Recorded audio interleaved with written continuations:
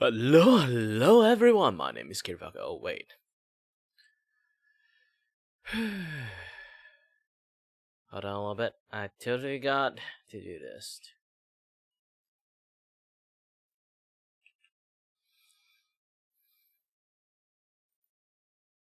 Change this.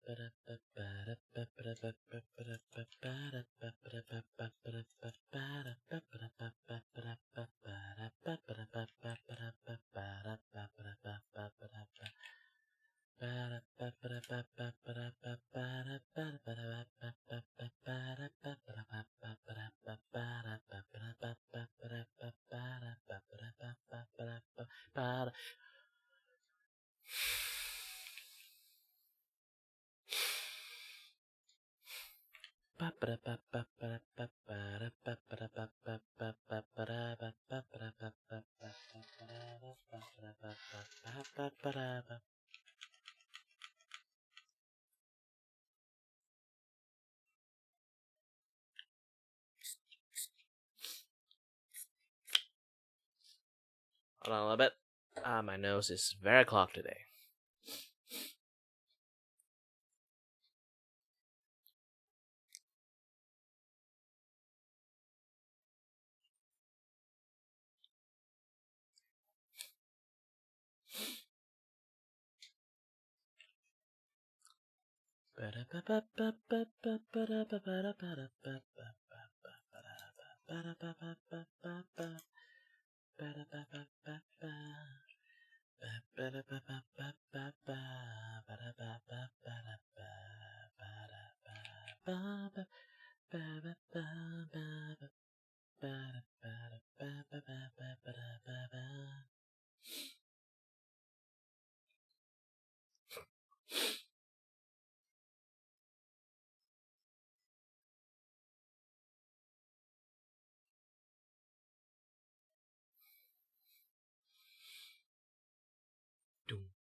Dum dum dum dum dum dum dum.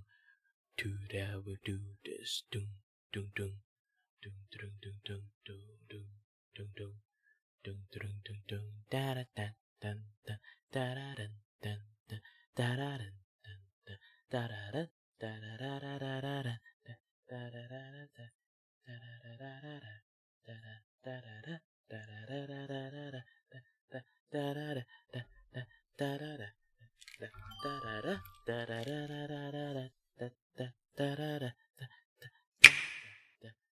da da da da da da.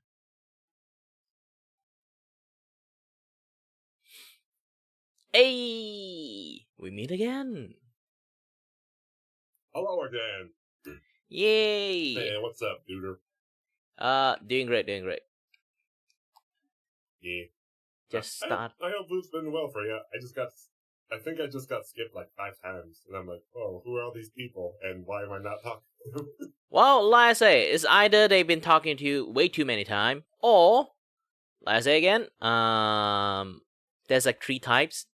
You might met the 3rd type because like today, do have like some VIP in here. So there are people who just come in to see them, just to hope they can meet them. Yes. Yeah, they would just skip everyone until they meet them. Don't want to be social with people. Come on, let's not just go around trying to meet our Oshis. That's not healthy. Yep. Never meet your hero. Like, who knows? They might be actually stinky in real life.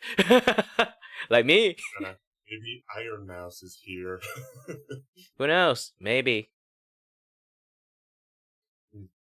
What you working on? Today I am working on this particular hour. I think you can see it. Ta-da. Yep. I think you've seen this guy before. He's in the trash can. When you meet him, use the same background as you. Like on here? Yep. Or in like a game?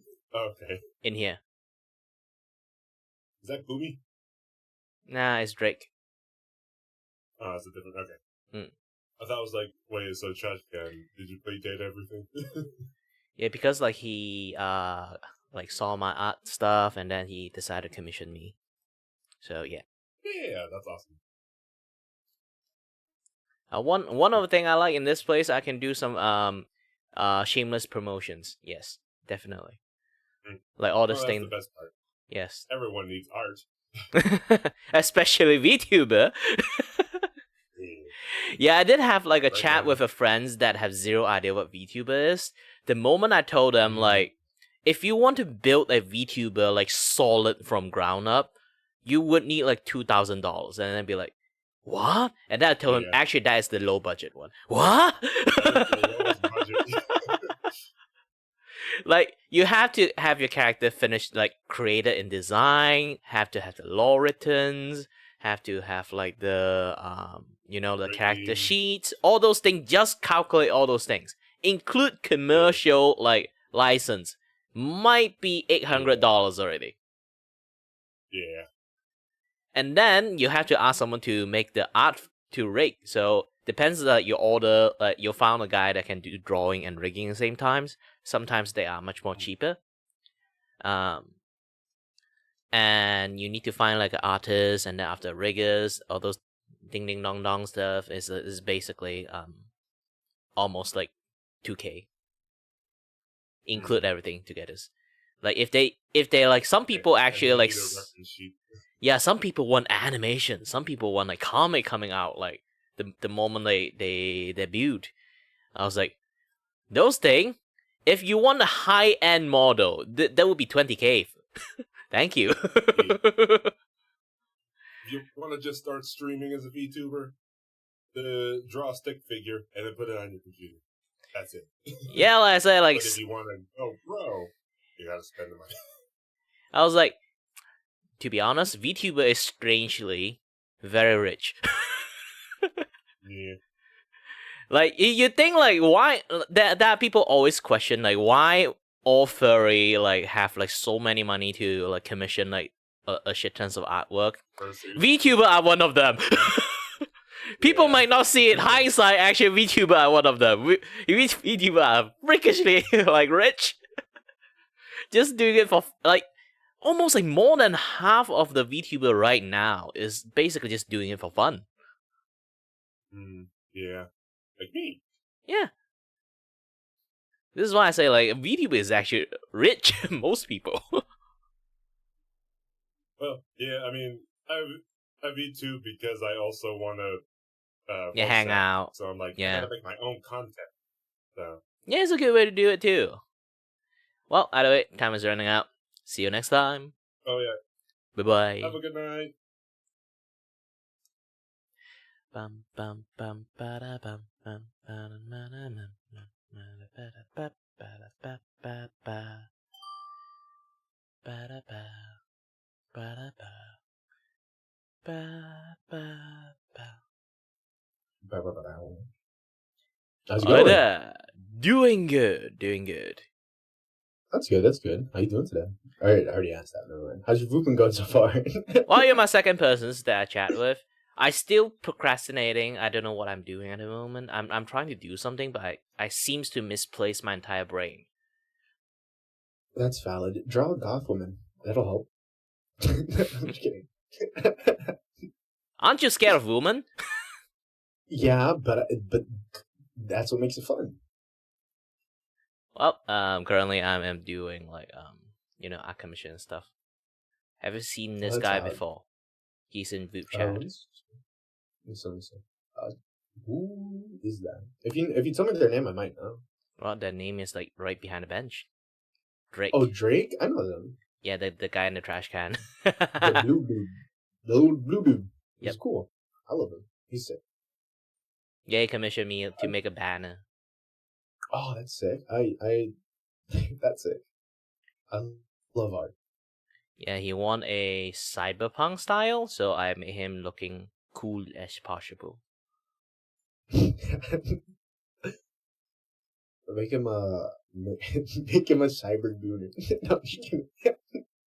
Well, technically, he want to be in the expensive district, and I just made him sit under a bench for no reason instead of So on like the a homeless bench. man. Like that. He's That's like the like homeless man. you can sit on the bench, but he decided not to sit on the bench. Yes. He's looking for his trash can. He lost it. Yes. No. This is like the day that he found his trash can. I need to draw a trash can around here in this corner. Oh, I see. This is the day that he found his trash can. His mobile home. Just roll around in the street. It's like a. Did they ever show like? I think I remember them showing like the inside of the Oscar the Grouch's house, of his trash can. It's like massive. It's like the same for him. Who knows? You have to ask him next time. That's the much more deeper lore in the futures for him. Oh, yeah. Like, I'm inside my trash can right now. Well, it's pretty neat place. It's not dirty at all. Okay. Yeah? Oh, yeah. I just got it, so it shouldn't be dirty. I hope not. I dusted the shelves beforehand as well. Have you scanned the room with UV first before I bought the place? With UV? No. Yeah, hope actually you can try this. Like in future you add a lot of like effect and stuff, like you have a different scene, like, hey, do you want to see this room in UV light? And then I turn this, the entire room is just bright white light. I'd be like, oh no! Guys, don't worry about that. That was a misinput. What misinput? They start freaking out. No.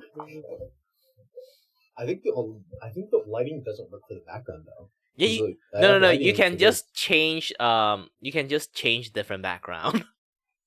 Oh, I see. Well, technically, you can see like right now. Like a toggle. Right now, you see this thing. Why I can have like an interactive background is because I use Spout 2 in my VTube studio.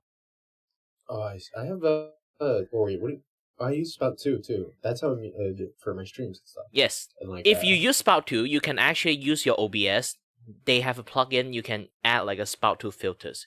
So you can create a scene of Oh, really? background, and then use it as a spout tool, and then add it into your VTube Studio background. Oh, that's. So you can have an interactive background if you want to. I can make my background a little brighter. I have a background with a filter on right now. This is like the only background. A little brighter. Gets you should go a little bit better, right?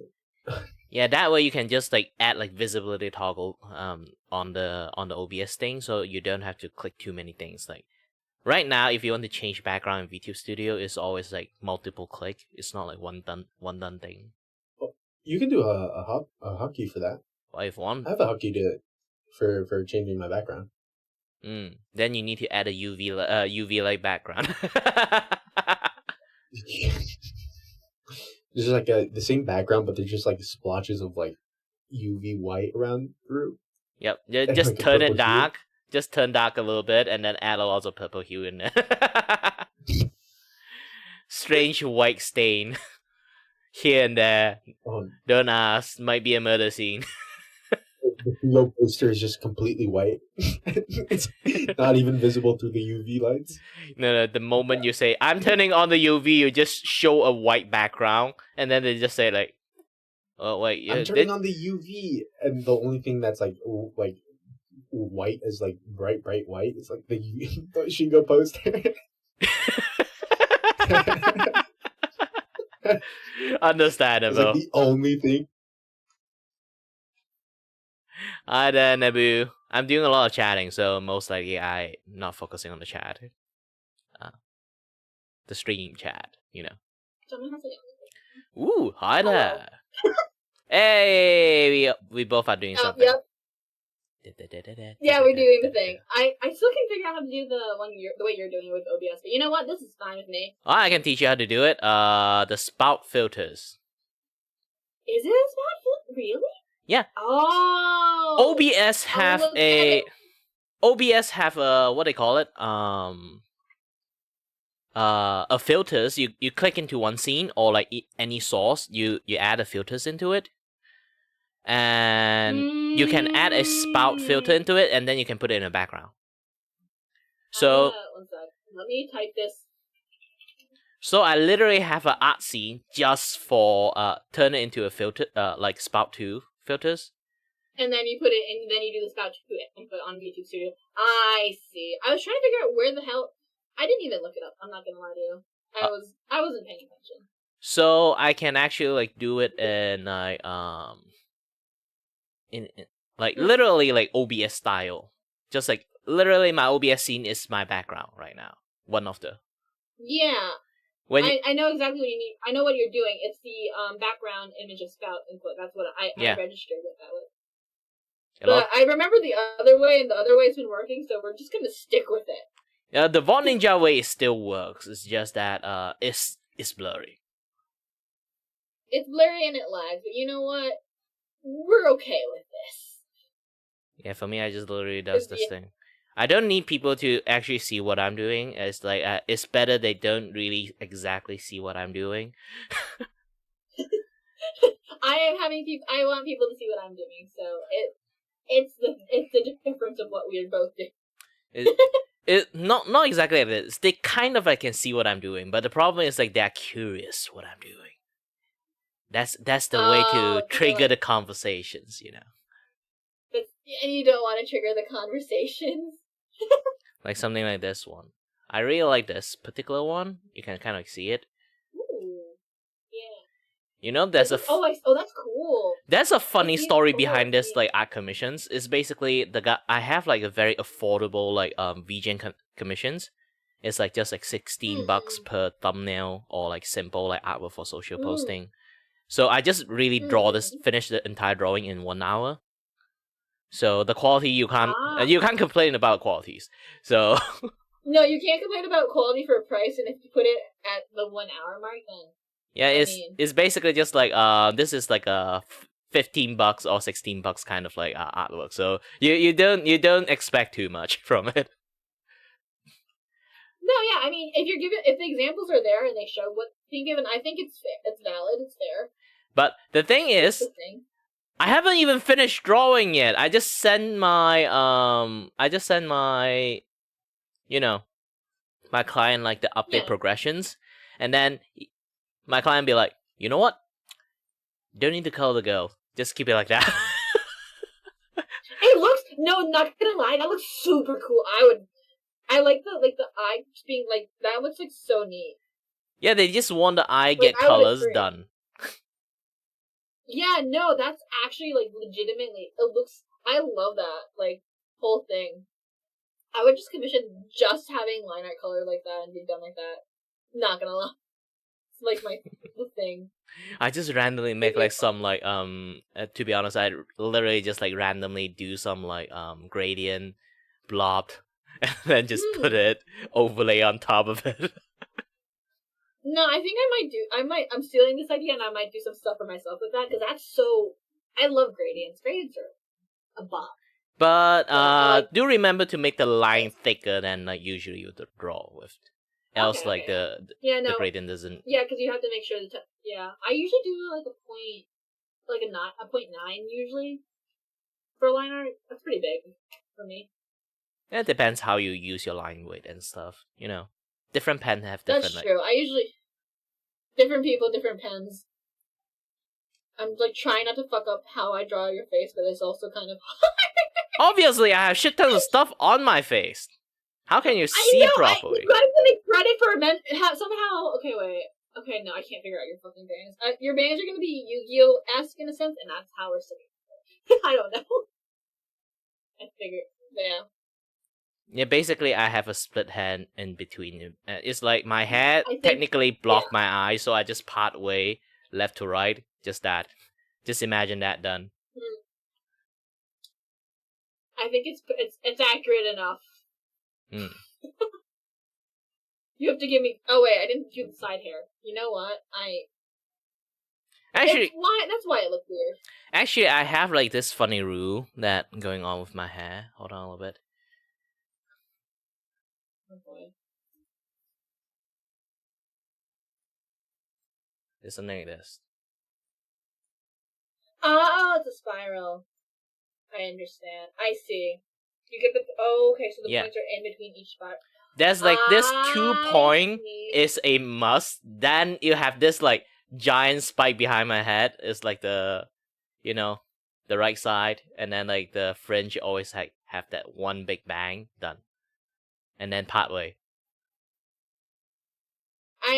It's not gonna get any better tonight. I'm doing quick.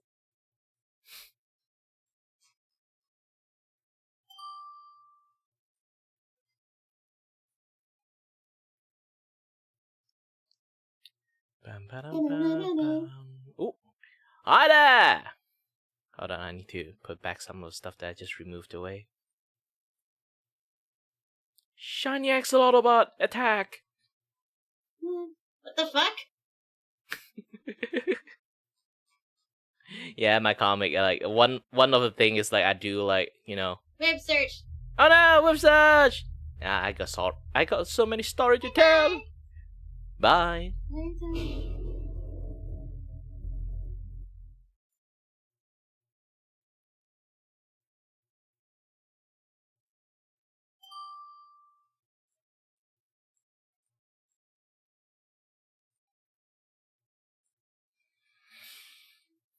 Hi. Ew. Ew. Ew. Hello. How it be?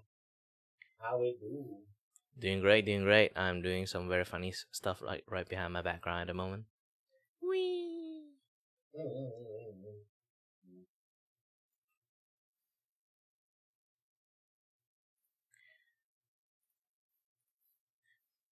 Well, so how's it going for you? Have you managed to meet any VIP people today? I have not. I barely just started not too long ago. Yeah, same. And then Vupe search happened. I've been like, no. Yeah. I guess there's more people have get a certain Oni friend.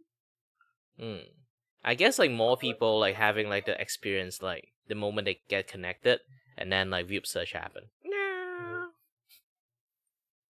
Yeah, it happens.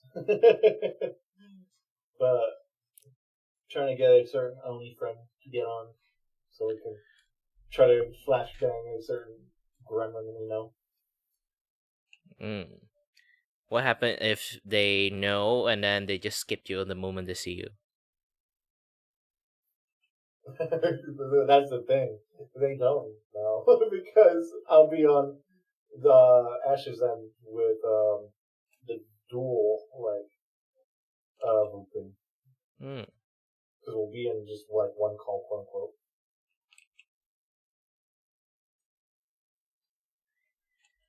Yeah. Man, sometimes it's really hard to draw the shoulder in an angle. Speaking of which, Mm-hmm. I am being pulled over, so I shall take my leave. Alright. Because I want to do this pranking. Go ahead and good luck finding your friend.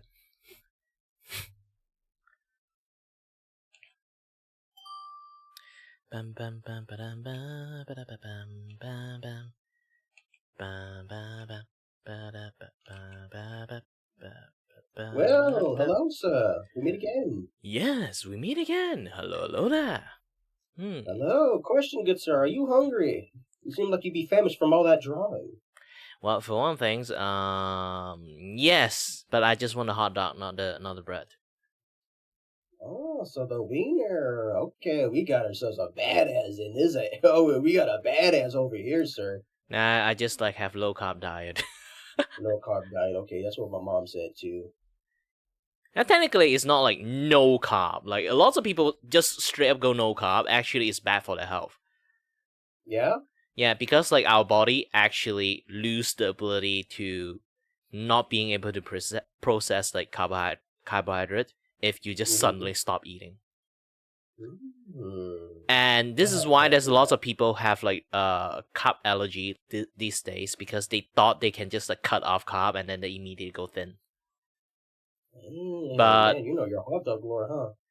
But when they actually do that, it's like when they cut off bread and like any wheat stuff, or like basically just like all carbohydrate producing stuff, so cleanly, they will actually get allergic reactions after next time they eat it. Interesting. Now, quick question: what do you like to put on your dogs? Just normal chili. Normal chili. No relish, no cheese, no nothing. Yep, just chili sauce. I respect that. Here's the thing: are you a mustard person? Of course. Is it like really sour? Isn't it really sour? You haven't tried mustard?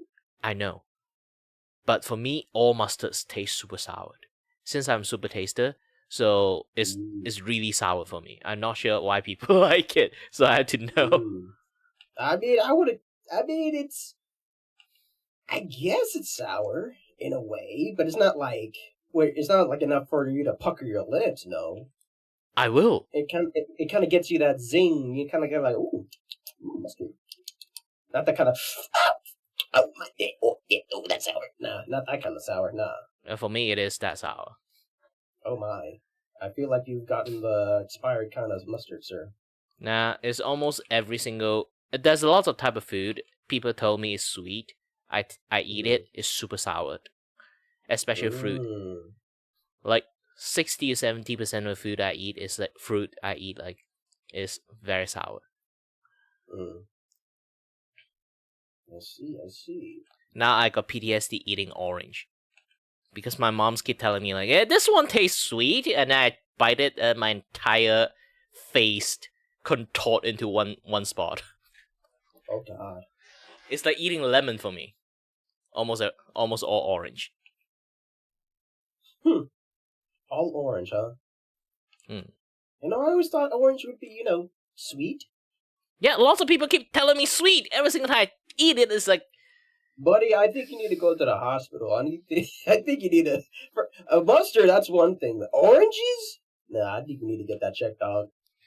Nah, it's just that they already have like the like school science fair like kind of things. Like they test my tongue. Actually, I am the kind of like I say again, super taster. I can taste more stuff than most people. Apparently, if you can taste more things than most people, you actually taste more sour stuff. I had no idea. That's well, you learn a lot from Vupe Chat. Definitely learn a lot. So what are you doing? Another webcomic?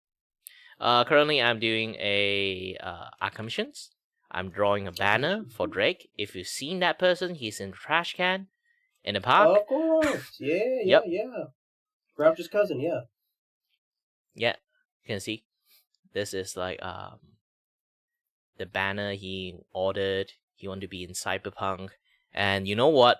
I get a good idea. I have to draw a trash can in this area. This is origin story. This is how he found his trash can. This is where the trash can is. Goodness. Well, that's pretty good, dude. Is he doing like a full color commission or? It's a full color. I'm right now doing like a lot of like line art first because the way I do line art is like chipping into shape. So I just like add like a blob of shape here, and then slowly form the shape out like slowly form a shape out like this. It's like carving or like sculpting. Similar. I see. Well, I do definitely hope the commission goes out well for both of you. And I hope to see you soon, my guy. Hope you enjoy it. Hope to see you on another webcomic coming soon. Yeah. Planning another one.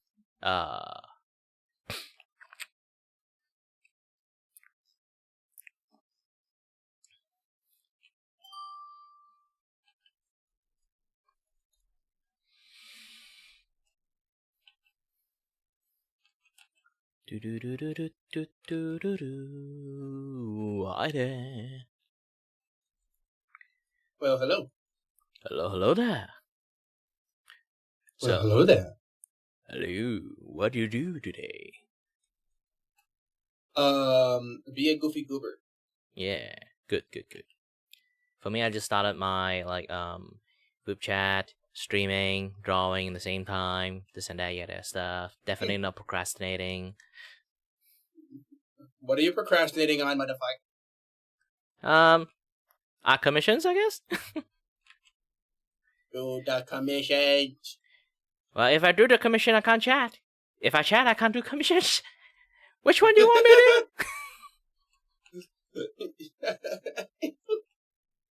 do? Your responsibilities. But yeah, like so far I think like I've been able to multitask quite well. Unless I need to talk some really like like some sort of topics that I need to give my full attention to. Then I will stop drawing and have a little bit of chat. It doesn't hamper my drawing, to be honest. I think like 90% of people who like commission me, they already know I draw really fast, but also at the same time, the moment I talk, I just stopped. ADHD goober. Yeah, I always stream while I'm doing like art stuff because back in the days when I was young, I am 30 years old, so I'm really old right now. When I was young, like studying 3D animation did. Basically my first course of learning Maya 3D modeling, I learned the basic, and then they told me to, after we make a sandpit, we was tasked to make anything putting on the sandpit as a toy. I make Kana from the Dragon Maid, in chibi form. Obviously, she's a chibi, so it's easier to make and put her on the sandpit playing. And I got accused of art stealing. Thankfully, I actually streamed the entire process, so I can like shut the lectures up. So yeah, but it's a little bit too late. My name was tarnished by the lectures.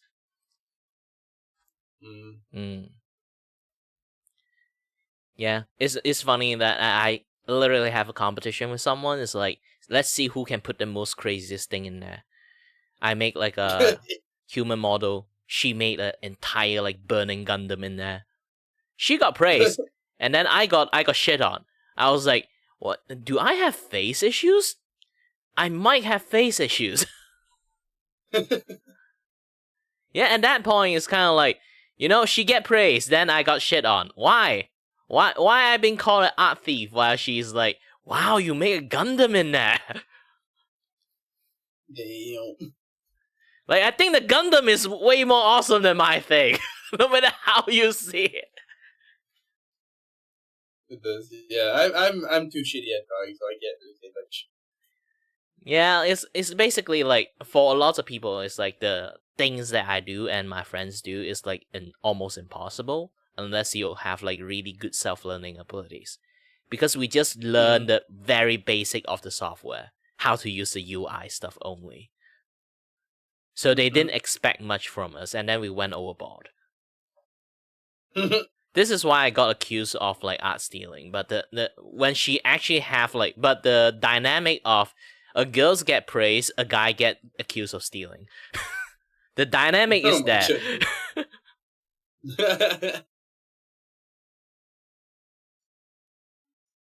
Thankfully, like that time I was like doing like Facebook streaming for fun, because Twitch doesn't really have like archive stuff for long.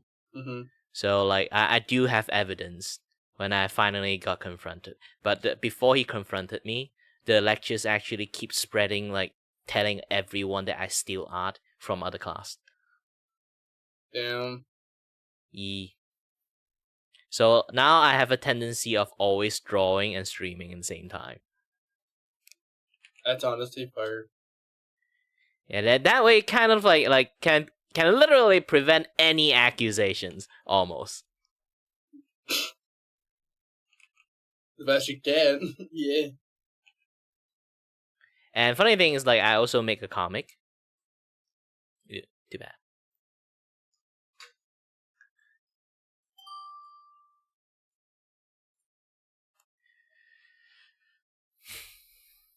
Dun dun dun dun dun dun dun dun dun dun dun dun dun.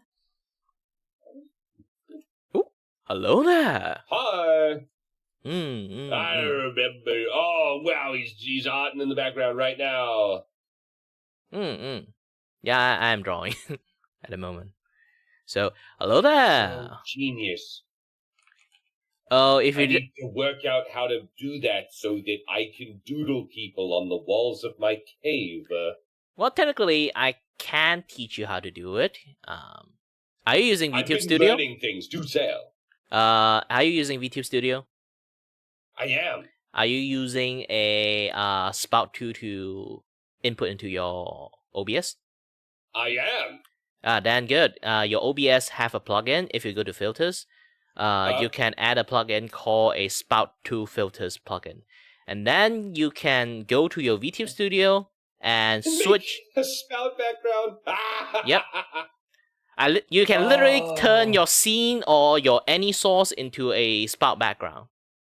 Oh, dude, I'm learning so much today. I've already learned about like digital wires to like export my OBS filters for like my mic like out of OBS. Oh man, I have so much shit to set up for the next time I Vupe. For me, it's like it's like if I manage to zoom out my entire VTube Studio is a mess because I have so many things like putting right beside me. Anytime I can just pull shit out. Oh, that's brilliant. You can just hide since like it just show the centers. So essentially you can just like hide so many things. I had my gun hand hidden the other day. You can just hide like shit in there. Yeah, well, thank you for that.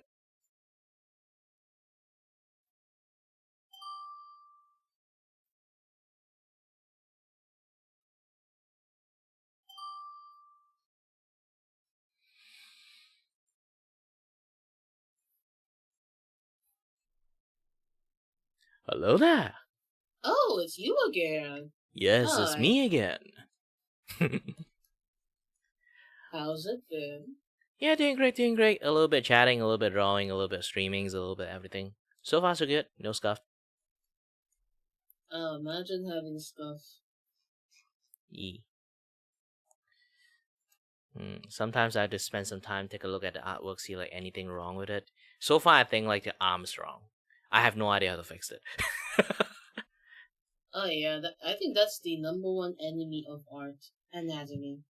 It's always... It's because like he sit in this angle. The arm should be shorter, but if I make it short, it also looks wrong. But if I make it too long, it also looks wrong. I was like, how? I mean, can you try matching it with the other arm?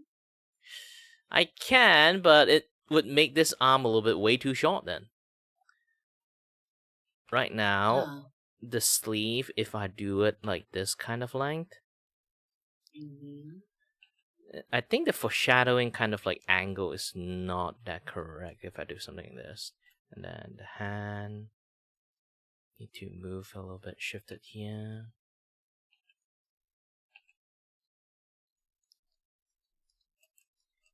It looks slightly more correct.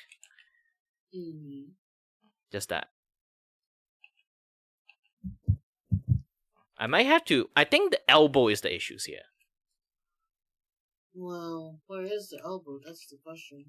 The elbow is in here. How about making it a little bit thinner?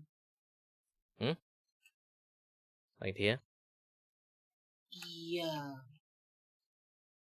Probably just that. Because it kind of feels a little bit off, so maybe make it a little bit thinner? But this one is actually pretty thick because of the cloth that he have is like loose clothing. I do find like his design is really, really interesting in a way. It's like he have a very like tight upside, but the end of the clothes is all loose fitting. So it's like a very tight chest part only, and then like loose fitting clothes, like loose t-shirts on the rest of the body. Oh yeah, I have a question. Why does that pen look like me for a second? Wait, is it? Look at the color of the feather, then look back at me. Nah, it's my theme, you know? Blue, purple. I have a lot of purple accessories, so like I can select a pen for like this V-hand thingy. I see like this nice crystal pen, and then I just put a purple there. Apparently, they multiply the colors, so like if I choose my purple, it just shows this purple instead. Yeah, that feather looks like my tail, like the color at least. Well, I guess like thank you for the pen. You probably stole that from my bar. I'm kidding. Nah. Just like go to maybe like go to your work area, and then just like I'm actually the janitors over there. Like all the loose fur, I'm just like collecting everything, just turn it into like pen and start selling it. It's a good business. Oh, definitely, that is a really wonderful business. I'll tell you there. Also, let me just follow these peeps that I got from... I actually got a lot of people from Vupe.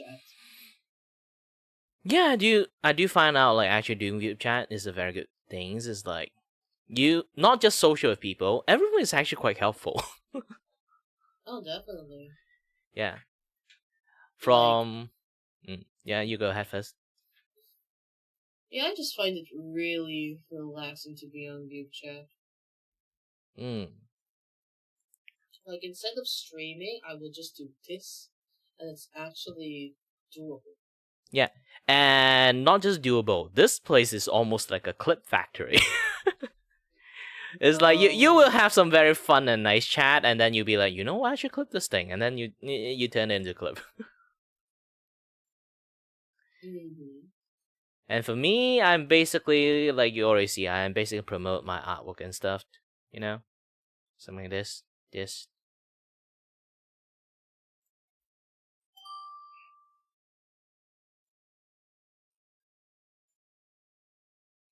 Bam, bam, bam, bam, bam. All right. Hi there. Oh, Hello there. isn't this most particular? Greetings, sire. Yes, yes. You're the first one who didn't call me General Kenobi.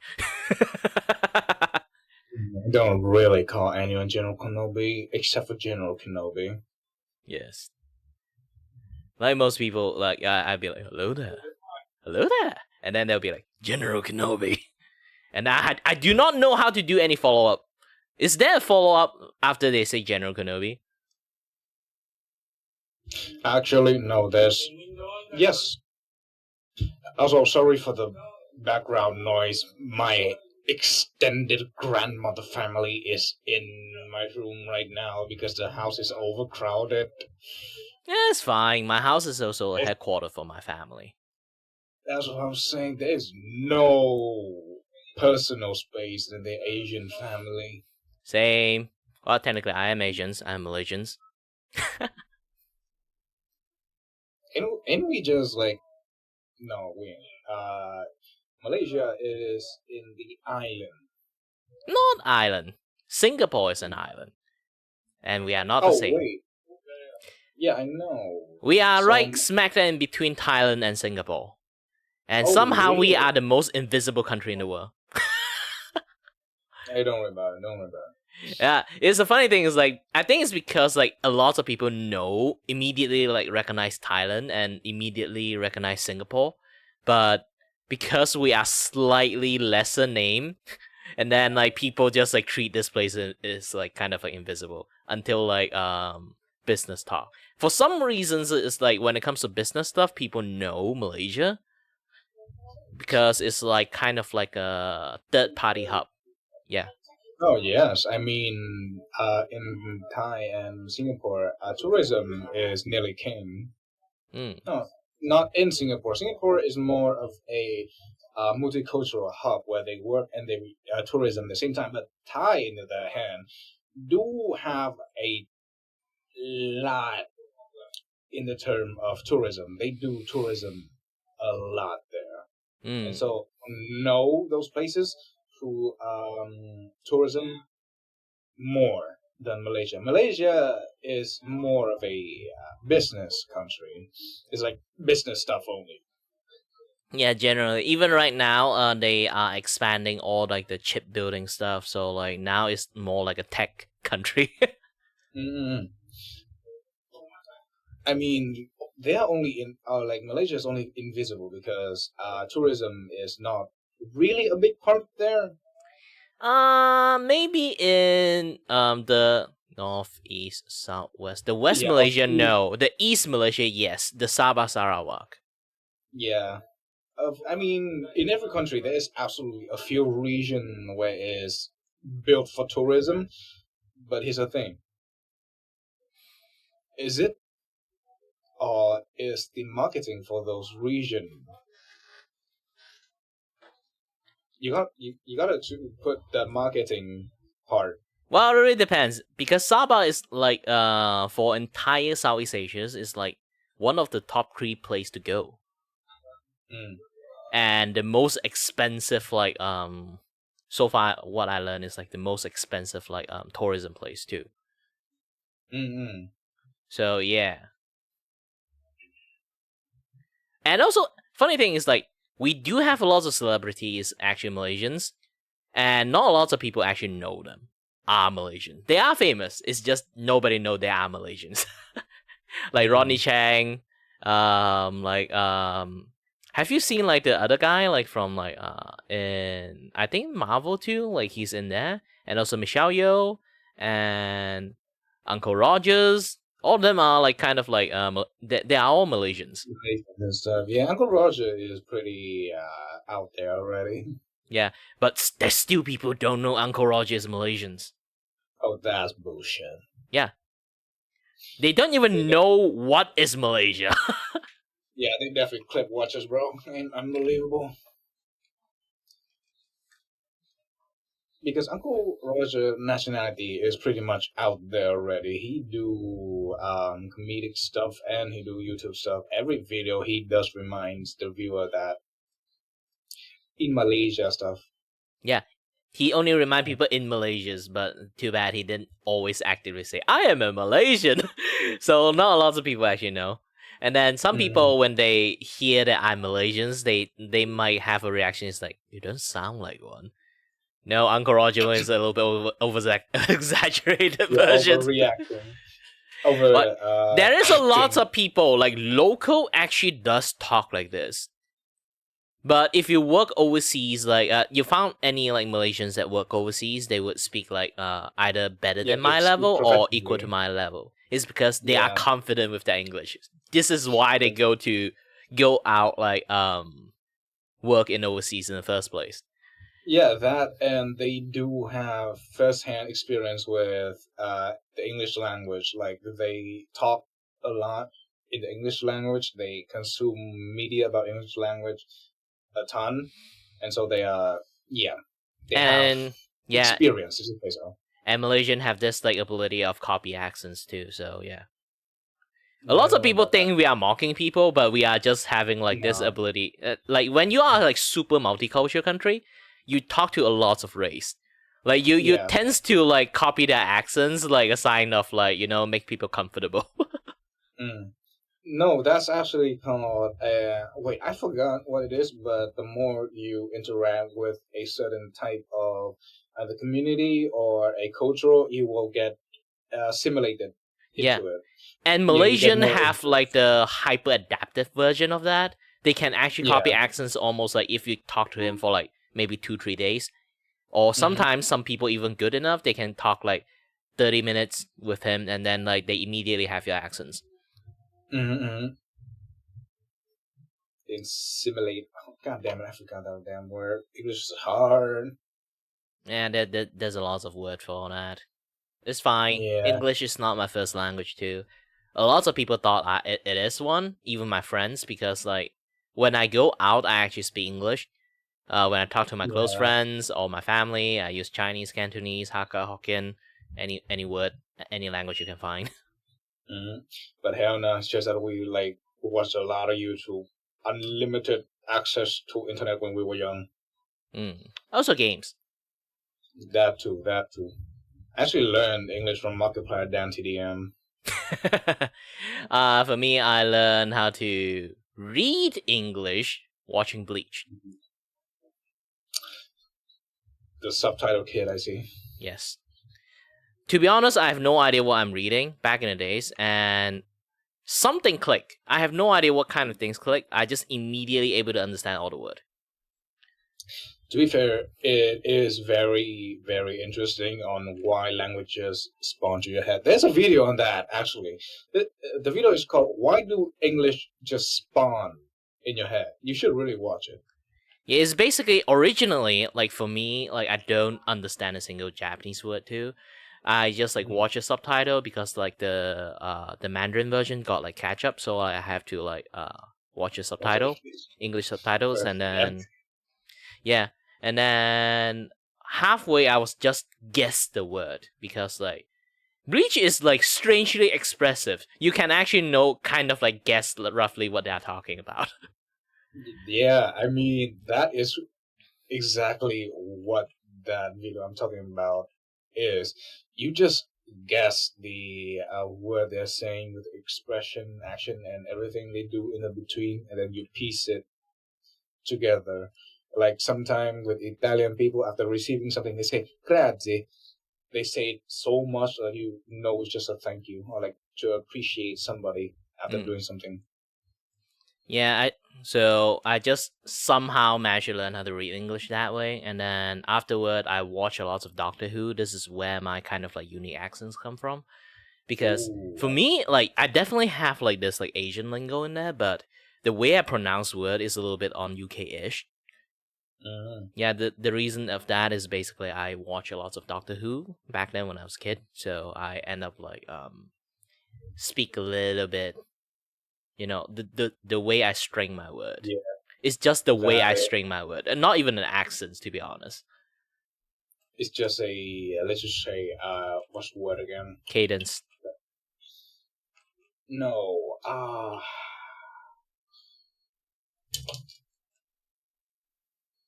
Language habit? a habit. There we go. The exact word was habit. So I basically developed a way, kind of like, I sound like I know English when I speak English. In reality, I actually don't know jack shit. That's the first I've heard that. Yeah, it's some things like you sound professionally know English, but in reality, you don't know what you're talking about. Make it until you make it. Yep. It's basically like sometimes you say big word, but you in reality you don't know what you're saying. That's true. I put chance to do that sometimes. Lots of people does that. Yeah, especially law. Actually, law people in the first year don't know jack shit, but the last year they are paid to say those bullshit. It's their job to say big words. Also, they've been called out so much, they also being very sensitive to that. They'd be like, "It's my turn now." That's true. I always imagine like, oh god damn it. My grandma's in my room right now. Nah, it's fine. You hear that background sound? Yeah, that's my grandma and my nephew fucking arguing over bread. Yeah, I have a friend that, to be honest, I think he can be a very good streamer, but the problem is he also have a very cramped house. So like, you basically every single day I can hear his entire family in the background. Yeah. Either noise gate or retire streaming until you have your own personal room. Yeah. Yeah, that's why I actually not really. I reduce streaming into only like special moments, or I can. And so I only reduce. I can only reduce my streaming. I can't do nothing. I mean, I kind of do have my own room, but that will require me to use mobile data to stream, and you know how fucking hard that shit will be. Can you try like pull a wire to your room? Pull a LAN cable? No, but here's the thing. If I go into my mother's home, my mother's home don't even have Wi-Fi. My grandma's house do. That's what I'm saying. And so if I go back to my own room in my mother's home, I don't have no Wi-Fi. I have to use my mobile data.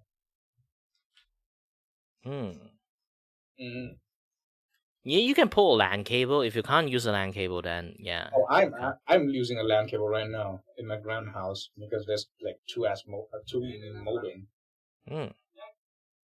Yeah, I know about LAN cable, and yes, I would if the place let me. I would buy a 2-kilometer length of LAN cable to put from my grandma's modem back to my mother's house. Oh, if only I can do that. Here's one thing you can actually do. If you can afford it, you can run internet in your electricity. Here's the thing, though.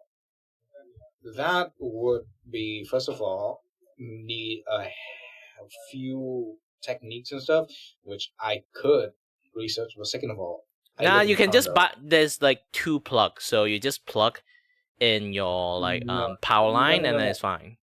Yeah, that. But here's the thing: I live in an apartment, though. Oh wait, not a cutout. Yeah, apartment. I live in an apartment. I think you still can do that because it's just like you're in your power line only. No, it's a different building. My mother's house and my grandmother's house is in different buildings. Then you can't. Yeah. And so if I can, I would buy 2-kilometer in length LAN cable, put one end at my grandmother's modem, put it through the damn window, and then back to my to my own room in my mother's house. If it don't work, why? It's in an apartment, and if I take like airspace, yeah, no, I'm not paying any fines.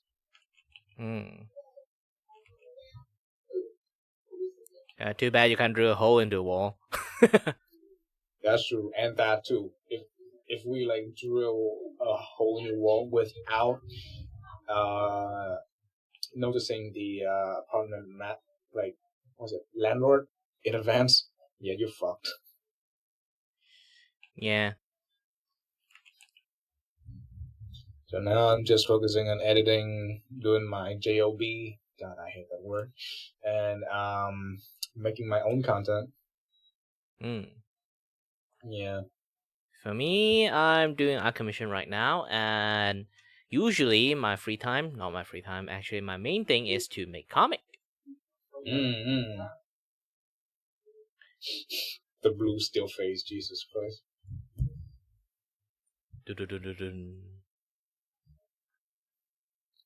And Ash Baby.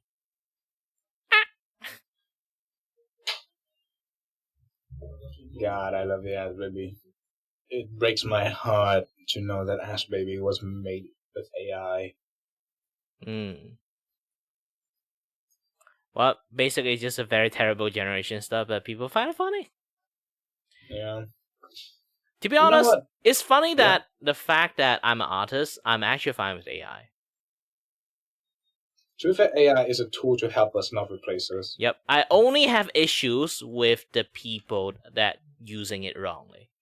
Yeah, abuse it to like generate image and stuff. Yeah, sometimes I explain to people, they you know, like there are people who have like this like hate boner with like AI itself. They refuse to hear any reasons. It's really hard to explain to them, you know? Yeah.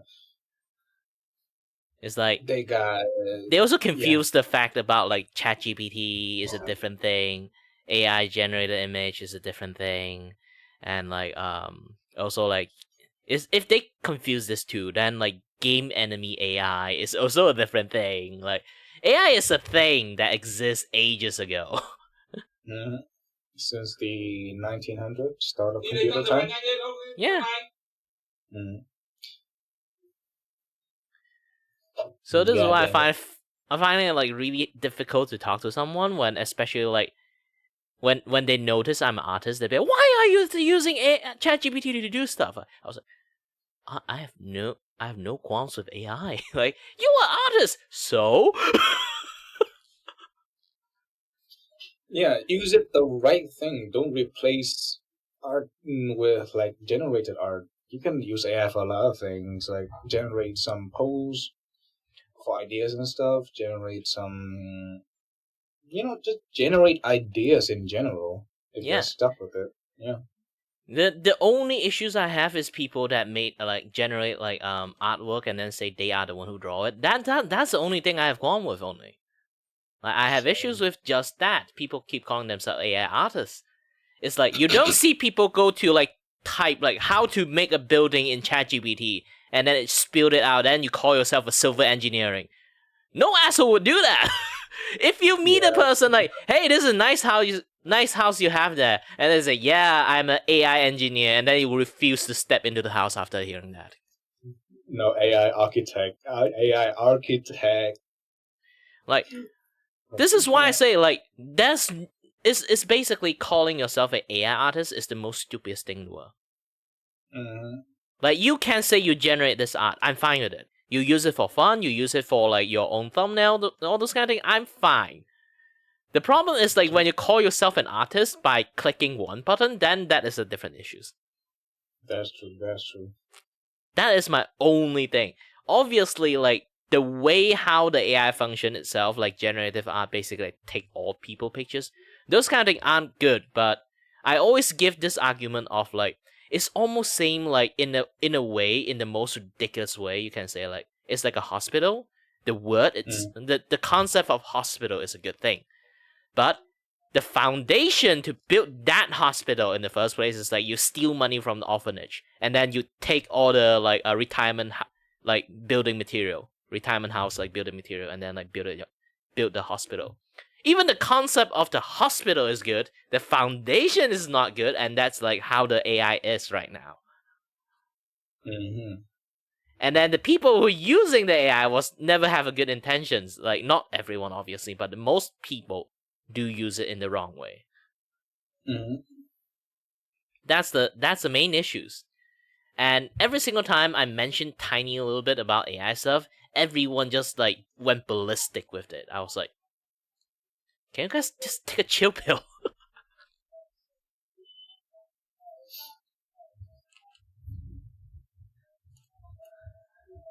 Like, way more people are overreacting with this kind of stuff, to be honest. Mm-hmm.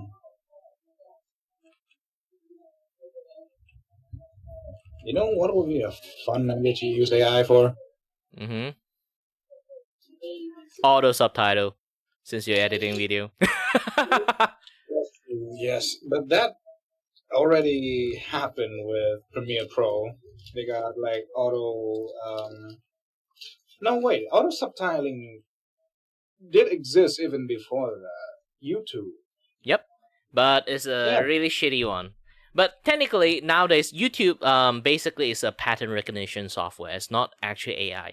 Nowadays, people actually use AI to do like auto subtitle, because the AI will kind of like do like speech recognizing, and then like they will arrange the word closest to what you basically pull some AI shit to kind of like, you know, find the closest word. Then but here's the thing. YouTube subtitle is a speech to text base. Yep. But with editing software now, it's AIs. They changed quite a lot of things like along the way, but nowadays they have like a thing, I forgot what they call it. Right now I basically cut myself off from Adobe. I'm using DaVinci. DaVinci, like, they also have it, but there's another one that is basically using an AI one. It's called Auto Subs. You can actually go find a video about like Auto Sub, this and that other stuff. Actually it's a fascinating technology they incorporated into the AI thing, because it's basically they do speech recognition first, and then they use AI to run it to correct the word. It's basically to guarantee this sentence is what this sentence means. And they can even translate to other different language. Actually, I just saw an ad the other day. Adobe added generative extend to Premiere Pro. So I wonder, what's your thought on that? I know. I don't have any thought on it, to be honest. Again, I cut myself off Adobe is because Adobe is a bunch of dick. That's true. The canceling requirement is fucking suck. Canceling requirement and terms and agreement with AI things is stupid. The moment you touch AI, they own your shit. So none of it is your work anymore.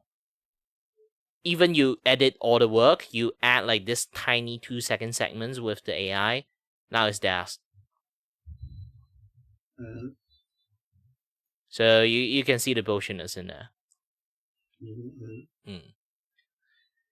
For me, it's fine. The AI stuff, again, like, is fine. But the problem, again, is the terms and service, this and that, the other stuff. The way they kind of like utilizing it in a very malicious way. They got sued for that. I don't know if they change it. Nope. No. It's different thing. This is like, they got sued from like the art piece, not the video. It's a completely different thing when it comes to law. They are very hyper-specific with the content category language. Yeah, but I thought they actually got sued for the terms of they owning every video that was used or that used. No, that was only on Photoshop. Oh. They have like a Photoshop website to let you upload stuff, and then the moment you upload into it, is theirs. No, that's something. And they extend because of that particular like wording, and then they extend the wording into if you use AI, it's also theirs, and if you use their software right now, it's also theirs.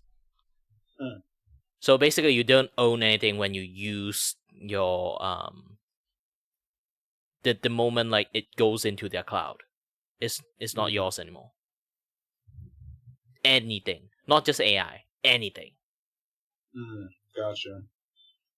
So now they actually change the fine print of the word. The moment you use the AI software, it's theirs. Yes. Yeah.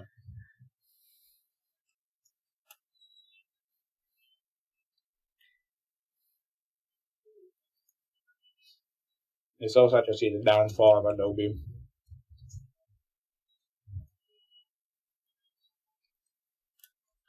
Well, personally, I don't like Adobe. I think that even way before, I also don't really like Adobe. It's just now it just keep giving me more reasons not to like them. I mean, they did create the PDF file. Do one good thing doesn't mean you entitled to do like hundreds of bad things. Yeah, it don't mean it cancel out. Not just cancel out. They cancel out so much to the point that it's just not there anymore.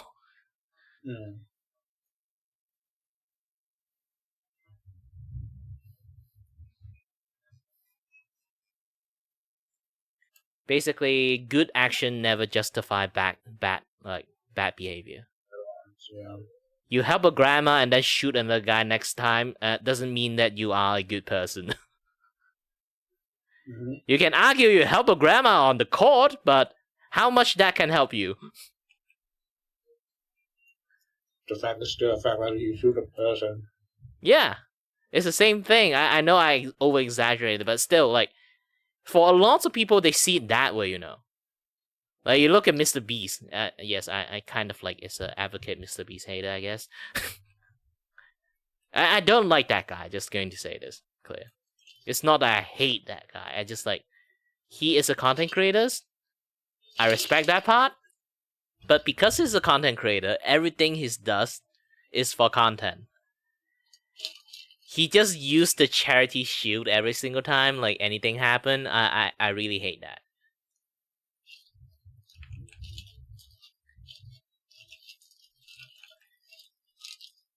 I mean, to be fair, his idea is he made content so that he can get more money to do more donation stuff. Yeah, because he say it like that.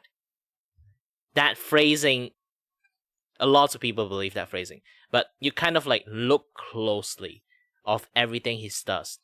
Documentary, anything that when he as a person, he actually is a very, very like number like oh no, my camera died. He's a very like number crunching guy. So he focusing on trying to make the best video. He trying to make the best content and then show it up. He need a lots of like sponsor, this and that, yeah, that stuff. He basically need to appeal with everything.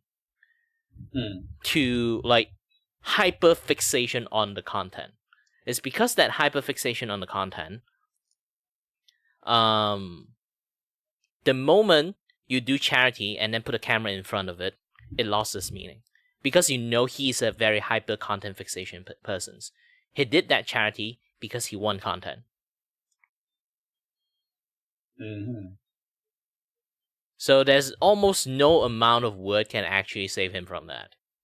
Because it is the truth. The problem is he keep hiding behind that I do all this thing because of charity.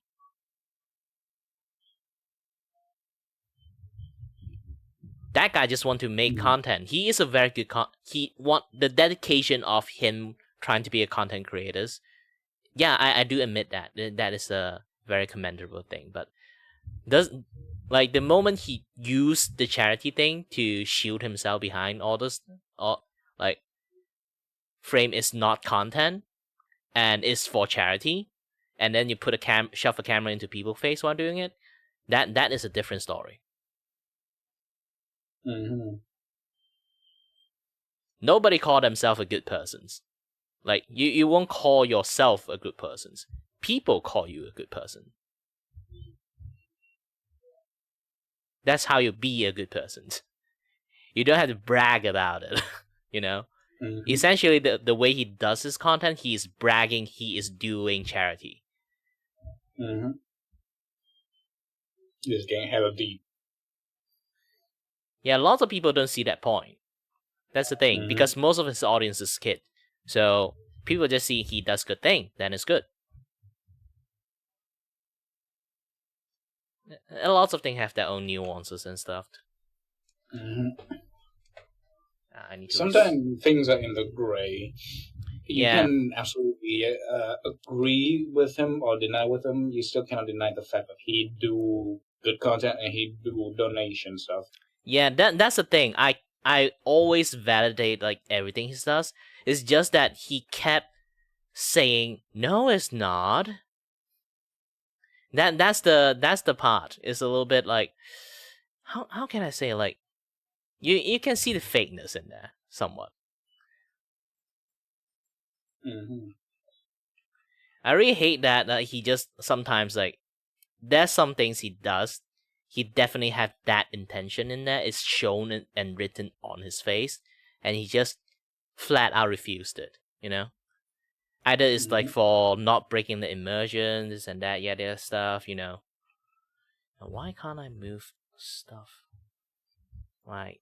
Sorry, that my computer's a little bit buggy. Sometimes, Vtuber Studio sometimes stop you from moving stuff. I don't know why. It just sometimes do that.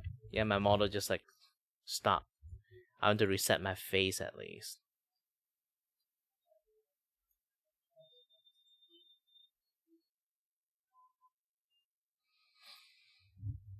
Can I move now? Nope.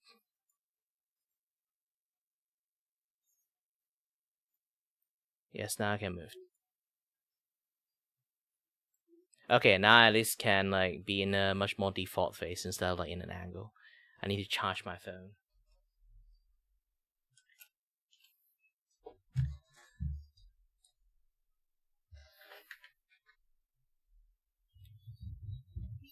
In a way, for some reason. Yeah, in a way, like let's continue on my thing a bit. Is like,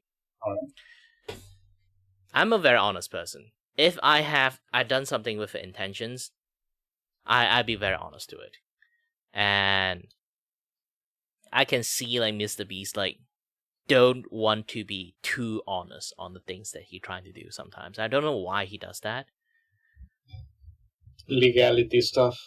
Yeah, maybe I have no idea why, but is that this ingenuine like some of the intent he does is like there's definitely like sometimes in some day like the things he does as a content creator, you know he did it with that content like intentions, but he denied the intentions. Then that's the things I don't like about him only.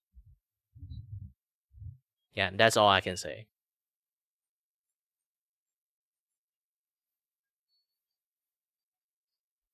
Oh, actually quite similar with like the situations. Have you watched like the girls that shit on Dokibird on the art stuff? Yeah. Wait, what? There's a new one? No, the cat and chat. The what? The cat and chat girl. Oh, that. Okay, so it's the same one. Okay. Yeah, basically it's like she did it for content. She keep denying it's the content. She did it for cloud, obviously. But keep framing like it's for the artist, for the greater good. Yeah, I did watch the Mujin video about it.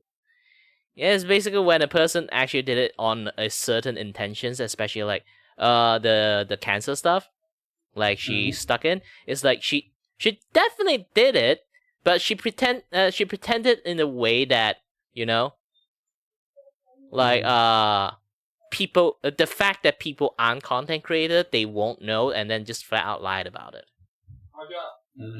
And then the moment every content creator hears it, they'll be like, it's bullshit. You can just delete the video like immediately, anytime and anywhere. Like why does it have to take like 2-3 days for you to actually, like 2-3 working days to do it? What, you have a strict rules that you're a content creator, just work from 9 to 5?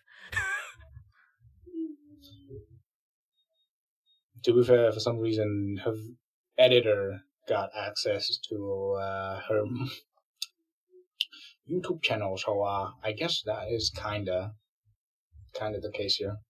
No, you hear it. You hear it clearly. She actually are the one who uploaded. She just blame on the editors. Well, yeah, that's like the later case. People found out like why the title name changed because she herself, like her account, is the one that replies it.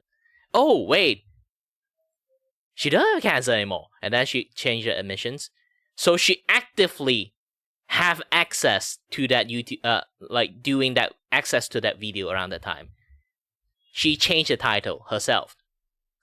She blame it on her editors. Maybe upload is her editor, maybe it is, but changing title name definitely is her, because editor can have access to the channel with their account. Obviously, it's not like the editor have her password, can open her account. It's a different thing. She literally replied to people and then afterward changed the like YouTube title name. And we all know as a like if you make YouTube video, we all have that habit of like, or like, you know, like everyone have like that unspoken rules of YouTube. It's like you upload video, you want it to be like more like, for some reasons you change your name halfway, maybe after a day or two. It will like create another big like impression boom, so other people can see the video.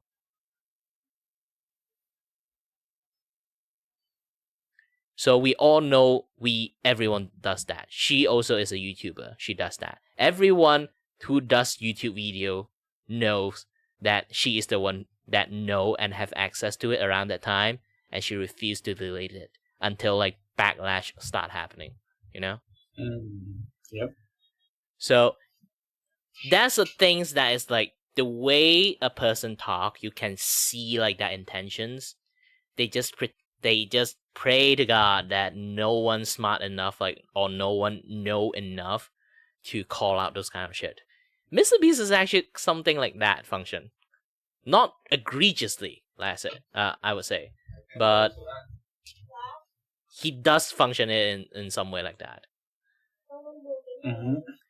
A lot of people actually see it, just never say it, because he's just too big. The moment you say it, you will get shit on.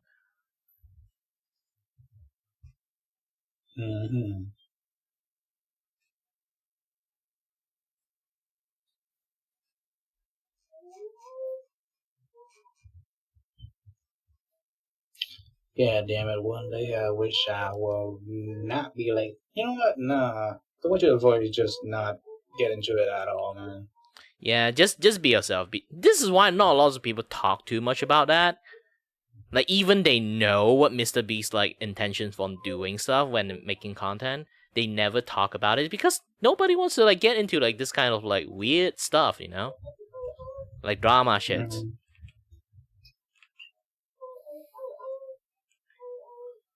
Until like things start to blow up, you know, like the moment like his shield is gone for a brief moment, it become like a thing to shit on him. Yep. Well, nice chatting with you.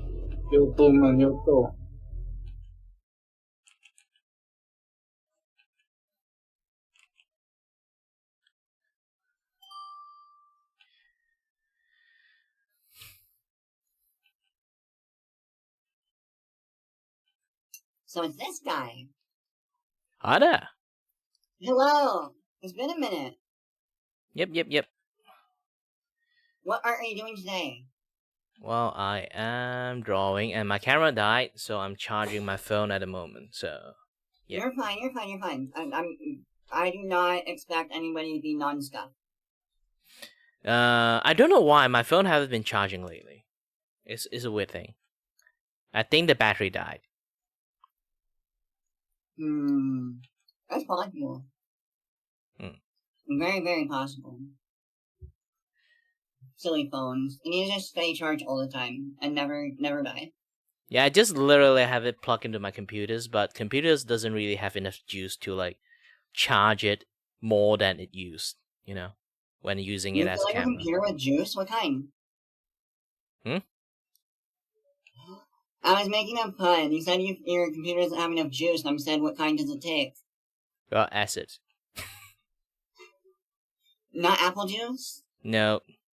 Technically, apple juice works too because it does have a lot of acid. You know what? Fair point. Apple juice is yummy, though. I think I'd prefer orange juice. I can't prefer any fruit. Most of the fruit. Like 70% of the fruit I eat is sour, since I'm a super taster. Interesting. So, you prefer... You don't like fruit? Yep. Most fruit for me is super soured. Interesting. I wonder why. Like I say, super tasters have more extra taste. Not like extra different kind of taste, but they have more taste bud than most people, and they can taste sour stuff much more easier than most people. While sometimes I would assume that could be a good thing, I can see how it would be a really annoying thing at the same time. Yeah, basically, a lot of food that most people don't have a taste on it is basically like, oh, this tastes fine, and then the moment I eat it, well, nope. Become a certain kind of like picky eater, you know? Well, you have a wonderful day. Enjoy your art. Alright, enjoy your time too. Bye-bye.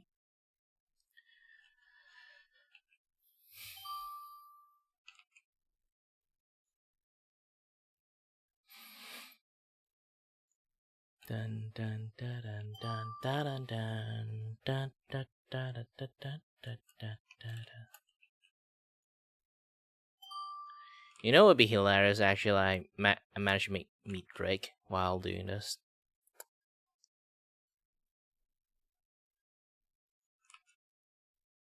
Hi. Oh, hello there.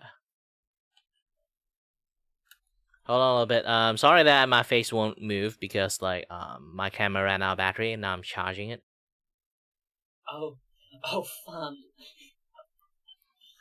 Yeah, for some reason it just doesn't take charge.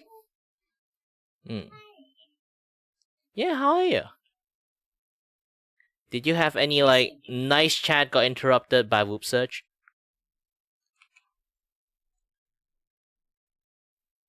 And then I was thrusted into another nice chat, and I was showing off the model, which means I went into another program and I didn't check the time, and the time ran out. Ah. Well, that kind of thing tends to happen. Hence why you got the shocked Pikachu face. What for me is it's fine. I just sit there hanging out with people. If they want to stay longer than usual, basically we just have a nice chat until next group search. Then it's kind of fine. I just let it happen. It's not like I can stop it. Imagine you just hack into the servers just to stop the group search. I'm probably gonna let the timer run out because I have met you quite a few times.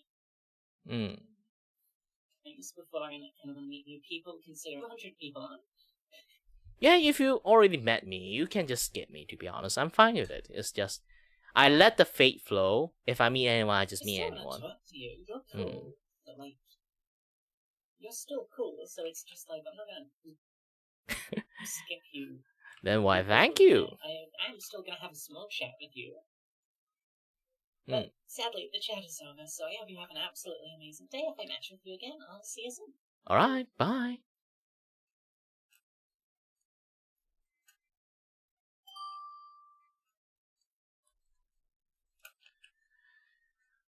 Ooh, fixed quite a lot of stuff now. Oh, hi, Kitty. Hi there. And yes, I can't see you today. Again. Just you, actually. I just realized. I see everyone except you. For some reasons. And my camera ran out of battery, so my face is just going to stuck like this. You know what, Baron? I find it so funny that you can see everybody else, but every time it comes to you, it's no, you don't get to see this person. Yep. Okay, if I do it like this, it's fine. I'm just a very short guy that want to draw. Yes. I barely. I'm sitting on like the high chair right now. I'm still not tall enough. Alternatively, you could say that your standing desk got stuck midway through, just a little bit too tall.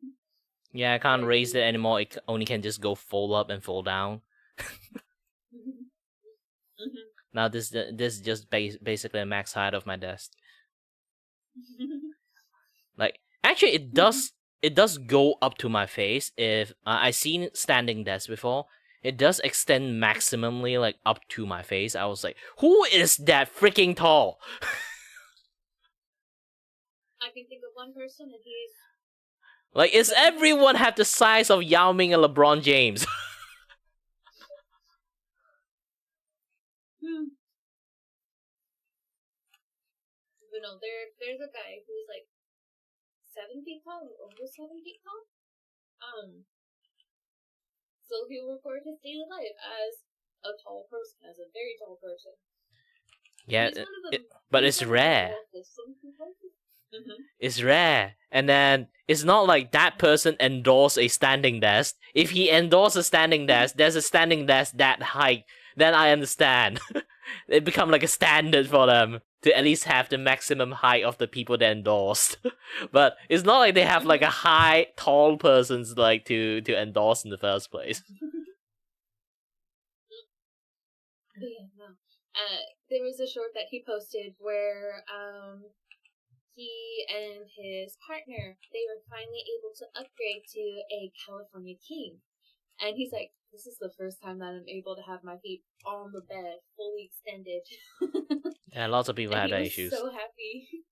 Even now, like my feet actually touch the edge of my like bed too. It's a little bit annoying. It's the same thing for me. It's the same thing for me, but that's just because I sleep with 6 pillows. So that's my fault. For me, it's like because I'm sleeping on a double bed, so I sleep in an angle, so I can fit myself in there. I also sleep on a double. It's what fits my room the best. You should choose to sleep diagonally, so like your entire body is fit inside of it.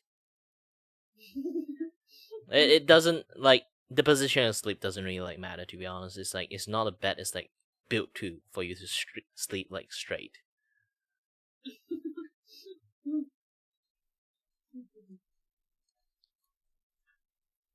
I am munching on a cold quesadilla. It is soy riso and hash brown. Nice. It is good. It would be better if it were warm. Well, but I was too lazy to heat it up. Next time, put a microwave beside your table, I guess. She always goes to bed. No, my feet can go off of the bed.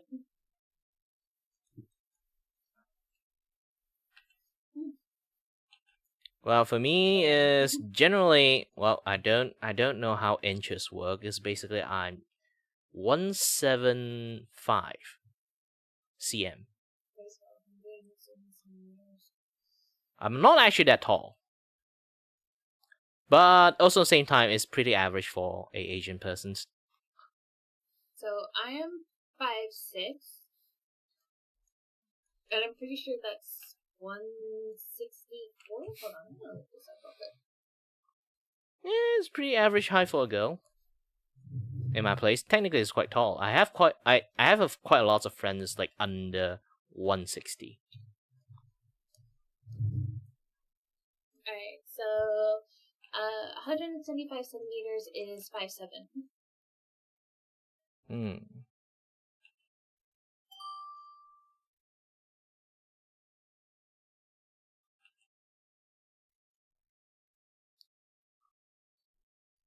Hello there. Hello there. Yeah, too bad you can't actually see my face. That's so cool. Yeah, you can't really see my face at the moment because my camera ran out of battery, so I lower myself down. Oh, that's okay. Oh my gosh, what the heck? Like hand rigging, that is sick as hell. You can do that with VTube Studio. Like you put VHand into it, use your OBS as your background. Yep. Dang, I've never seen that before. That's really cool. It's pretty fun too. Like the quality is also like decently. If you use Vault Ninja, it still works, but Vault Ninja is actually sometimes blurry and like laggy. Interesting. If you want, you can try that too. But if you use like the default Vupe chat kind of like a virtual camera, then yeah, you can't do it that way. Yeah. I've actually been trying to figure out a way how to get like my virtual camera to display some form of my what's it called? It's like PNG Tuber Plus, because usually my VTuber is not this static. Like usually I have lots of moving parts, but I think you can learn how to put that thing into a VTube Studio. Yeah. Yeah, you can turn it into spout. Does it have spout output? Like the PNG Plus? I don't actually know what that is, I'm gonna be honest. You go and check, like, you can try searching it now. It's like SPOUT. And then type a 2 into it. See, like, PNG Plus have any spout 2 output. You can actually use it and then apply it as your like VTube Studio background, and then use VTube Studio virtual camera as your camera. Oh, interesting.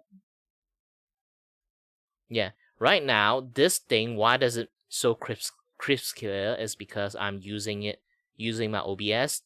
My OBS have a spout like plugin filters, so I turn it into like a background like this, add it into a background in VTube Studio, so this way people can see it. Okay, yeah, PNG Tuber Plus does not have built-in Spout 2 support. Ah, too bad. Yeah, I wonder if there's a different way, because like there is a different way to do it. Capturing it via OBS. Yeah, this particular background is using a different way. You can put it in your OBS, and then after you install like Spout 2, your OBS have a plugin. You go to filters and you can add spout filters. Turn that particular source or like a scene into a spout source, and then just plug it into like VTube Studio, and then you can use VTube Studio virtual camera again. Yeah, as your character in there. Okay. Yeah. It's a very roundabout way to do it, but it's still functionable. Yeah, it sounds like I'd have to have like 4 different like apps open at the same time, but nah, just PNG Tubers, OBS, virtual basically VTube Studio, just these 3 like things open. I think I have VTube Studio. Oh no, I don't. Not anymore. Yeah, you have to install it and then install the virtual camera for the VTube Studio. Just that, like, activated things, then it's okay.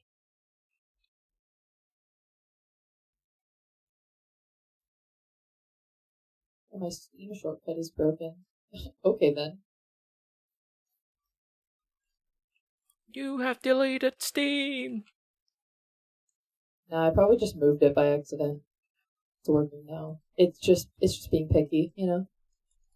Now you have broken the curse. You're outside the matrix now. You deleted the Steam.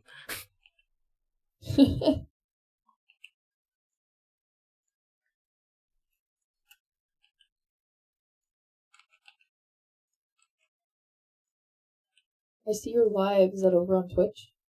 I'm live in everywhere. Personally, I don't like Twitch, but you know what? Multi-stream, you can do anything you want. Oh, okay, cool.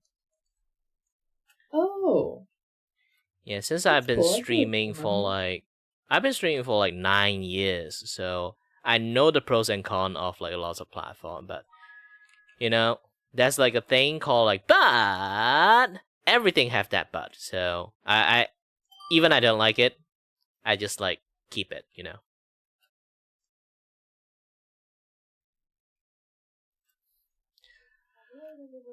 Hello there. Ooh. Yes, I am a Malaysian. Oh, what we drawing today? Oh, hi there. It's our commissions. Ooh, oh, it looks so good though. Well, I'm still doing like lots of like editings. Because the way I draw it, I'm not really drawing line art. I'm literally like carving things into it. It's like adding blob. Is it almost like the vector or like the lasso tool? Yep, just lasso tool. I think this thing is only workable with Clip Studio Paint because they are the only one have that instant fill tool using a lasso. Yeah, I was about to say, I think Fire Alpaca might. I use Fire Alpaca just because it's so much like Clip Studio.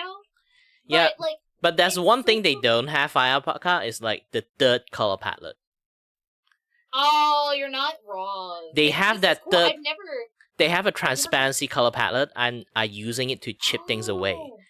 So I add things and use the transparency to chip it. So it's like sculpting. Okay, that's cool though. I've seen that like the lasso tool is like starting to take off a lot more too. So it's really cool to see like it get to be done like in real time. I think I love this so much. Photoshop is doable too, since like Photoshop you can kind of like program like step by step thingy. You just keep using that like instant fill setting. Yeah, you just make it like it behave like an instant fill tool. The moment you finish a lasso, just instantly fill up things. Okay. So it kind of works. Kind of. It might be a little bit laggy though. It's really cool though. Yeah, you can adjust your line width however you want. Especially like when artists like struggle on line art a lot. It's like, oh, this place is like much more brighter place. I can just like thin out most of the line. You know, show is like and that's really smart too. Yeah, for like the lights and the darks and the shadows, like the dynamics for it. Yeah, this is why I have like this very heavy inking when it comes to it. Mm-hmm. Well, yeah, because the chin and then the cheekbones itself will cast such a dark shadow that like a lot of people wouldn't really realize it. But I hope I get to match with you again soon so I can see more of how the progress is going. Have a good night. Oh, it's.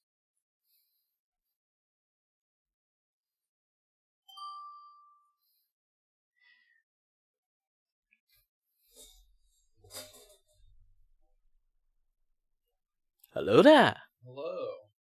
Yeah, sorry, my camera ran out of battery, so I have to like hide under the drawing tablet. It's all good. But at least now you guys can see like the drawing much more better. Originally, I was supposed to block it somewhat. Yeah. Man, I need to get my new model done so I can do something cool like this. Like some YouTube.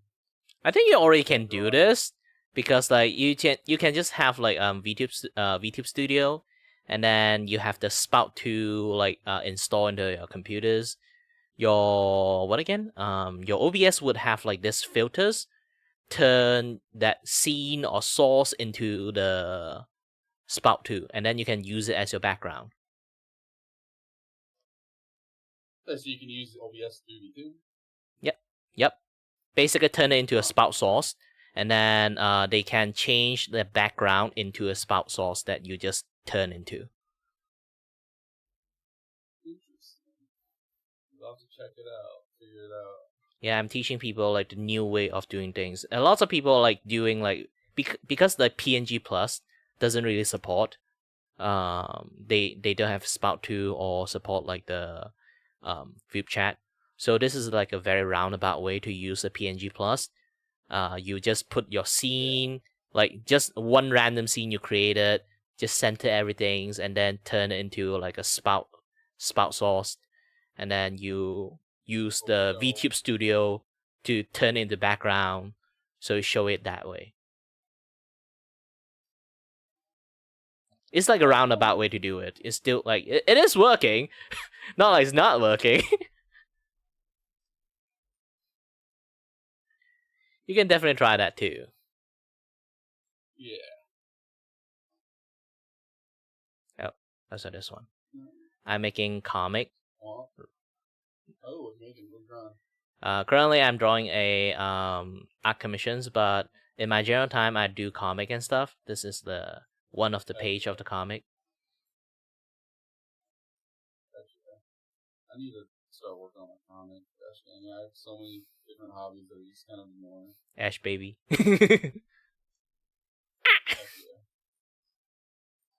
And then there's like this one is this is like from like first chapters. There's a axolotl with a shiny butt here. So yes, rubbing into your face onto your face. Appreciate it.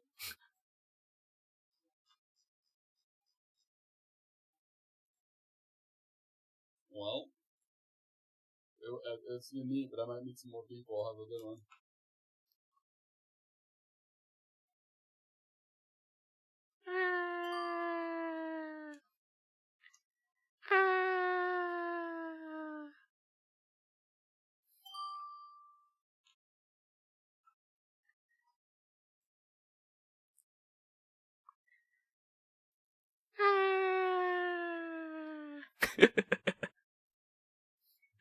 Hello there. Well, sorry, my camera died, so I can't. I don't have that much like I don't have that much movement, so I hide myself under the table at the moment. Let my camera charge. Once it's finished charging, and I'll be able to move again. So far, you can just enjoy the drawing while we can chat. I see. Hmm. Okay, so last names. Which one do you like? The first name is for Mia. Okay. Mm-hmm. For Mia. Last name. Okay, I'm gonna lead you a list of last names: Squirmia, Reglia, Gloomia, Slivia, Creepia, Nermia, or Vermia. What's the second one again? Reglia. That one? Oh. Last one sound nice, actually. Last one and the third one. Too bad. Didn't have enough time to talk about it. Let me try to like find the, I lost. Gosh dang it. Shiny! Good.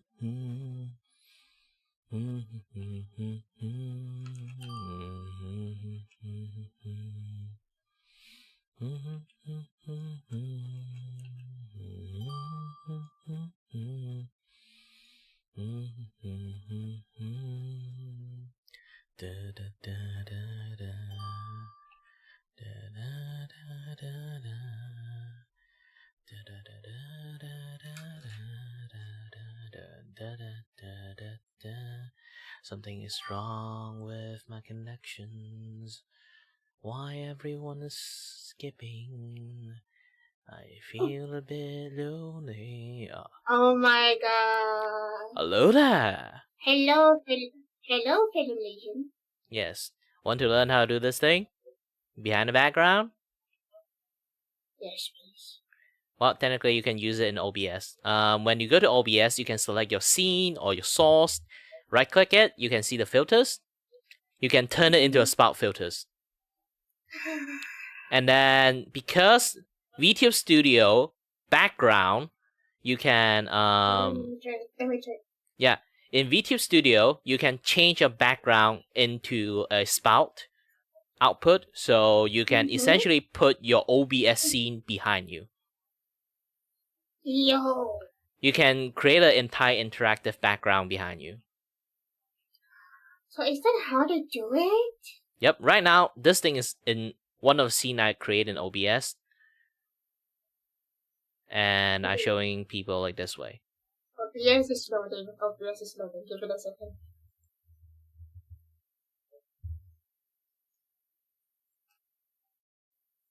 Oh, does that mean I have to... Oh, I have to rearrange everything then? You just create a new scene and then make it like center like everything. You can even put your chat behind you if you're streaming. Oh, that's true. Okay, new scene. Okay, what? So make everything center. Yeah, just center everything. Since like Vupe chat only show like center stuff only.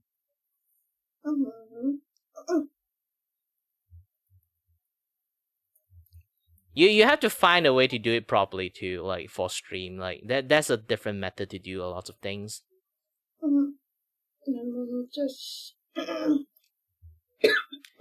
remember that dedicated scene is for your background, is not like for your stream in some sense. Let me make myself transparent first. Okay. And then my artboard. Where is my artboard? Here. And then I'll shrink it, make it the middle. I never knew this actually can be done. Yeah, I'm teaching a lot of people how to do this. The reason I teach people how to do it because PNG Plus user, they can't actually use Vupe chat properly. So I'm teaching them to do this roundabout way to use the VTube Studio kind of like Spout 2 background as like the way to like show their PNG tubers. That's so cool.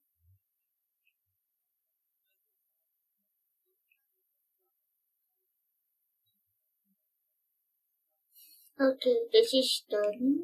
And then, you mean the filter? How? Right click, filter, select a filter. I think it's the last second one, Spout 2. Not Spout 2, Spout filters. You mean on the scene? Yeah, you can select on the scene, on the source, depends on what you want to turn into Spout. Spout filter. Yes. And then now you go to your VTube Studio, background. There's like a special one, it's called Spout output. It's also the only Spout input though. Yep. Spout input. That thing.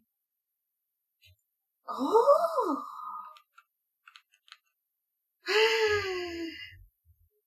Wait, this is gonna be a little bit of challenging.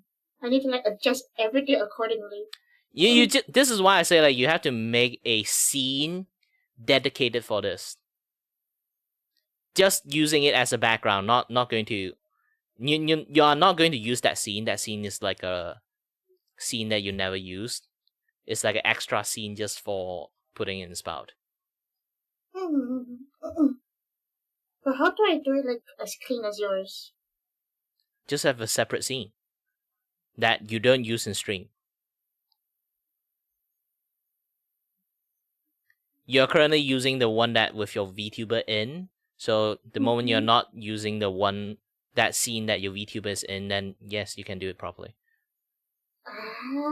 Okay. Yeah, now you can adjust however you want.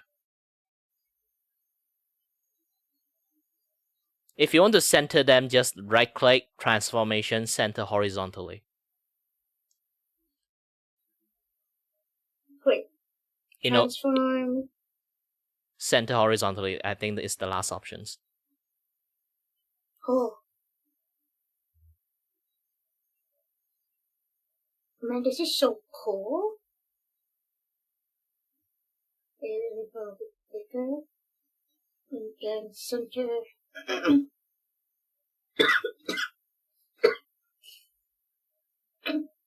I basically just keep teaching people shit at this point. Yes, please be my sensei. I think I need more stuff to know. I teach so many people how to play with like VTube Studio. I have like one point, like one of the ambassadors say, "Do you want to become the like ambassador from represent Malaysia?" I was like, maybe. I need my cloud. What happened? Nah, just I want to like set up. Currently, I want to set up an event, but I'm not famous enough in Malaysia to be honest. I want to like find some. Honestly, VTubers in Malaysia is not that famous. Yeah, but the thing is like people know each other's. Like all Malaysian VTubers generally know each other's because of MYVT back then. Oh yeah, that's true. So, but I got in late, like like the controversy and everything. I kind of the audio controversy. like so I got in after that, so a lot of people don't trust me. I'm like an unknown person in there, so it's really hard for me to post stuff out to like ask everyone to, you know what, we are going to invade Vupe chat like in like 9 p.m. or something. What? Yeah, we can do that. It's like popular, like like everyone just going to start doing like Vupe, like Vupe thing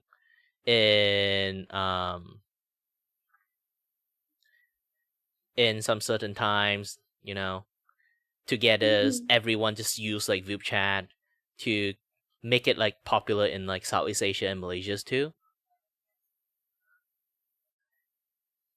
Yeah. Because here's the thing, I want to make Vupe chat become even more of the thing in any time zone, because like you definitely know like they only active around this like morning time. Oh, yeah. I want afternoon time, there's people there. I want nighttime, there's people there. I want midnight, also there's people there.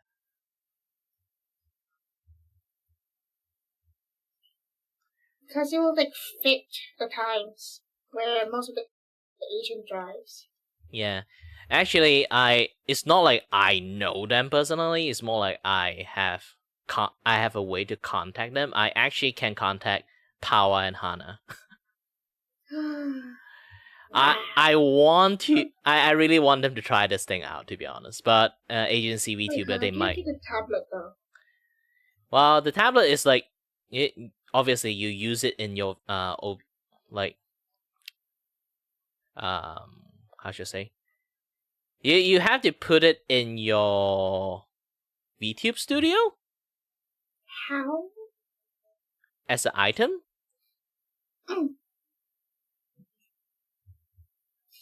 And so I cannot use my own tablet then? You can. Just drop it in. Drag and drop. They say it's not available? Not unavailable? Oh, that's weird. I have no idea how. For me, it's like mine is my tablet is like my VTube Studio like item.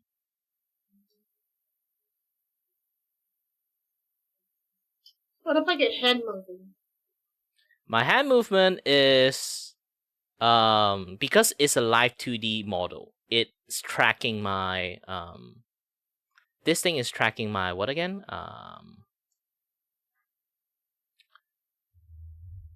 Tracking my mouse movement.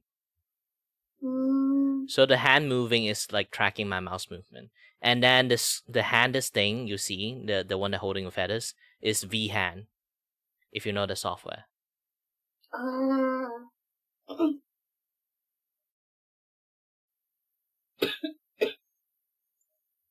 I haven't bought V-hand yet.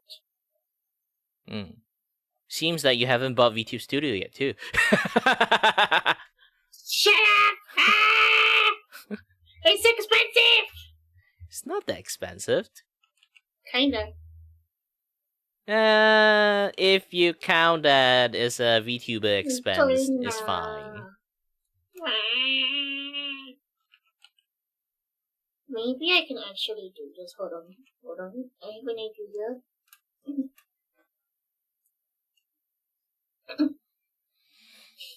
So many people get sick now here. I'm gonna try. Let's see. Should be this one. If it works, it works. Did it work? Or did it not work?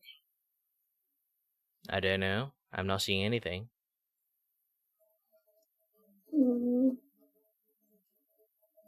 Does it not show it on? Show what?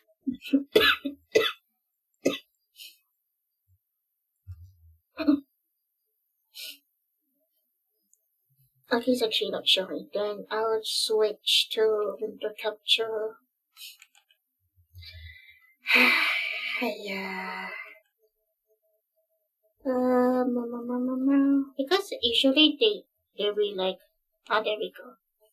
I have the Spud, so it's a free version, so similar slightly to V-Hand. Well, it's a good thing since like Spud you can draw your own hand in there too. Technically, V-Hand you can draw your own hand into it too, but it's a much more have a hassle. It's a much more harder way to do it. It is. Lately, like the creator of V-Hand is like doing lots of like mod for like the hand design thingy. It's because I told her she can actually do that. And then she'd be like, wait, I can do that? I go ask my code a bit. Hey, wait a minute, I can do that. And then she started to tell people that you can draw your own hand into V-Hand. She'd be like, oh wait, I can do that. Because yeah, feel like they learned something. Yeah, because essentially you are changing the textures of the hand only. So you definitely can go into the file where like the hand or like bracelet or sleeve in there, just change how it looks. Done. Let me just. Where should I put myself? Here. You know, I'm like this now because like my camera ran out of battery, so my face is not moving. I learned something new today. This is incredible because I've been trying to do this, but I don't know how. Okay. This. You know what? Once I get enough money, I will buy the DLC. Or can you sponsor me? I don't have money. I'm a disabled person in Malaysia. It's impossible for me to have money. You know, OKU system is actually pretty bullshit in Malaysia. Wait, really? The moment the split second you manage to earn more than 2K, you lost all your your 90% of the OKU privilege. That's crazy. The only privilege you have is like go to hospital, you get like shorter line, and you get the OKU like line, or like go to bus and like train station. You don't need to pay, just that. If you are bad enough, they will give you like monthly allowance, 200 ringgit to maybe 600 ringgit max.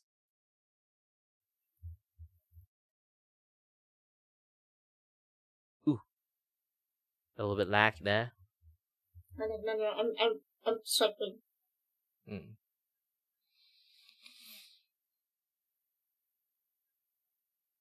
Please.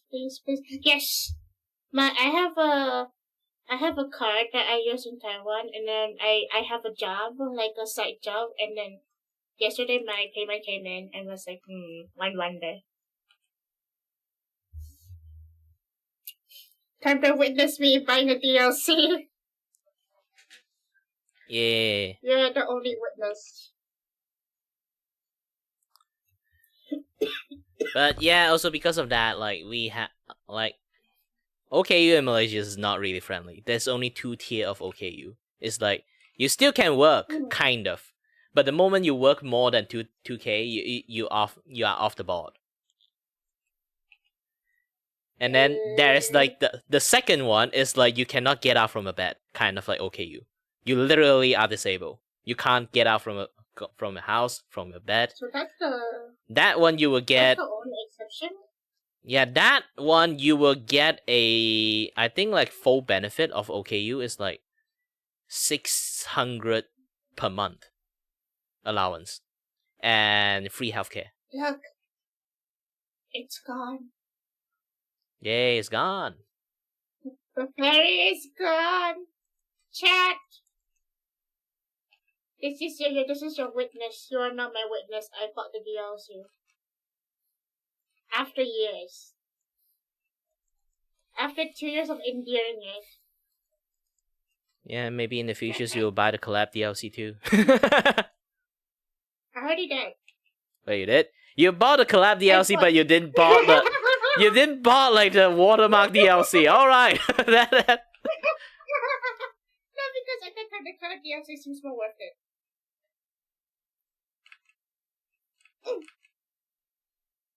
Isn't it? Like you can collab with multiple people, and then just the watermark, you can just buy it anytime. It's like buying the expensive one before going for the cheap one. Right? Kind of, but not really. What? And now we are both playing this now. Well, you have to draw. Well, you can draw other people. For me, I am working while like doing this at the same time, so I can't draw other people if I wanted to. Let me kind of shrink my hand a little bit.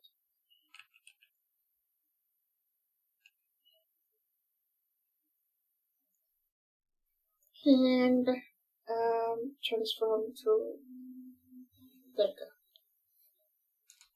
Does it show? Kinda. Okay. There we go. The evidence. This is so cool. I never thought about this. This is so cool, honestly. I've been teaching lots of people how to do stuff. Doesn't that the issue is that I don't think it's on the mouse point.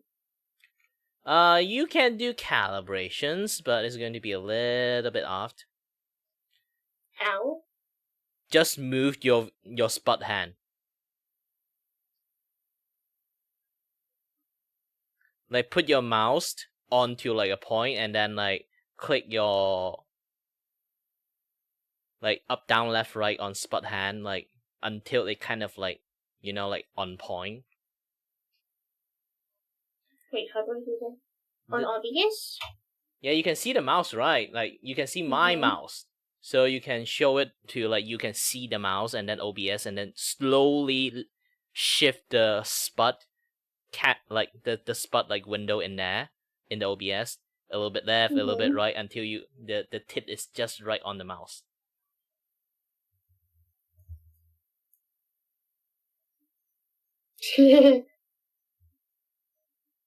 Nice. You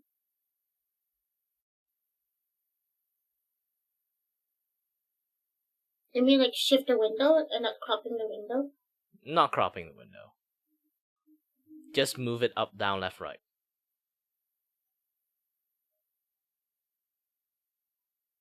You can keep randomly draw a line to see like is it like correct on the mouse or not. Move a little bit up, down, left. I can say it. It's not 100%. It's like better than nothing.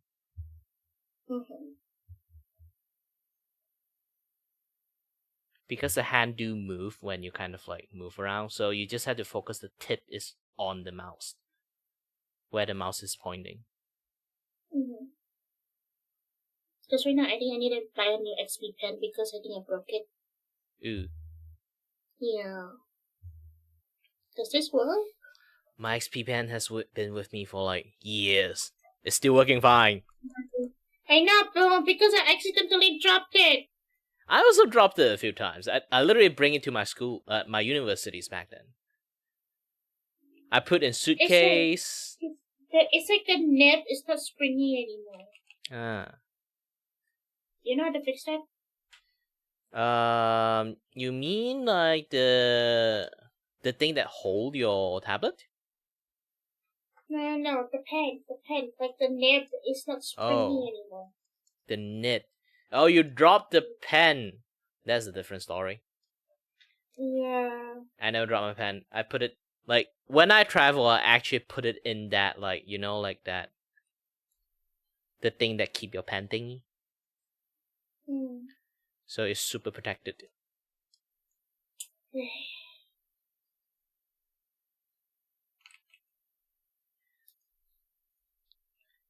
RIP. It's like stuck there.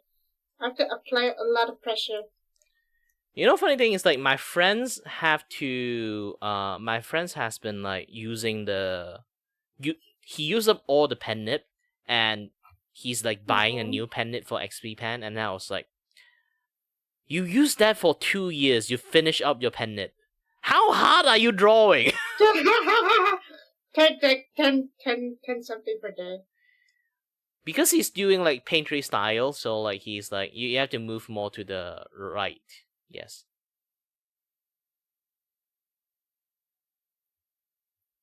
Hold on, I'm just adjusting the pressure of my pen so it suits at least. Okay, it's okay. I do not need to buy a new XP pen for now. I think. Well, I basically open the Arkham missions just for like I need to buy a new XP pen. So let me draw shit out of you, and then like I can. No, it's okay actually.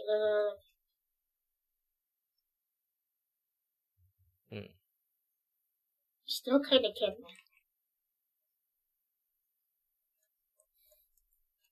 Can I?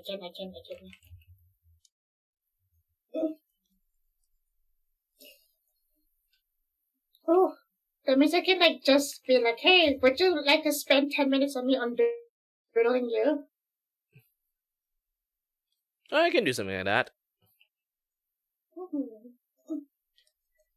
I can draw super fast, but I choose not to sometimes. Because like I can show to you how fast I can draw sometimes. Let me open this up. If I need to draw a face, 0 stabilizations.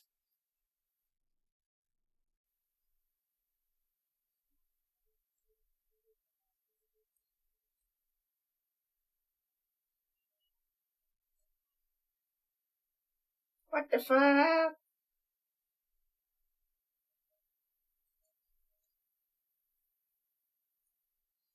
How long have you been drawing? That's the case that all my friends say like I draw really fast, but after they learn how I managed to learn drawing, they know the reason why I draw fast. Do you know those kind of time-lapse videos are everywhere back in the days? I learned how to draw watching time-lapse video. So you picked up the sketch, you picked up the speed. Yes. So when I draw, I do something like this. I can draw a body really fast. In a time lapse. And I also do like figure drawing in my free time back in the days when I was a kid. So I can draw pose like really fast. So you already learned the basics too.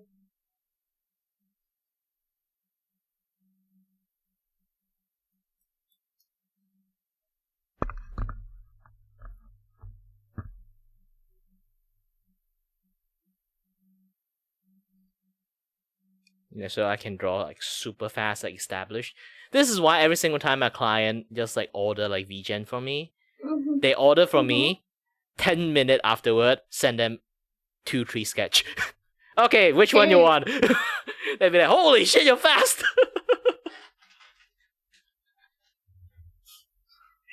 If it was me, I would actually say the same thing. Like most people, they would wait for like a day and then they maybe send you 1 sketch. Some people take weeks to send a sketch. I'll be like, okay, you order next 5 minutes. Okay, I got 1 sketch done. Here you go. Do you like this? No. That's crazy. I can tell you the secret how to draw fast. Just chin-chai lah. Actually, that's true. If you good enough, technically anything you draw in people, for like they see it, they will still see a nice thing. Because we are the one drawing it, we know it's shit. But most people see it, they will see nice work. Oh, that's true. It's not like I'm teaching how to cheat people. It's just essentially that's how people see it. It's still professional. Long as you like keep your professionalism in there, it's fine. It's still good work. It might not be your 1000% best work, you know. For lots of people, things is just good enough. Then it's good enough lah.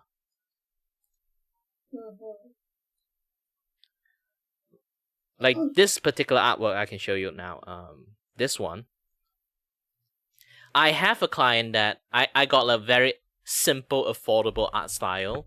It's like I will finish the entire artwork within 1 hour, and I only like take like $16, first time order, they get a $5 like discount, so it's like 11 USD. It's really freaking cheap. The reason it's really freaking cheap is because I do it in 1 hour. Bruh. And funny thing is, like, this is an incomplete work. I send it as a progression update, and the client be like, you know what? You don't need to paint the girl. Just color the eye. Done. This is nice enough. And I'd be like, wait, what? Well, okay then. I don't need to do more stuff. No. I didn't finish this. This is an unfinished work. My client said, you know what? You can stop coloring now. This is good enough.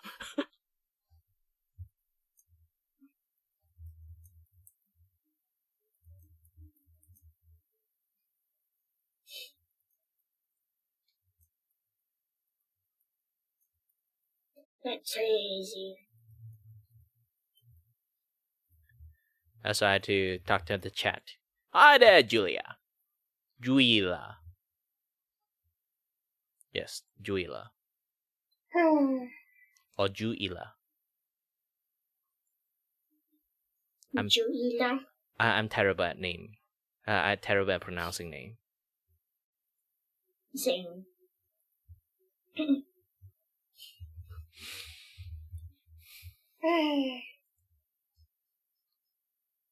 Wait, is that Sam? What? Is that Sam?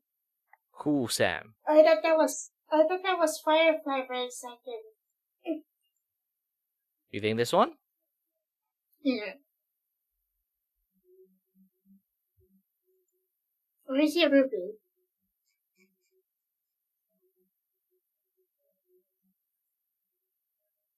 Ta-da. Melody jump scare. Not the jump scare. But you drove fast. Actually, it's a good thing too. Yeah, I can complete. Technically, I can complete this thing like in 2 weeks if I want. Not 2 weeks, 2 days. If I'm not doing in Vupe chat, I would finish this artwork a long ass time ago. Yeah. Because you're also talking to people. Yeah, that's the thing. It's I only drop my speed when I'm talking with people. That's the only kryptonite I have. Oh my god, you're the same. Actually, it's like the opposite for me. I need at least someone to like talk with me, then I will actually have a massive increase of my speed. I'm fine with just being alone, to be honest, but I do like it is boring to just stay shut up and just draw, focusing for a very long time. I forgot to eat so many times from just too focusing. Oh yeah, same. And then when I realized, it's like, oh, it's already 5 p.m. Yeah, it's like, I missed my dinner, oh shit. And then we're like, I'm not hungry yet. You know what, I must skip it. And then that goes the next day after you sleep. And then your mom's calling you. Eat lo! What time lo?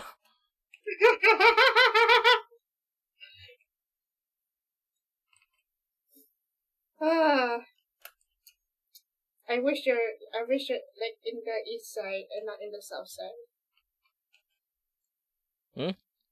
Can you come to the Doghead, please? You mean like West Malaysia and East Malaysia, right? Please, yeah. Yeah, I'm from the west side. I'm KL. Please come. I don't want to go to KL. I actually do have a lot of friends on Sabah Sarawak. I would say, here's the thing, from my experience with people from Sarawak, is like, people from Sarawak is the most friendliest person I ever met. Actually, that's true. I don't know why. It's like in America, they say Canada people is like the kindest person they ever see. And for me, it's like yeah, like Sarawak people is like, for me, it's like Malaysia, Canada. Everyone that I'm in my uni like from Sarawak is like, they all are very friendly and giving. And then they're like very much responsible, like a mom or a dad. Yeah, it's like, I was like, holy shit.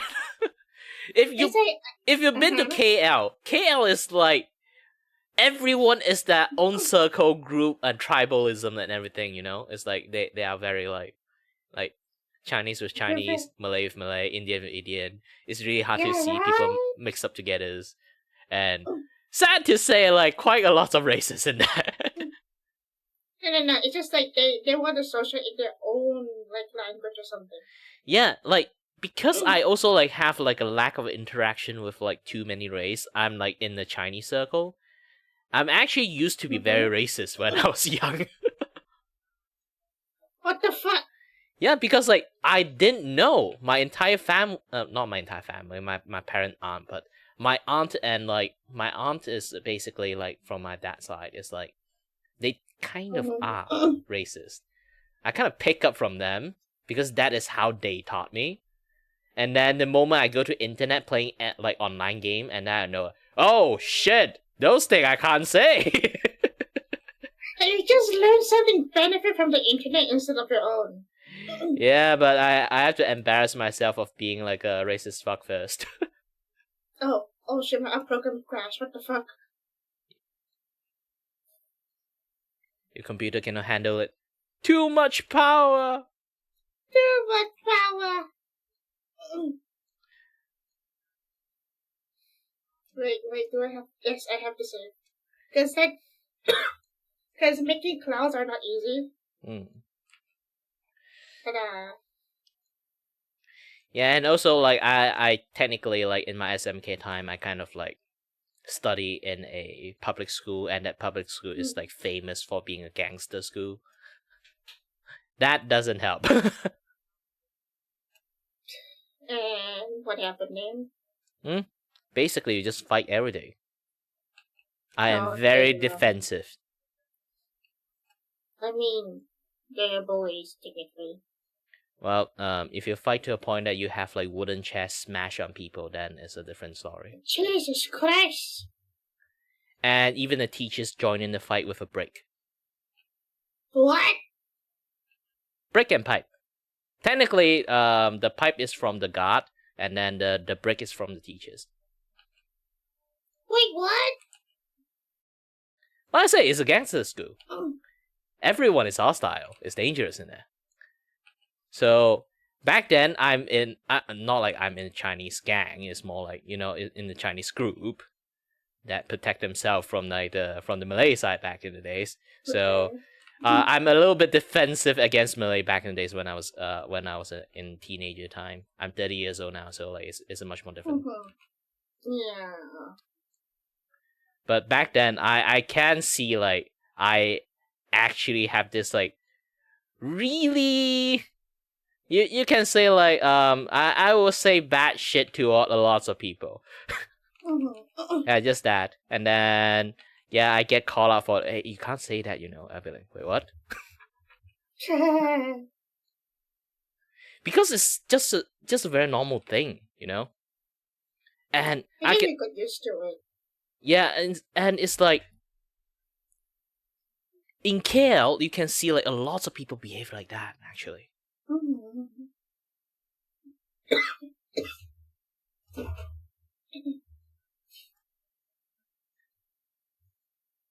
I can see any people like in Kampong is actually pretty funny. Well, see you next time. Bye bye. Hey, I need to know. Know what? Too late.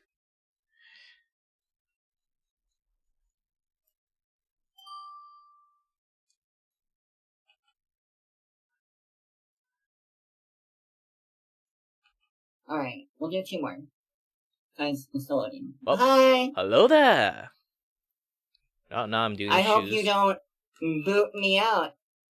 Maybe in the futures I actually will draw people in my stream. In my Vupe chat stream, yes. Next time. When I finish this thing. Yeah, that's fair. Commissions come first. Oh, I can tell one funny story. I have this commission that I finished, this thing.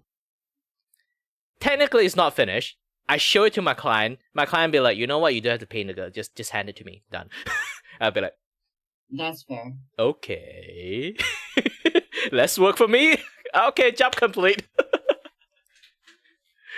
Yeah, he liked the line. He liked just the line art, not the colored one. I'll be like, all right. Yeah, it's really nice, honestly. That's really good mecha art.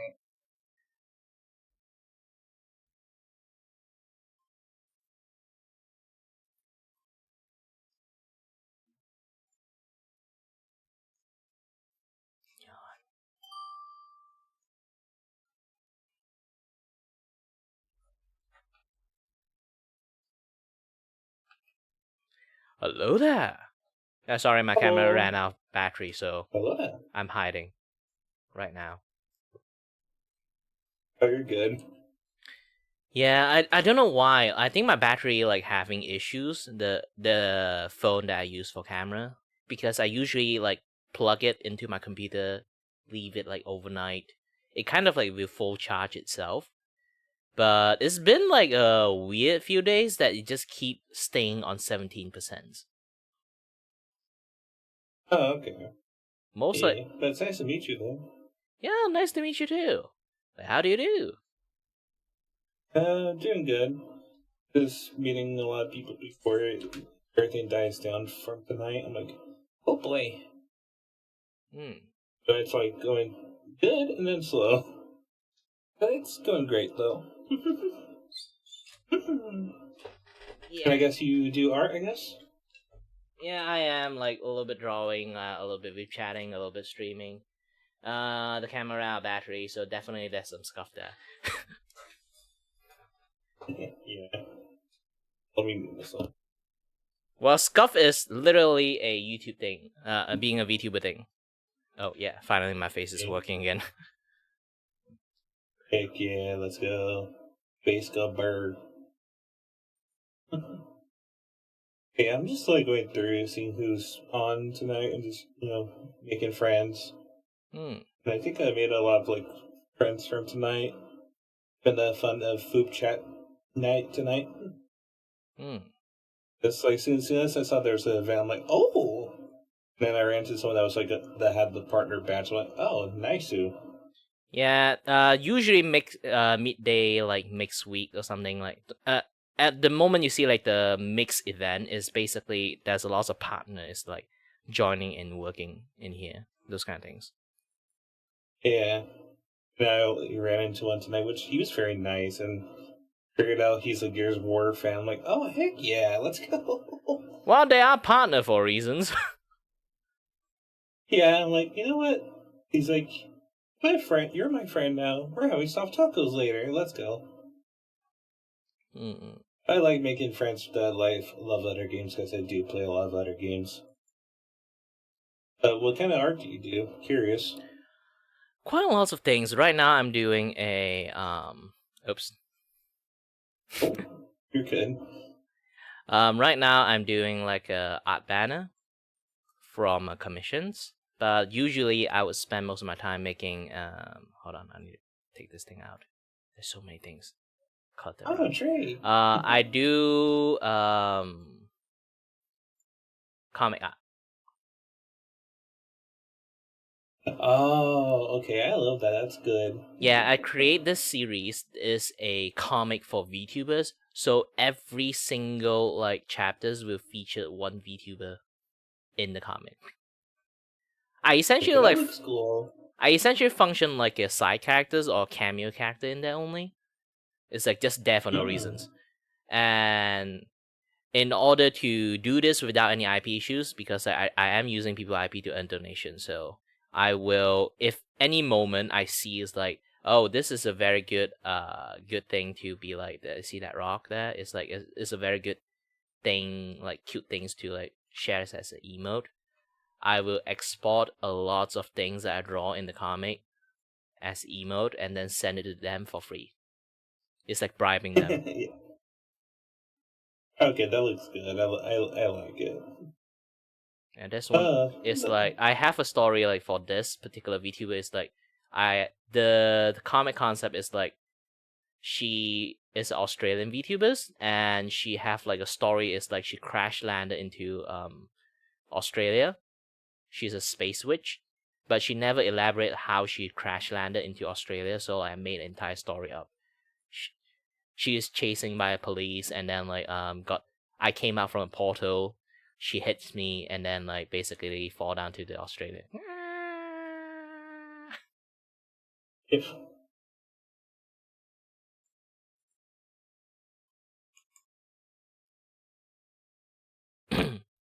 One moment.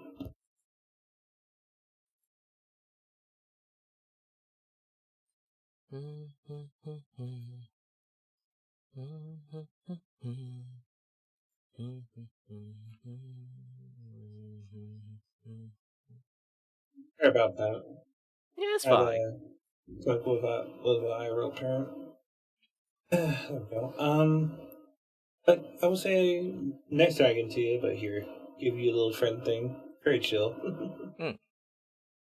But keep up the good work. I love the art though; it's really good. Oh, I think I should actually do some promotions too. To be honest, I'm in the TCG. Yeah. Oh, that's actually. Alright, that'd be kind of cool. Yeah, I love when VTubers get into TCG. Yeah, I think like someone actually made a video about it. It's like this is like there's so many VTuber TCG. Technically, this is the only one that functional gameplay in it. Oh yeah. Yeah, I don't know why. Either it's like is V card that bad the gameplay. A lot of people complain about V card gameplay. I don't know why. Honestly, it'd be nice because like I do have my own character in like a V card kind of thing. You know, I'm like a 10-tailed kitsune fox. You know, it's funny. It's funny. Like this card game is developed around the time V card is also developing too. Oh, okay. That's kind of funny. When we start to like do like promotion about it, I saw like the V card also doing promotion. I was like, we are going to get buried. We are going to get buried by V card. Yeah, it happens. That's life for you. And the name is also like V2 is like called V Die Show. So yeah. Okay, I'm gonna go to the next one, but I had fun talking to you though. This was really interesting. I loved it. Yeah, thank you very much for the fun chat too. Yeah, no problem. Bye. Have a good day. Bye. Oh, damn. No! I accidentally removed Project Melody. No! I tossed her into the trash can. I'm gonna get crucified.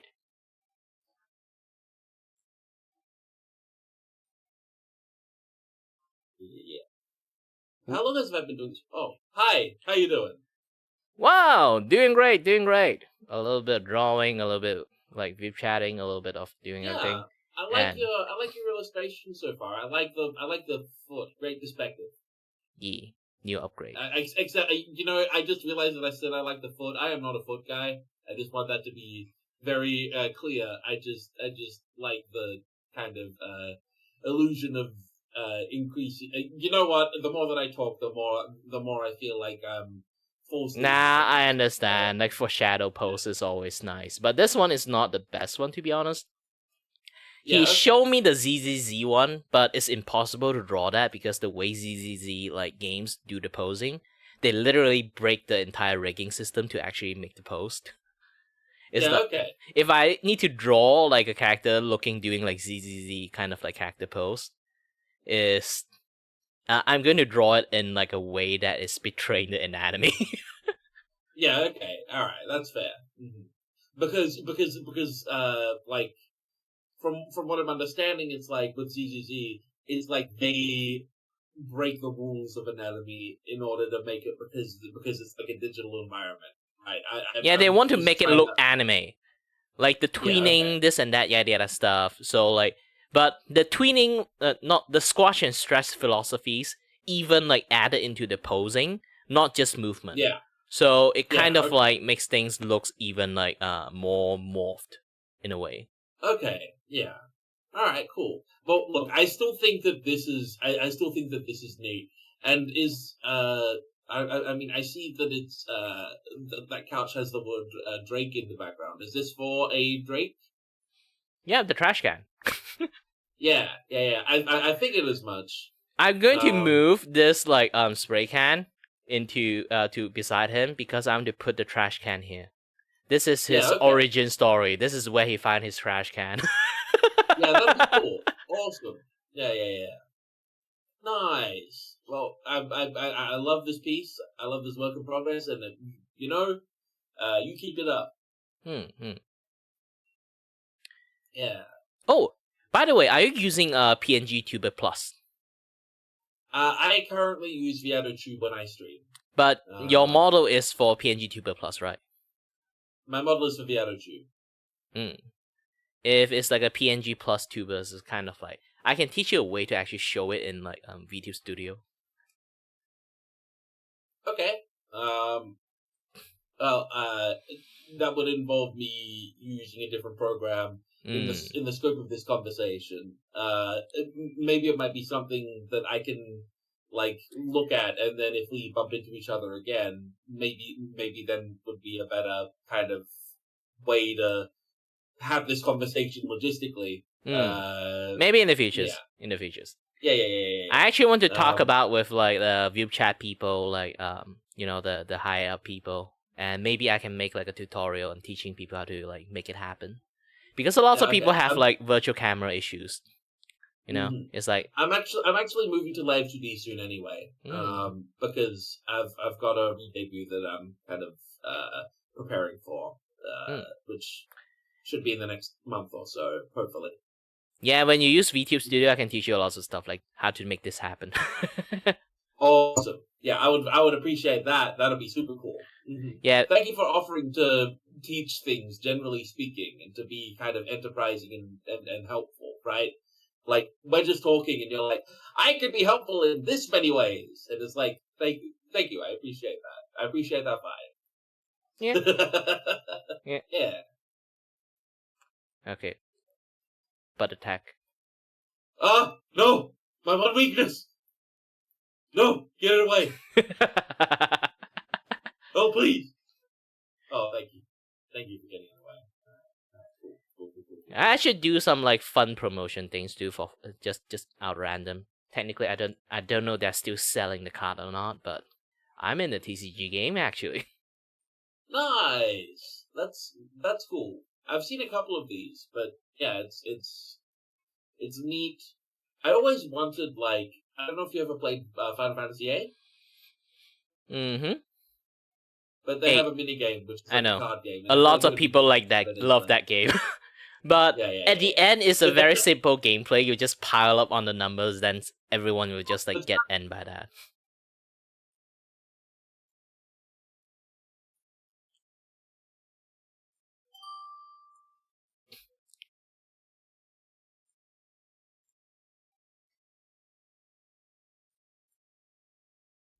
Hello there. Hello there. Yeah. Oh. Da-da-da-da. Oh, that's cool. That's nice. Do you want to learn the art of putting your OBS inside your VTube Studio? Yes. Teach me, master, please. Yes, when you use your OBS, like if you use Spout 2, your OBS will have a new filters. It's called Spout filters. You can create an entire scene just for your Vupe chat. It's like center up everything, even like your chat in the centers. And then you can use the entire scene as your background. Oh, so cool. Yeah, the moment you set the filters as a Spout filters. Okay, I'm sorry. I'm just like, I'm just watching like it's so cool. I'm very mesmerized. I'm speechless. I'm mesmerized. I'm jealous. Also, you're a really good artist. And wow. I still haven't finished drawing it, to be honest. It's good. I'm still trying my best to fix the hand. I think I start the shoulder at the wrong point.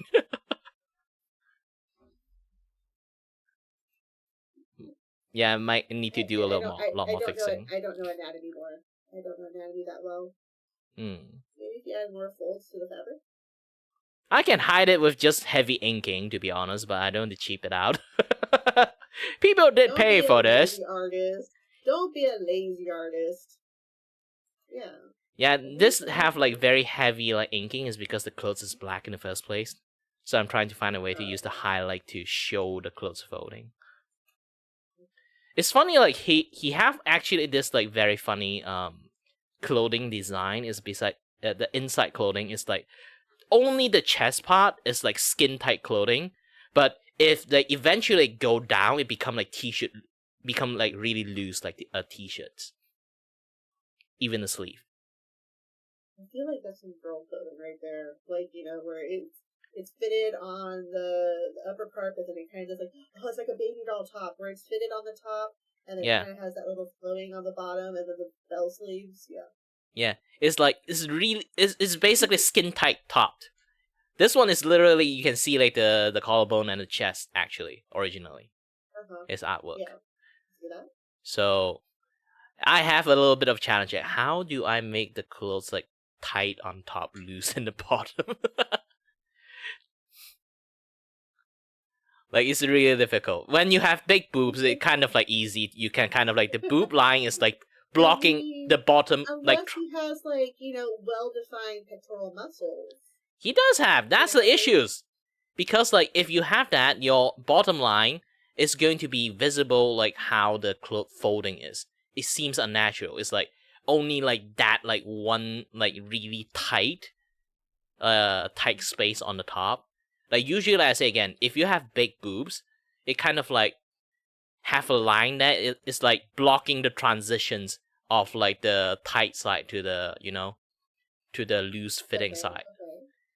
But when you actually is visible entirely, it's really hard to draw it in a way that transition from like really tight top to like really loose bottom. No, I agree.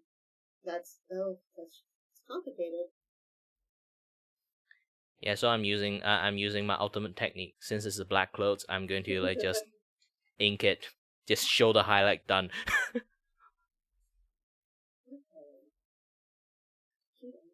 Keep that in time. I'm not leaving this yet. I want to see more of this drawing. Well, technically, I can show you another one. This is a very it's a 3 days ago. I got while doing this like halfway, I got another art commissions. I have like one more art commission. It's called Simple Art Style. It's basically I'm just going to draw things like within an hour. So it's it's a $16 kind of like cheap drawing that you guys can just put it in like social posting or use it as a thumbnail. You don't need like fancy stuff for thumbnail, to be honest. Imagine you pay like $60 for a thumbnail. That's embarrassing. Okay, so show me, please. Boop. Ooh. Oh. Funny thing is, I show this to my client. This is supposed to be paint. I show them the progression of the artwork. They say, "Okay, stop you right there. You're done. Just hand me this thing. You don't need to paint it. This one look good enough." You know what it looks like? It looks like one of those scratch pads. The one that's all black, and then when you scratch on the black, it kind of reveals like this rainbow paper underneath. Yeah, he wanted color line, so I make it gradient. No, I like it. It looks good. It looks pretty. And I do like that whole the half next suit, and then the whole half of, I guess, the pilot of the next suit. Yep. Is that what I'm assuming? Yeah, okay. he want to do a mecha brick Sure stuff. I'm interpreting right. Okay. So this is the first time I have to like complete a commissions unfinished. That's so funny. Did this take you only an hour? Yeah. A lot of hour I do like under an hour. Like this one, under an hour. Wow. And then there's like this. My favorite one. Hold on, I need to like bring it up. Fan art. I literally have a file called like a speed sketch. Okay, this one. Ta-da! Oh my gosh! Oh, it's so good. The glow and everything, and then you have those little effects with like that texture. But if you look closely, it's under an hour drawing. You look at all the line, it's actually I just draw it as fast as possible. We're not microscoping it. We're not going to look at it at like 200%. Yeah, this is why I make this affordable art. I can draw it like super fast, and just by a glance, people will say like, nice, and then move along. Yeah, that is actually essentially how all artwork in like Twitter posts is. People scroll past it, see like, nice art, moving along. Yeah, with digital art, that's kind of one of the drawbacks. But I mean, if somebody likes it, they'll take an extra second or two to look at it and really like appreciate it. Like I'm looking at the gradients, I'm looking at the fact that he made these like glow effects. And of course that texture with like the bubbles and stuff. I'm like, wow, that's really nice. It's a discipline I'm trying to practice myself. It's called a good enough artwork. You know, there's a lot of time people spend a little bit too much time on the artwork. This is why sometimes like artists cannot like complete artwork like within a day or two. It's like sometimes people stuck like a week or two, maybe like you do a commissions and then like you wait for like a month, they still haven't replied you because they're stuck. They keep seeing like flaw in there. They try to fix it as much as possible, and it's kind of like after halfway they just burn out and give up. Yeah, that's unfortunate. But yeah, no, that's a good mentality for artwork. Is if you can have it good enough, it doesn't have to be perfect. It's not going to be something that you're putting in like a freaking museum. This is why I make it affordable. So even I make a like tiny bit of flaw, people can't really nitpick it. It's like this is a $16 artwork. How much you can nitpick it? Like crazy. If you pay like $60 and I give you this, obviously you're going to like zoom in every detail for it. It's like, hey, you see this? Hey.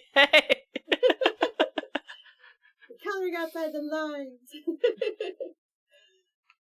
But no, for $60, that's actually really good. That's really nice. That's and for it to be done like within an hour, even better. Yeah, this is why I like offer it as a thumbnail art too. It's like some people are like, oh, I need to do like a video upload like tomorrow. I need artwork now. Yeah. Well, have fun drawing, and hopefully I'll see you around. All right then. Oh wait, hold on. One last show off. No.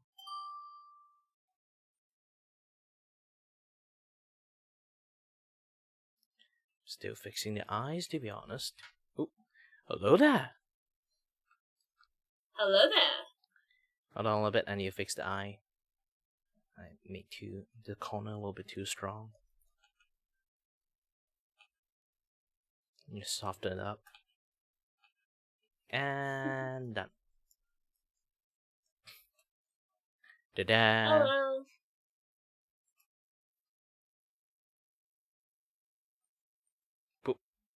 There's still lots of things I have to do. Like the hand, finally I fixed it to a point that is like doable for me. It looks good though. Yeah, originally the hand is like a little bit in the off angle, like this particular one. But either way, how did you do today? How did you do? So do you have fun in the group chat mix day? Seen any partner? It's fun. I met a really fun scarecrow, and I look forward to meeting him again on this. Oh, the scarecrow. He's a very friendly guy, and I like the scarecrow. You know what? Let's do funny bits. Your screen looks a little bit blurry. Let me clean it using this axolotl butt.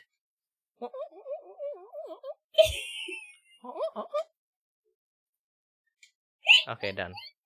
It's clean now. Okay.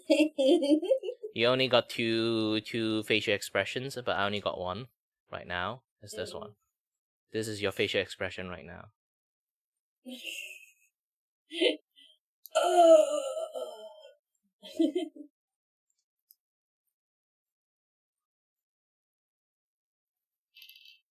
Yeah, you can actually toss lots of things like right beside you. Technically, if you're using VTube Studio, I can just pull anything out. It's like, hey, I have a comic. Hi there. And be like, Oh, I have you know what? I'm in a TCG game. Hi there. I can pull lots of things. Or any artist, like, you know, there's some like artists also streaming here, like drawing anyone they meet. I'll be like, oh, you need you have hard time drawing my hair? Don't worry, I got my character sheet right in here. Okay. That looks really cool. Yeah, technically my character doesn't really have a face. This is the actual face. And it's basically a makeup. The face I display right now is a makeup. If you kind of like faceless. If you look closely under my neck, yeah, you can see like the makeup line. This way, it's a good excuse to tell people this is why my texture is a little bit low budget. It's a low budget makeup.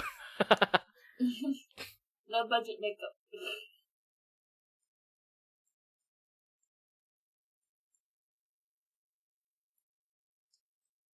And this one. Hey, how to do this? Oh, yes.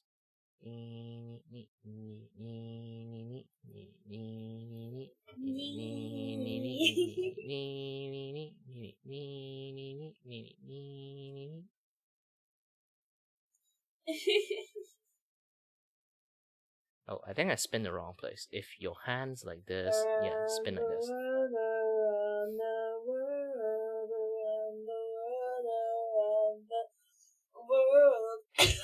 Yeah, it's from one of my comics. Like she crashed onto me, and then she basically lost control and crashed into Australia. Australia.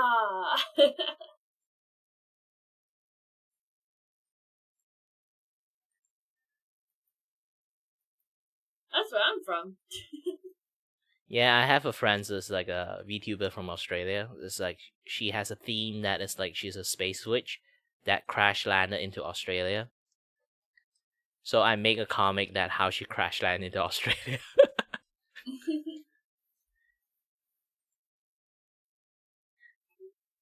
Like, out of all place, you crash landed to the most dangerous place on the on planet Earth. I've been here my life and I'm not dead yet. Well, technically my VTuber is undead in that term. Well, good. Here's a funny thing I learned about it. A lot of people might think most Australians would not afraid of spider because, you know, it's the land of spiders. In fact, I'm wrong. All the Australians I know have arachnophobia. I don't have arachnophobia. I mean, like, the people I know, they have arachnophobia. The moment they see anything resemble a spider, they jump.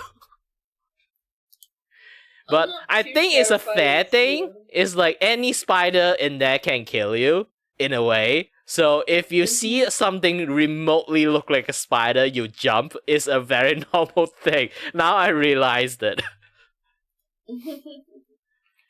Because you guys know how dangerous it is. In Malaysia, we don't really have any like dangerous spiders. So like we see a spider, we'll be like, oh, spiders. So we are not afraid of spiders. We can play with those spiders. But for people in there, all the spider is deadly. It's really hard time for you to have like a calm, calm demeanor seeing a spider. But ooh, spider! Let's play with the very fucking deadly. The what kind of what is that most deadly spider they just recently found? The biggest version one. I don't know. I know about the Black Widow. It's like something big boy. I kind of forgot. I think it's called the Big Boy Spider. Newcastle Big Boy.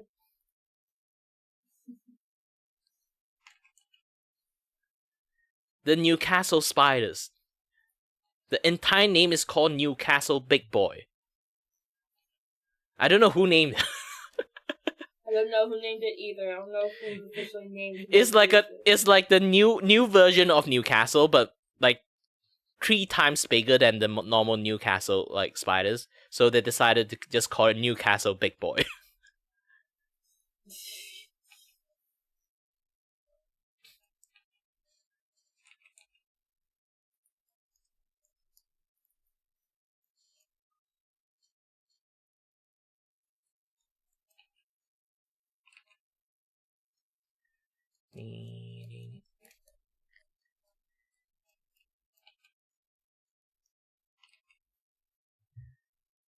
Man, sometimes it's difficult to draw.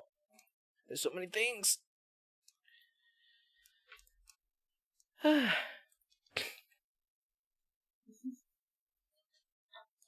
gonna bounce around and see if I can meet people, but I hope you can finish your artwork. It looks amazing, and I applaud you. Yeah, thank you very much too for the fun chat. Bye-bye. So yeah, bye-bye.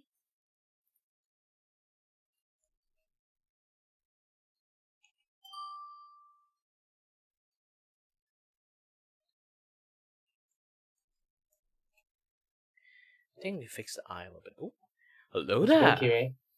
Doing great, doing great. Sita, do you recognize this fella? I need a name. I don't recognize people that much. There's a name behind it. Oh, Drake. Yeah, I do. Okay, yeah, I do. The trash can guy. Yes. He commissioned me to draw a banner art, so I'm going to draw the trash can beside him. So it's going to be his origin story. This is where he finds his trash can. Remember to write #1 taste tester on it. #1 trash taste tester. Yeah. And funny thing is, like, he this one I draw, like, there's a bench here. He decided not to sit on the bench. Of course. Yeah, I am tired. It's like 12:40, except for in like US.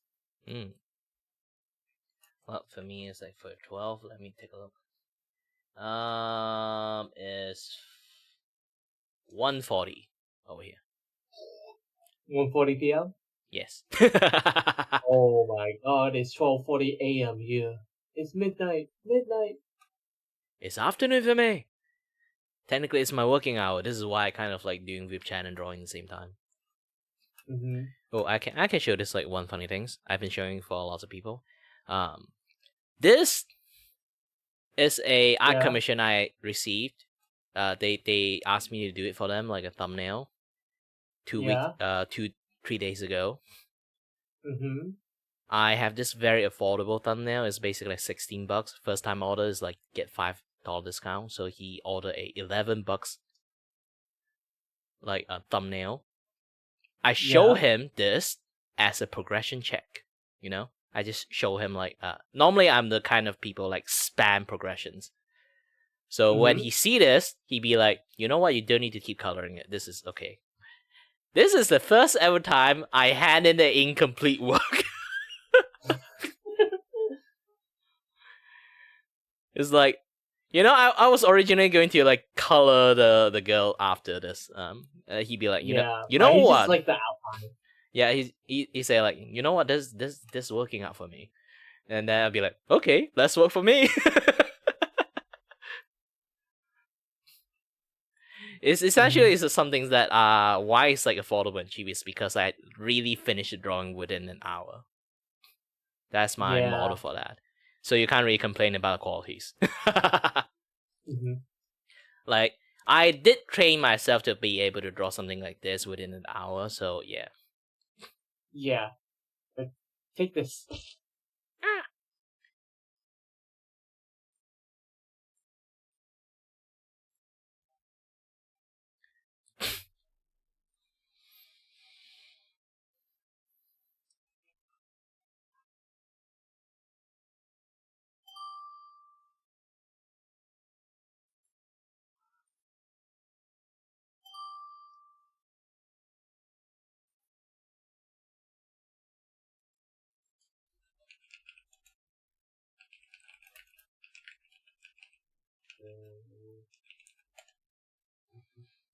Hello.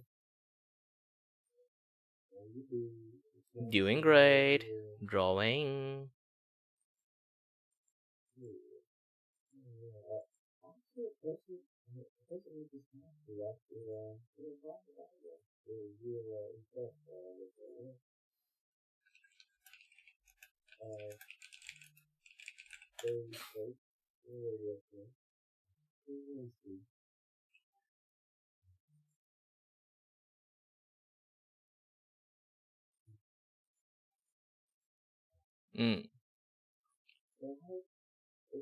Sorry that I have like some chat in Discord.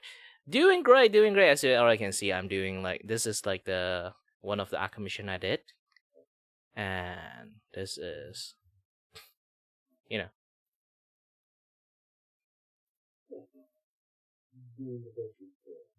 currently is another thing, and then I have a chat with the collab stuff.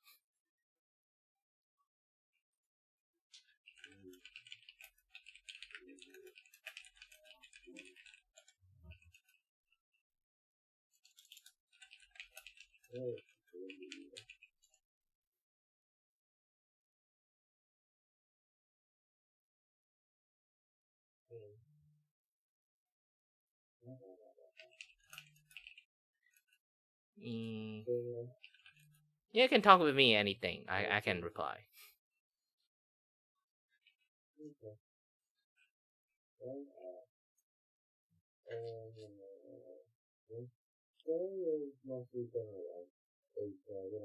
Me any partner?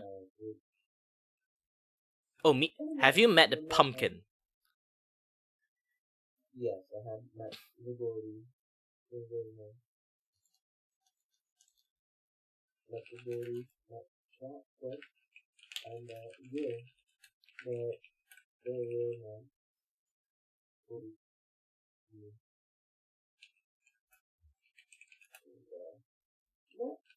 honestly, there's a lot of people out there that main like there's Santa, so that it looks really nice. After looking at the chords, like any board games you play, I play. Also started with Vupe. There's three people plus people that Mario and Mario Bye. We got, quite a few bits with the superhero and hot dog. Yeah, tonight I have a Marvel.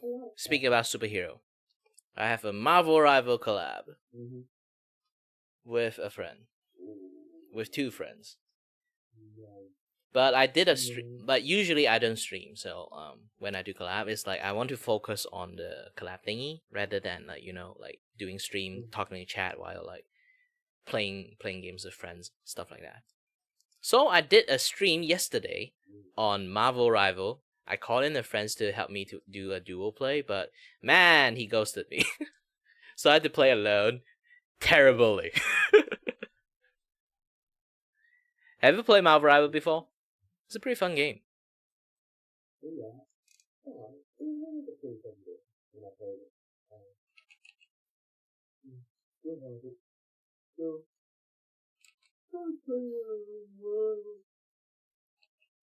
Yeah, I can call myself, technically I can kind of call myself a decent Thor player.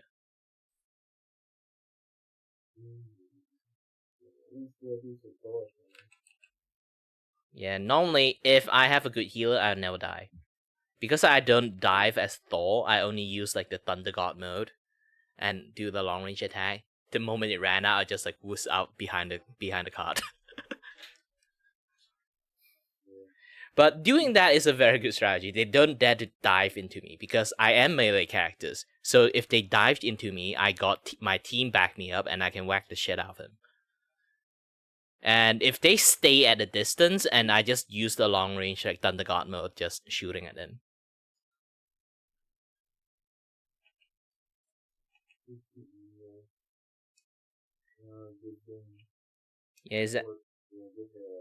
Yeah, it's a very good strategy actually.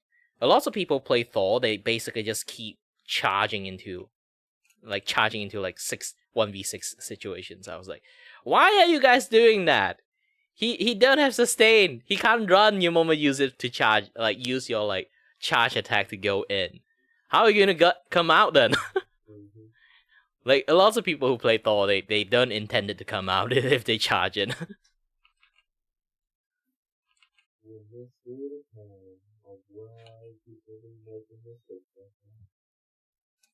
Yeah, like dive character need to use properly. They really have to dive an actual like they had to see the moment to dive instead of like just dive aimlessly.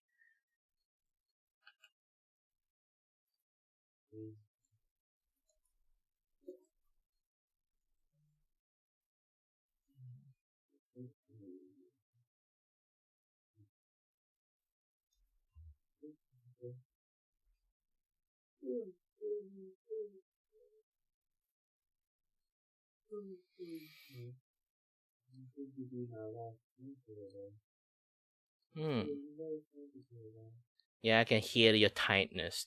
You almost fall asleep. Alright, good night.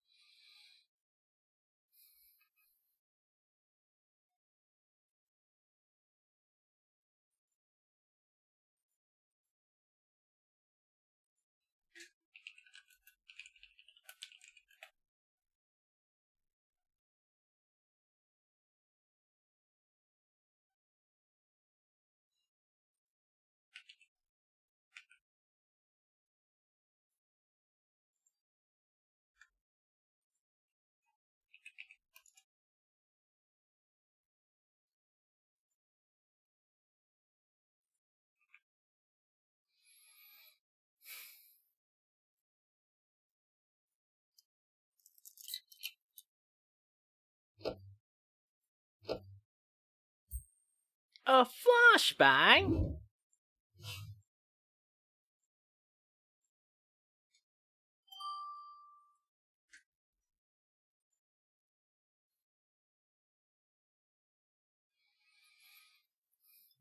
Hello there. Hello. Hello. And How are you doing tonight? Doing great. As you already can see, I'm doing a little bit drawing, a little bit Vupe chatting, a little bit streaming, a little bit everything, a little bit scuff too, because my camera ran out of battery for a while. Well, scuff is inevitable. Yes, it's baked into all VTuber DNA.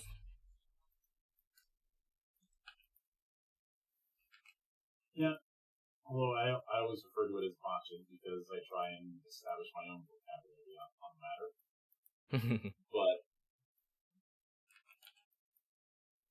it's it's been a long day. I know. A productive day, but a long day. For lots of people, it's a very long day. For me, it's just started. Because being Malaysians living on the other side of the planet, for most people in Vupe chat is, I'm not really sure it's issues or not, but most people nighttime is my morning time or like afternoon.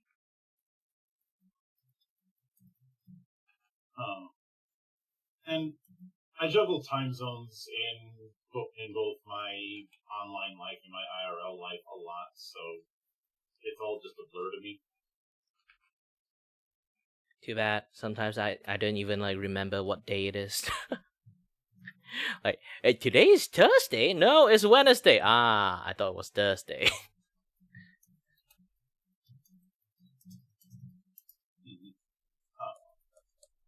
Especially, the only time I ever really get annoyed with time zones is those weird places where there's an extra few minutes.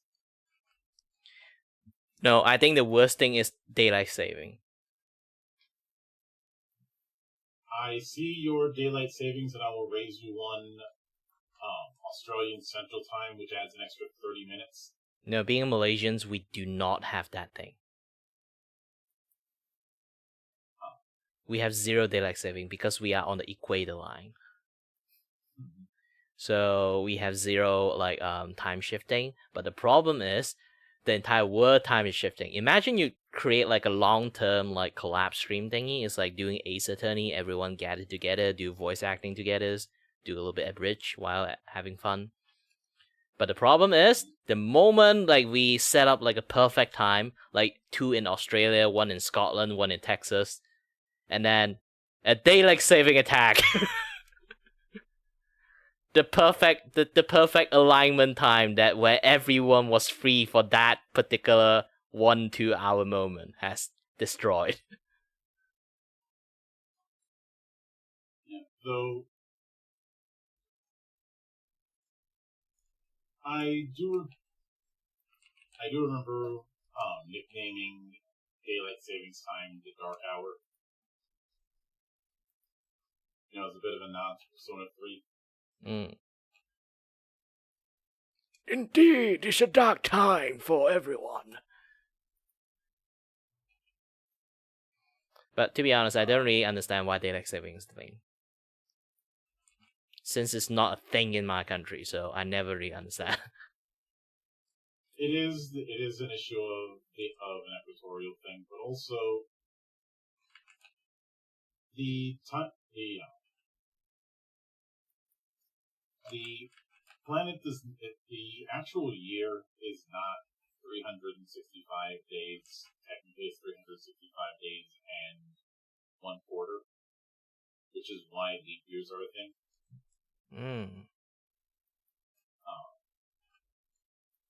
That is a little bit weird.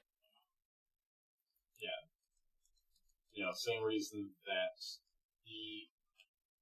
the orbit of the Earth is not a perfect circle. It's more of an ellipse. Most planets that orbit a sun have a more elliptical orbit. And some, like say Pluto, have an orbit so elliptical, Pluto becomes the 8th planet for a little while, once every 240 years. Yeah, now it's just leaving. Might not come back to. So far from what I heard, is like they might not come back after they left.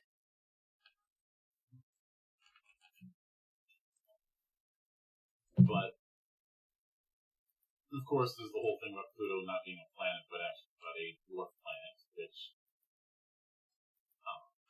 it is one of the thing, but also why they're starting to also consider not in the solar system anymore is because like this orbit is the last orbit Pluto can have like in the solar system.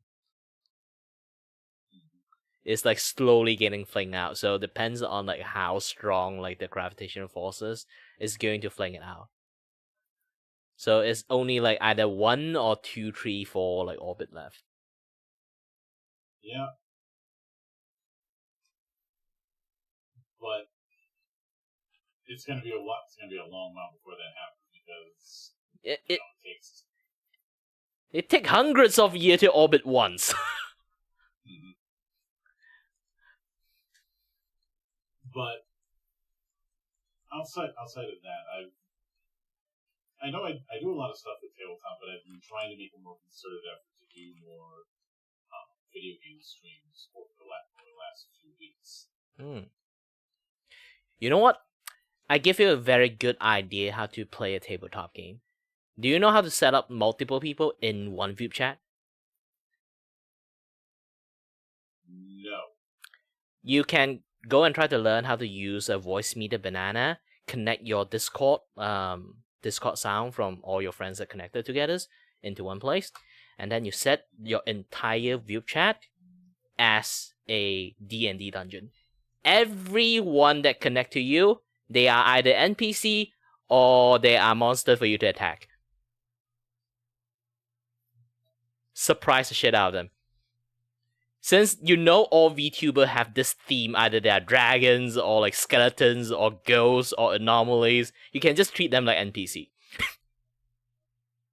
Tempting, but there's one small problem with that. A lot of the VTubers don't know D&D that well. Yeah, you don't have to explain them in a D&D way. You just say like, okay, you roll for attack. They understand them, but you don't have to do like a hyper make a very loose like D&D instead of like a very like a very like accurate D&D. It's still fun for like anyone like come in. I can get that. What I probably use the base is just yeah. Is just using a book instead. And you can kind of like basically it's like those D&D style like. The moment you treat them like NPC, if they decided to also roleplay with you, is actually pretty fun, Just the roleplay aspect, to be honest. You can have like the dice thing, like change it to like spin the wheel thing. If you don't know how to do the things that I do right now, you can see like I literally have a background for my OBS. I just pluck it out and then put it in here. You can get a way to do this thing, and then use like Wheel of Fortune. And like spin the wheel, they can see it easier. If you can put it in a digital dice in there, dice is a little bit intimidating for a lot of people. Just give them a Wheel of Fortunes, 1 to 10, only 1 to 10 roll. Like quite similar to like Fauna one actually. If you watch like Hololive Fauna, like watch like how she did her D&D in the very very simplistic way.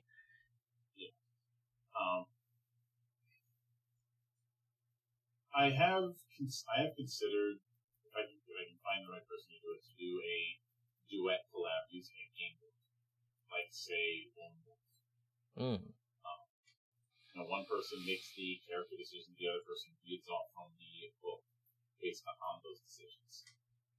Yeah, do something like that too. Like this is why like I say I hate my like time zone thingy. I used to do a Ace Attorney game. Is basically they are the one who playing, I'm the one who doing the clicking. And since Ace Attorney, not a single person like is voiced, we all just like do a very like abridged version of the voice of them. Since everyone is a little bit, all the Ace Attorney characters are actually quite quacky, so we can also like have lots of fun in there too.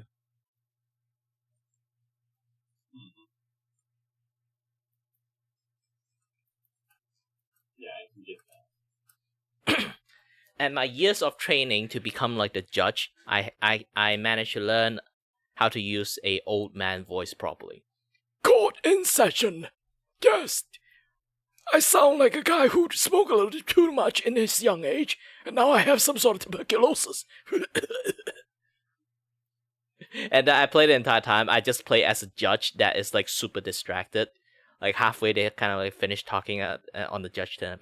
Wait, what? What you guys were saying? I was playing Candy Crush. the very like incompetent judge.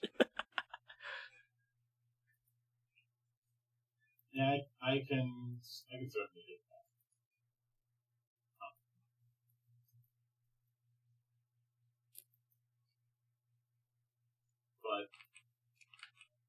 I would just like to experiment more with the potential within what I do, just within the meeting.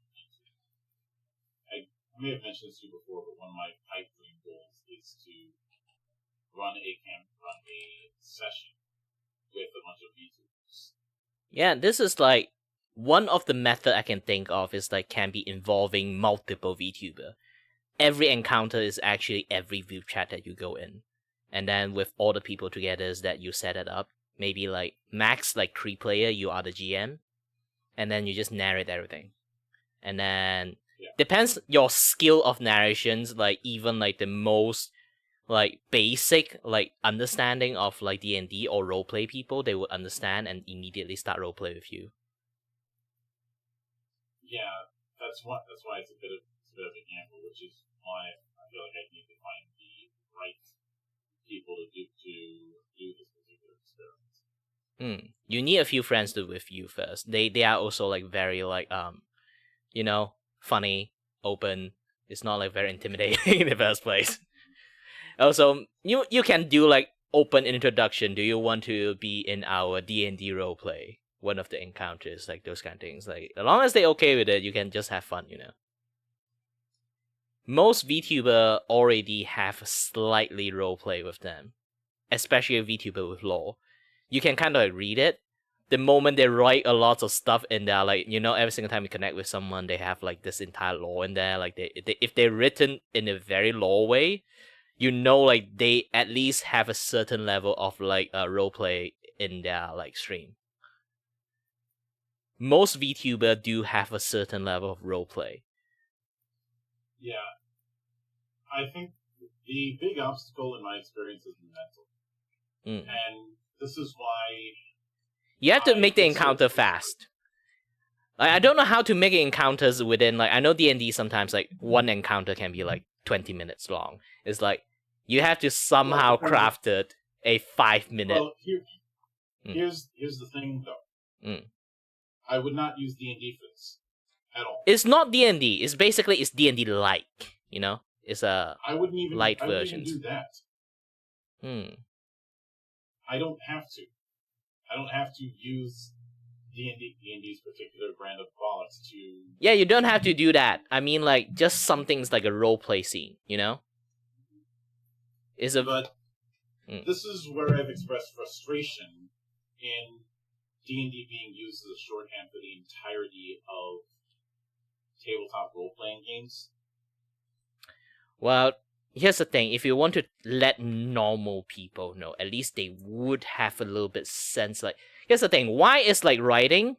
If you try to write a very unique piece of like movie, and then that movie will flop. The reason is they understand what trope is. They don't want to write trope in. Trope is a very simple way to let normal audience to immediately understand the context. But as a writer, you will really hate trope because you can see you have seen too many movies. You know all the trope, and it's cheesy to add in there. Professional means you don't want to add into it. But if you don't add into it, normal audience would not understand it.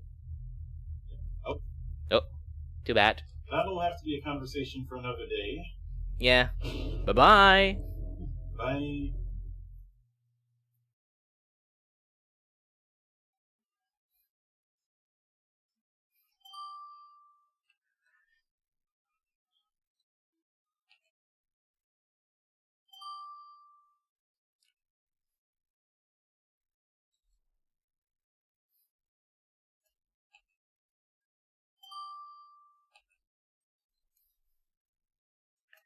Yeah, the outline is a little bit.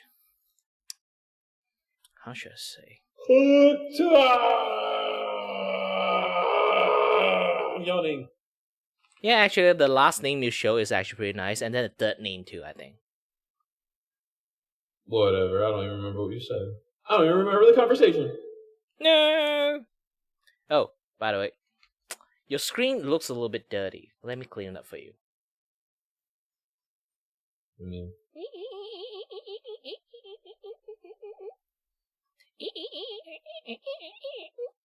Okay. That's it. Clean enough? Your screen looks dirty. You need me clean it again? Ah, gosh dang it. Hold on, I need to buff it. Let's use some rock. Oh. Ha ha ha. Don't worry, I'm scraping it. I'm scraping it. That's not gonna help. Hold on. Buffer mode.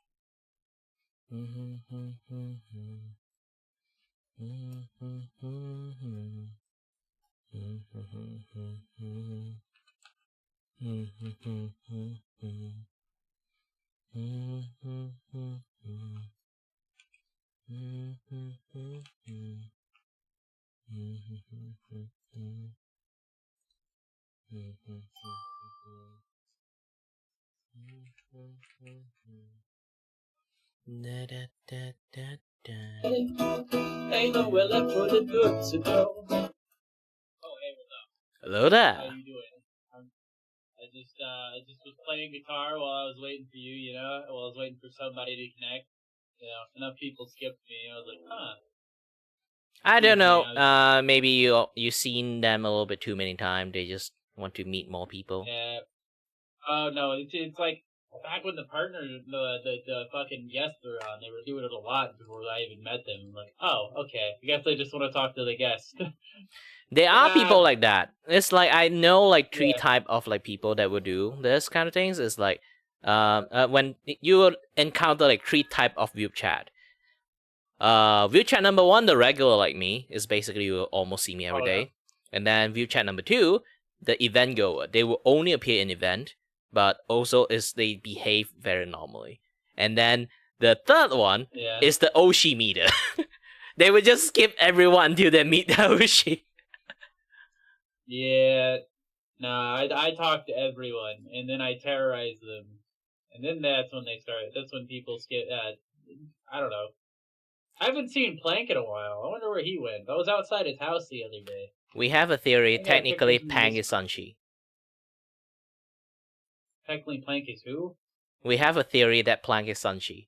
Every single time you see Sanchi, you don't see Plank. Yeah, I bet he is. That is like the theory that going on in the chat. You can try to ask them. Who knows?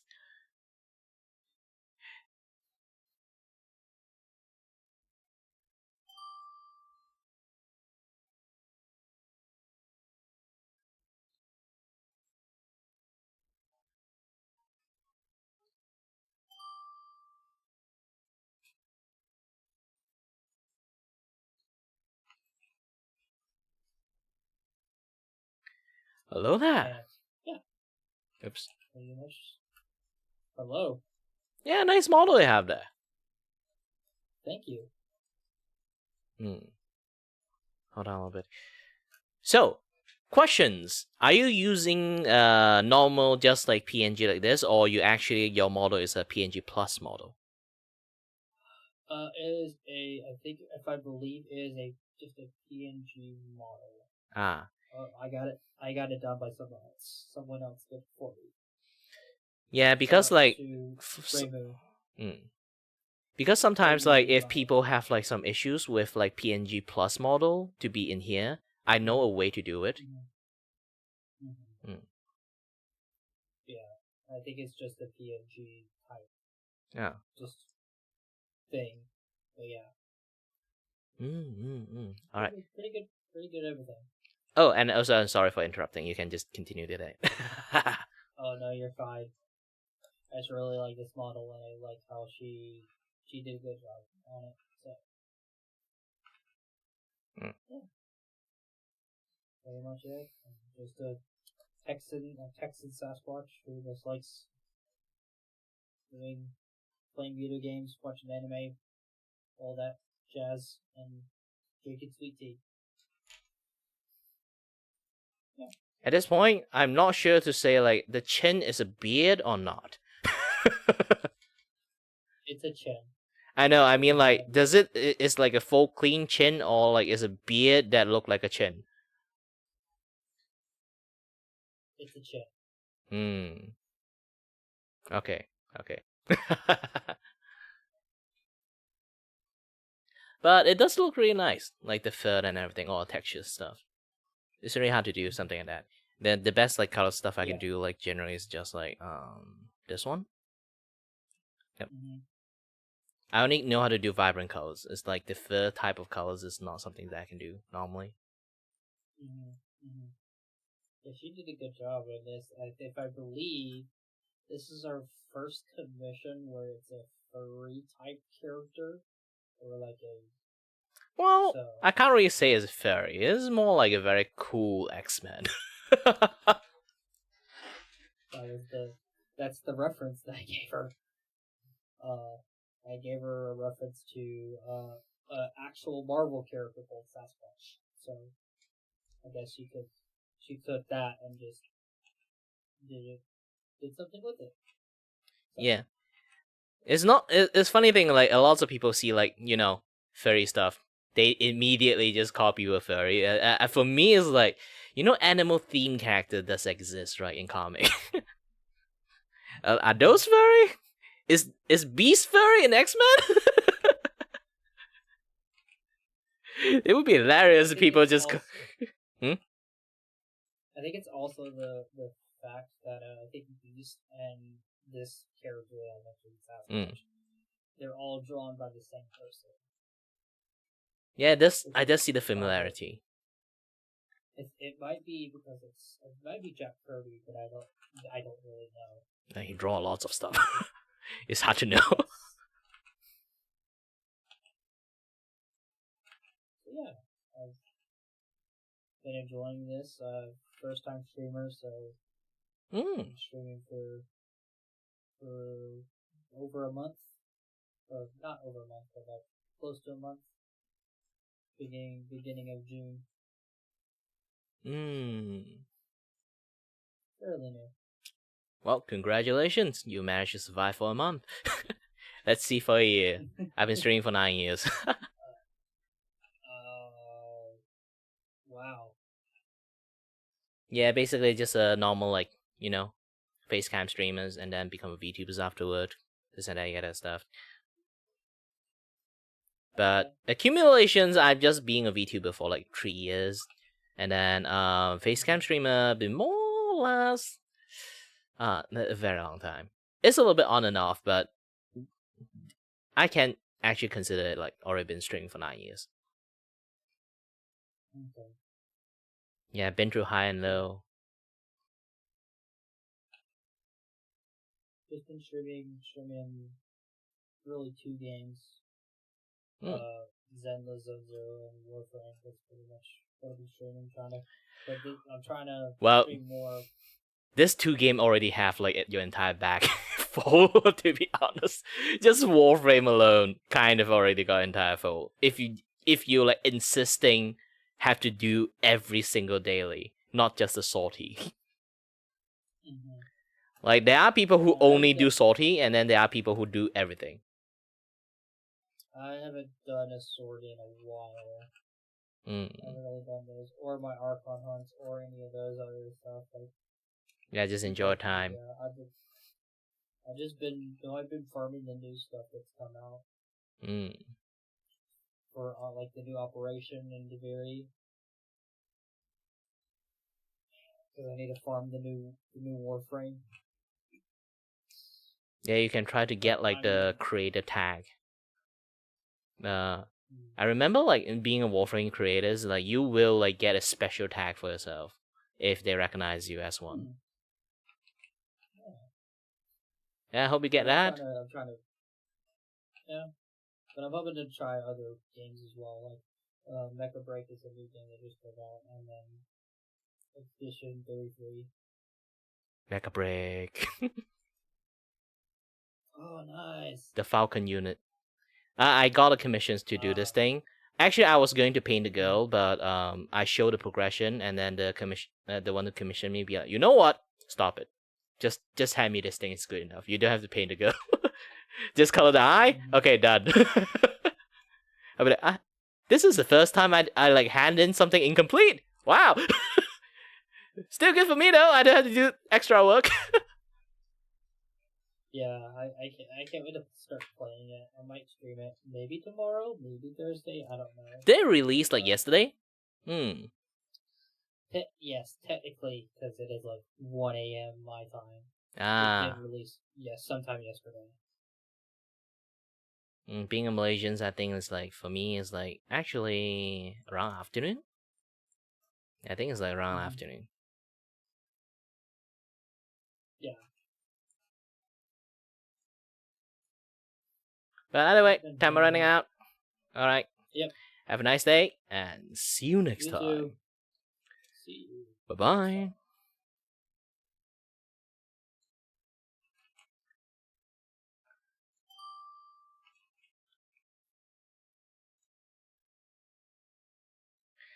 Okay, people are running out. I'm going to have more time, have to be alone. Why? Because I am. I am alone, lonely, lonely boy. I have no idea what to do aside from drawing. Lonely, lonely boy.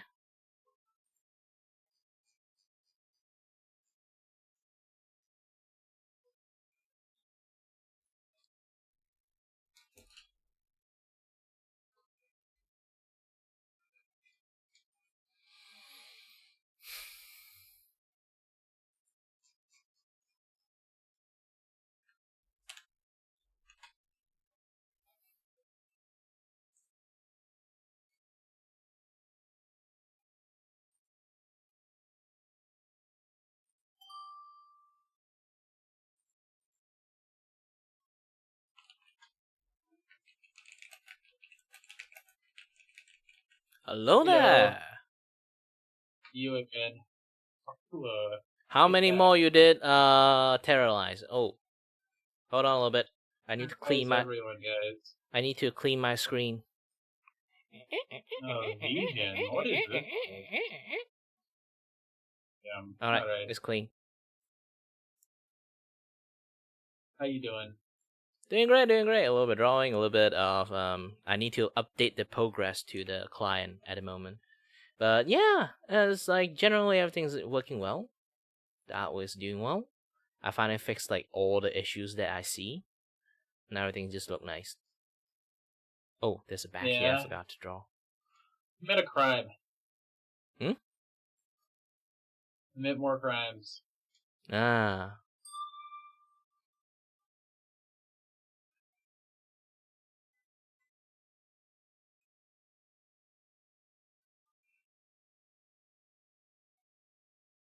I forgot to tell him it doesn't work on me. But either way, let me do this thing.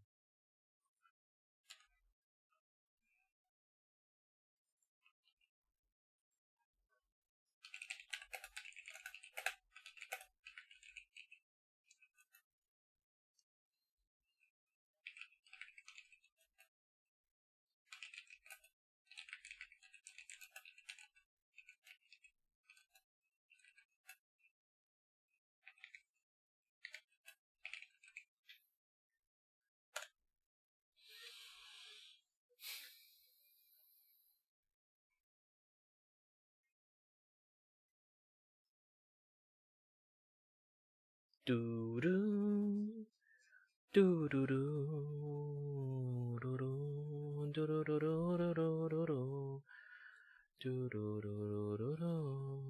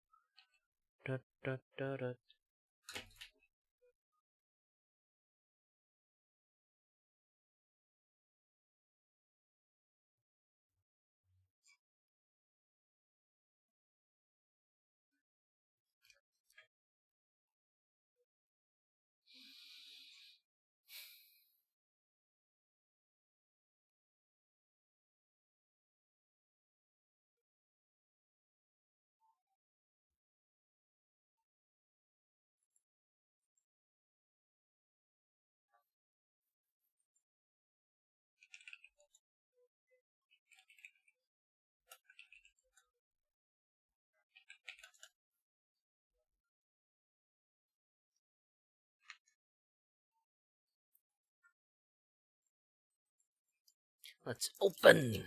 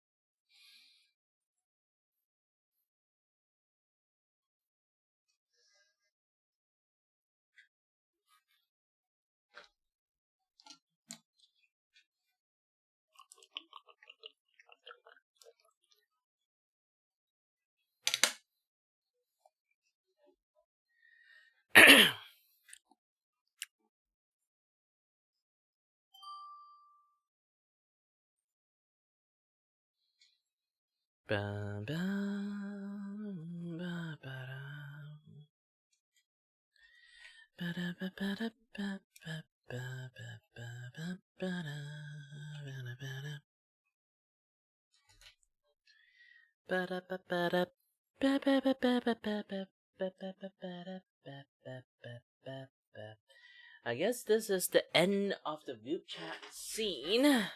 I do hope there's more people in around this time, to be honest. Ooh, someone's here.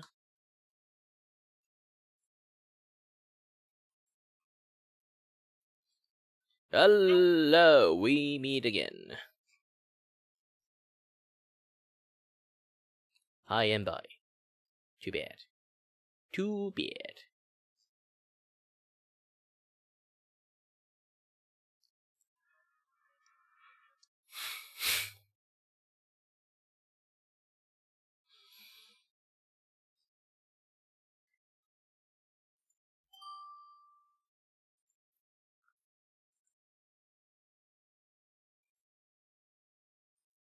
People that we haven't run into. Nope. That's rare. Hello there. I feel like this entire session has been haven't run into. Hello. Hello. Hello. Good any time zone, wherever we are, whenever you are. Yeah. Looks like you guys are having a party here. Yep, basically. How's your art going? Yeah, doing great. You can see right now. like other things. I see you got it set up so you can bring it in the Vupe chat better. Yeah, actually, I think I need to put on a tutorial and teaching people how to put like this behind the scene. A lot of people actually using PNG Plus, but PNG Plus doesn't really support like Vupe chat.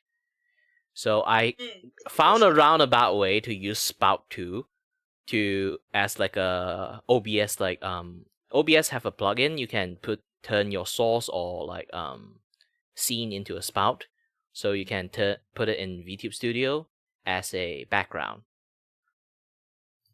So it's like a roundabout way to put your like PNG Plus into like VTube Studio.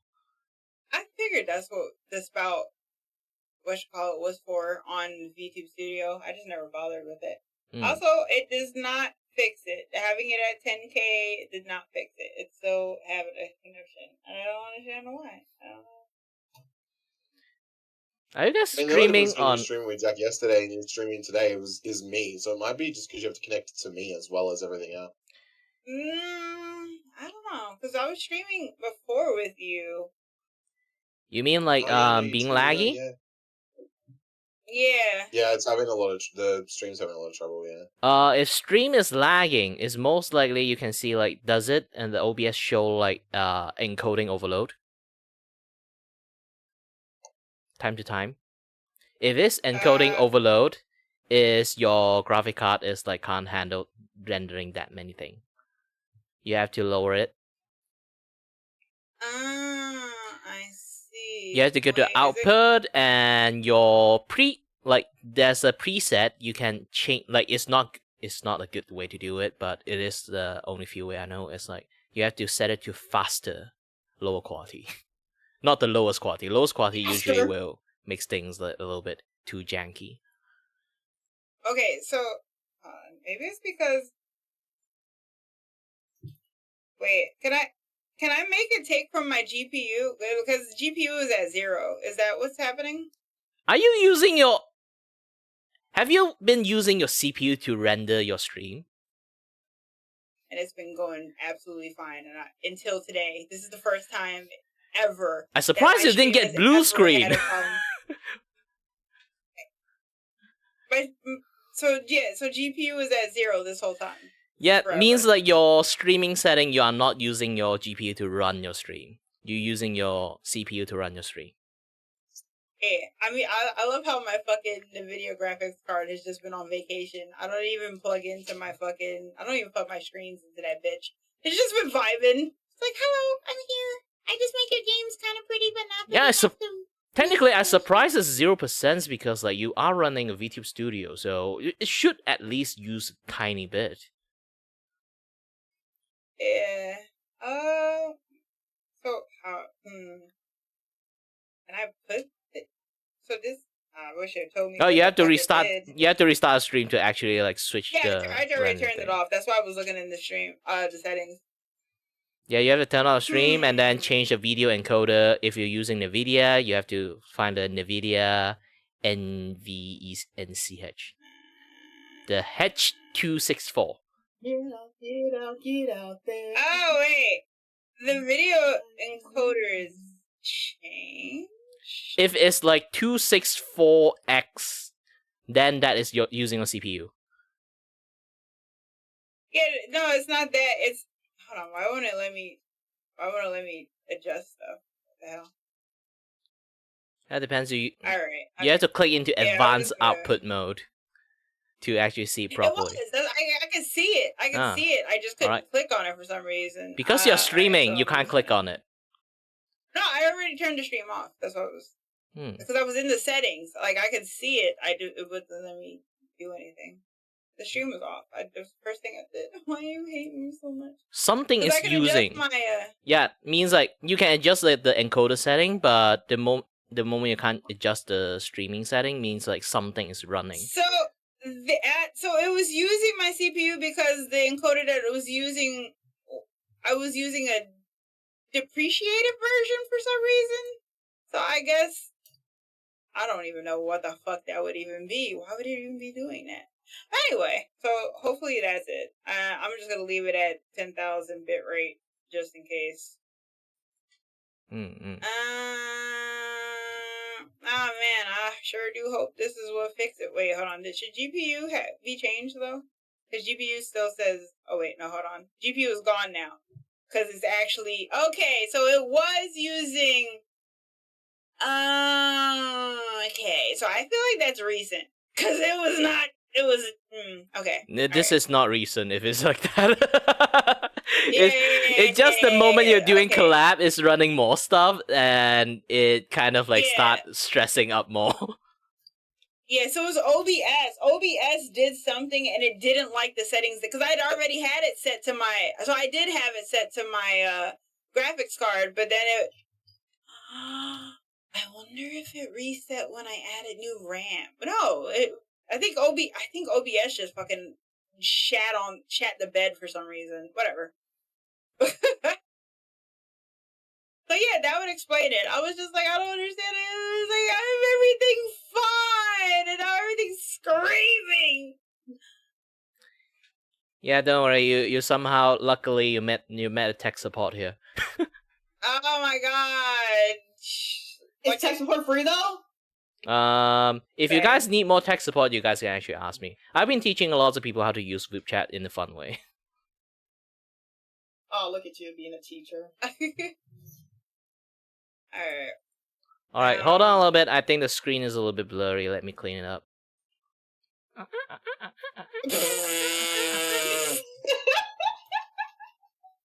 Oh my god. Okay, now it's clean. No! Stop on your ass! Phoebe! Who let Phoebe show her ass here? Oh man. That's fucking hilarious. Who let Phoebe out? I swear to God, if Phoebe gets out again, I'm going to riot.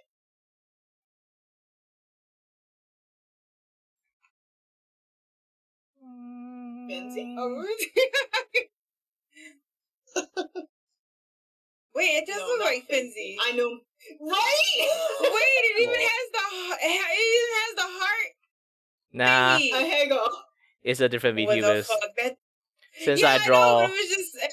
is this one? Yeah, but it just. Oh my god, you don't understand. It just threw us the fuck off. I mean, they also have similar names. Yeah, like Fluffy and Finzi. Oh my god, that's wild. But anyway, hi, how's your Vupe since the tech support part is over? How's your Vupe chat been going? I'm doing great, doing great. I've been having a lot of fun with a lot of people. Yay. That's good, that's good. Oh shit, it's better. Yeah, it does look like it's better. It's not having a seizure. Yeah, but I mean, when I restart it, it usually is clean and then it gets unclean. So I'm just like, we'll find out. I guess so. Oh my god! But yeah. Thanks. It's so weird because it was set to it said depreciated for some reason, and then it was the exact same encoder that was up there that said depreciated, but it didn't say depreciated. So I was like, why were there two of the same encoder? Computers. Well, there's like two NVIDIA encoder. One is not for Twitch. Twitch doesn't run that thing. Only YouTube runs it. The HENV, like HVNE or something like that. Yeah, no, they were named the exact same thing. That's the problem. Yeah.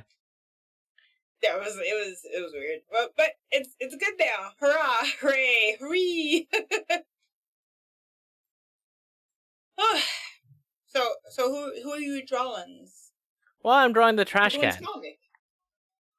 Currently. Oh, it's Drake. Yep. It's Drake. Okay, yeah, there's Lamau. It's right there behind him. I'm stupid. Well, he commissioned me to make a banner for him, so like I'm drawing right now while I'm doing it. Look at him. Hey, I may not like the art, like V-Ham, but I'm glad you use it because you make it look good. Isa was messing with it, and we were having like, I don't know, we were losing our shit about it. It looked so weird. Yeah, sparkles like, too. I like V-Ham. like, here's the thing. What drove me to Hand was the sounds, the trail, and like the pins. But as soon as I took one look at that furry head, I was like, refund. Because I'm just like, why is it like a furry penis? Actually, that's the thing. I asked the creator about like, can I add my own accessory asset into it? And then the creator be like, you know what? I go take a look at it. And then after the next few days, hey, you know what? We can actually mod hand into it. So essentially, I made him unlock a new knowledge. Like, here's the thing. I don't know how far the modding goes. Like, I don't know if you can just make a whole ass new hand on top of the furry hand. Oh, you can. Like, I want to shave off all that fucking shit. You can, actually. Like, that's my thing. Long as it's within the, they have like a boundary range. You can, long as it's like you draw anything within that boundary range, you can draw anything. So the furry hand have a way bigger boundary range, so you can actually draw thicker and bigger hand in there. I don't want a bigger hand. I just want it to actually look like a furry hand and not a penis. You can actually just use a normal hand. You can add like fur textures onto it too if you really wanted to. Like it I really like see the texture atlas because I couldn't see it before. You don't have to follow the naming sense. Like in any way, as long as like you manage to draw it within the boundary, you can draw anything you want. Man. Oh yeah, that's fair. That's fair. Like when people edit the textures for the customizable models that allow texture editing. And like not only that, my gripe with it was that it needed, like, unlike tits, it needed to stay open, and my computer can get fussy, and I don't want it to be like fighting for dominance with my other windows. So like as soon as they implement to where it doesn't need to be open constantly, I'm here. I'm in. Like, I'm the Zaza GIF. You call me, I'm there. But until then, I'm gonna need you to, like, optimize your shit. He's just like, I want that shit in the background. Yeah, I do want it in the background. I don't want that shit in the foreground. Messing with my programs and shit. Well, technically, it's more or less it's in the background. If it's, like, right behind that window. It's like, currently this thing is right behind my drawing window. No. It won't let you minimize it. That's what I'm saying. It's like, it can sit in the background. Like, I can see that you're drawing, but it's open in the background of other windows, isn't it? Yeah. No, it's right under my drawing window, so I can't even see it in the first place. But is it minimized or is it open? Let me take a look. That is the true question. Is it minimized or is it open? Let me try to minimize it. See if it works or not. Oh, yeah. It's gone. Yep. It's gone. That's what I hate. I don't want that shit. I don't want it. Like, Issa's gotta get a bigger Issa computer first. Yeah, need a computer upgrade. That's the program's fault, not my fault. Yeah, no, I'm saying, like, if you had because it wouldn't be too obnoxious if your computer would be okay with it more. Yeah. Like, because that's just resources that it's eating at that point. Yeah. Like, between that and then you having another screen again would help you. Easy, you just... I did. I put it back in my tablet. But my tablet fights my computer, remember? That's what I'm saying. Yeah, you just have to complain to tell them add a spout filter into it. Man, I don't know. I don't know what they want. I'm just... Fix your shit. As soon as you do, I'm in. I love that is, like, I love the idea. I love what it's come to now. But I can't fully back it without knowing that I gotta run that shit in the foreground. Well, technically, this thing is a Sput 2 Plus, so it's more or less something similar.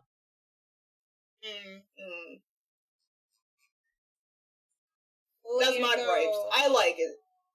It's basically built in the foundation under Spout 2. Not Spout 2. Sput 2. I don't know why they name it kind of the same thing. Why is it called Sput in the first place, actually? But yeah, it's like... Spout 2. It's not Spout. There is a free version of something like a V-hand that is called Sput. S-P-U-D. Oh, yeah. Wait, you said you used it before. Yeah, because I see you using both of them at the same time. I'm not using both of them. Using both of them at the same time. This tablet is a Live 2D tablet. Oh, you're using like an asset? Yep, it's an asset, Live 2D. The creator, like, give it out for free as a promotion for a while, and then I took. Upgrade? No, I think like the original version doesn't really have the hand moving thing. It doesn't do this. Oh, never mind. Somebody was like, you know what? I like Sput, but it could be cooler. Yeah. And then there's actually a lot of create like drawing tablet like this. This is the non-customized version one. Like there is a lot. This is like the basic one, and then they have like the customized version one, and then like draw like either pink color, have like some fancy stuff on it, this and that, that stuff. They do it as a commissions. So they decided one day give this thing. But I have a tablet already. Yeah, they gave like a default version out for free. But I don't want it. If it ain't this tablet, I don't want it. If it ain't this fucking tablet, I don't want it. Oh, she pull every tablet out. If it ain't this, I don't fucking want it. It got stickers on it. You can just put. Well, here's the thing. You can just put a sticker on it, or if you know how to use Live 2D, just change the textures. Like the rigging is already done, you know. The rigging is done. You can just add it yourself. I was like, because if you took this tablet and then you just lifted it up more so that the top of that tablet matches the top of your tablet, then it would be the same thing. Yeah. Yeah. Your hand would just poop. Because actually they have a lot more function to it. Hold on a little bit. Let me try to unlock it. It's just lazy. It can do quite a lot of stuff. Lazy. It can extend the table. Oh, it's a whole ass desk. It can do like this invisible hand thingy. Not invisible, transparency. Then like remove the hand thingy. Okay, see? Push buttons. Yeah. The control Z's. Oh my god. I tried to implement a control Z counter and it fucked up my entire thing. I don't know what it was. It got really mad. And then like the person who made the control Z tutorial like deleted it.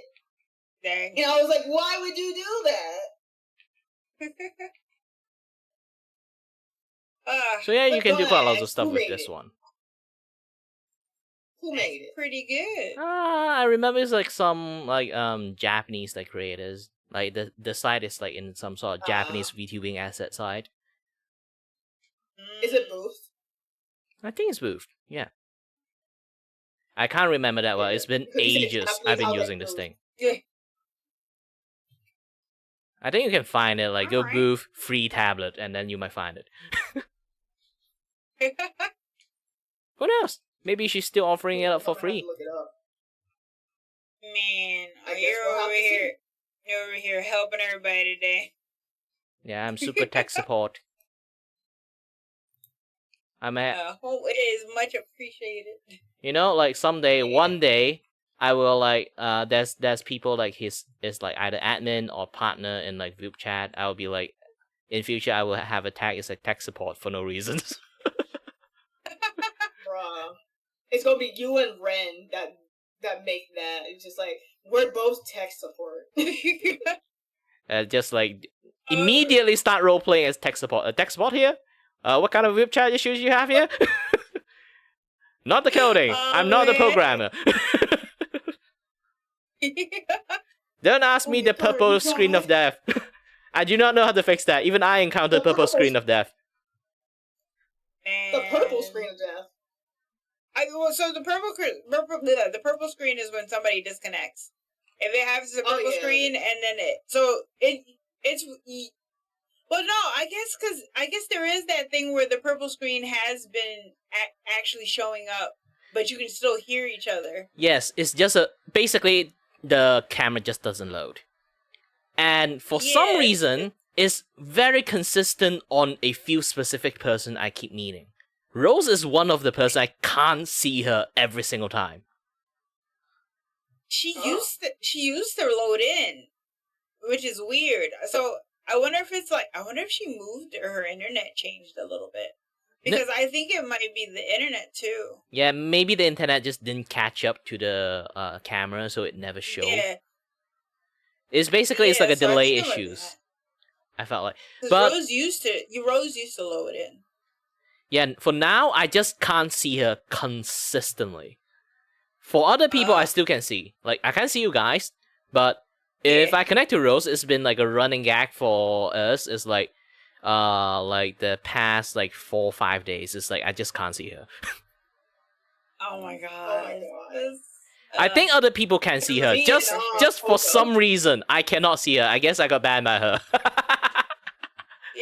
No, because I connected to her too. Like that's what I'm saying. That's what I was saying. Actually, oh, even you can't see her. Yeah, so I haven't been able to see her the last time that we bumped into each other.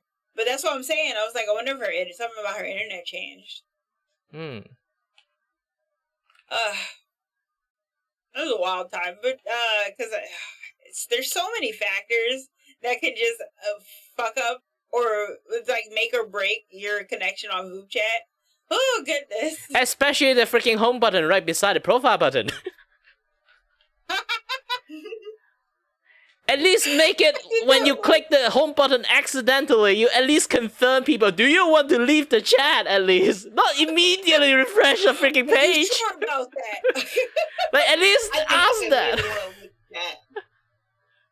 Yeah, I need to request it as a feature. Like. At least do the meme like Markiplier just immediately pop up and just are you sure about that? I think it's John Cena that does that one. That rips the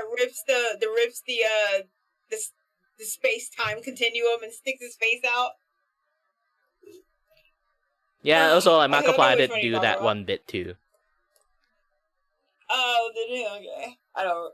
No. We should try our best to contact Markiplier to do this like endorsement bit. The moment you click home button, he will pop up. Are you sure about that? It's like Markiplier. Do you want to become a VTuber? You know what? One of these days. Pharaoh made me yawn. What? Pharaoh yawned and it made me yawn. He's dead! How can he yawn if he's dead? I think he's muted. What, did I just have nothing to say? Yeah, it's muted. But I saw that yawn and I was like, I've made mistakes because now I'm yawning now. I wasn't even muted, I just wasn't talking. Oh well. It is like the last 30 people. Yeah. I'm also kind of like, I'm tired, like I said earlier, so... It's like late night for you guys. For me, it's like, what time is it? 3 p.m. It is not a late night for me. It is actually only 5 p.m. I just don't know. I woke up tired today. So it happens. Barrow's Australian. Mm-hmm. So if you're, you say 3 p.m., so does it put you in the, Philippines somewhere, right? Nah, I'm Malaysian. Malaysia! It was somewhere like that. Yeah. Because I know they're not far behind Australia time-wise, so I knew it was somewhere over there. Hmm. My cat is so needy. You know what, I'm going to thank you. Thank you again for helping us. Yeah. Or helping me. Let me share one last thing for fun. I've been having it like a joke for the group. I'll be like, you know what? Since we have a TCG, why don't I just like decide to become the ambassador to show the TCG game in here? Yeah, I'm in a TCG VTuber game especially made by Malaysian. It's called Vupe Show. That's pretty neat. That's cool. Wait, there is no trading card game for whatchamacallit yet, right? For VTuber actually does exist a few one. So far, I saw like a video like some like trading card expert that said like there's a few one, and then V-Card is one of them. They found out like this particular one, it kind of like the only one that's playable. Dang. I don't know why people roast V-Card so much. I have no idea why. What's the reason? To be honest, it's like, I do see some gameplay in there, so it's like I don't know why it's like not functionable. Maybe it's just like just a collectible card for them. They never really intended to add like too much gameplay. They're just trying to. They just want their paper waifus. Yeah. Alright, well, it was great bumping into you, and you freaking helped us a lot, and you freaking pointed Issa to a pretty decent thingy that she go look up for you later, and fix my fucking stream, because I didn't even realize that it fucking switched out my encoder. But yeah, have a good one. Have a good night. Alright then. Care. Bye-bye. Bye, Kira. Bye.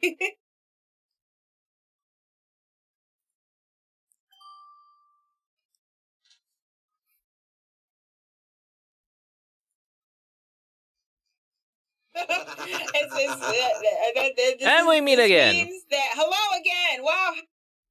Fancy meeting you. I feel like that is the cue that you will be our last call for today. Yep. I will also leave after this.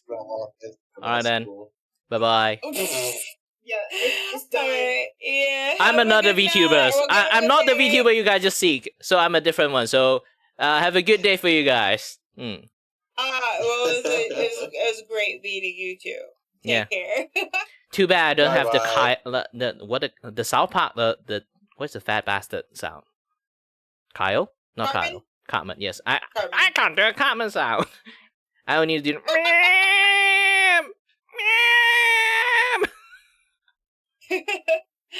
Alright, okay. We're going now. Have a good one. Alright then. Bye-bye. Bye.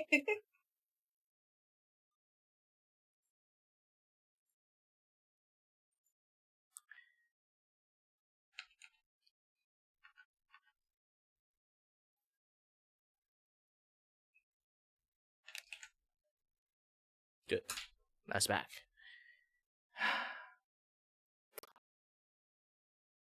I'm running too many things. I need to turn off the spout. Hold on. Spout filters. Turn off. Yes. Good. And then this particular spout filters, I also have to turn it off. Let me change the background to something else. Color pickers, yes.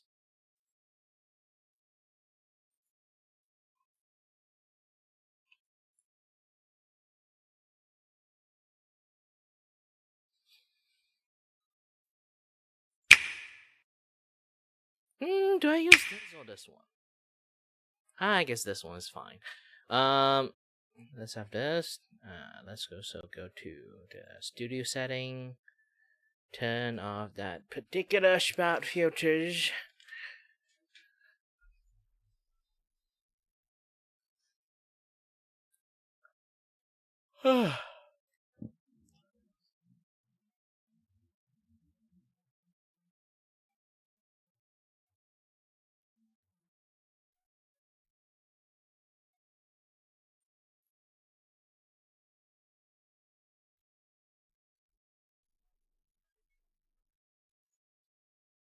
Filters, spot filter, delete.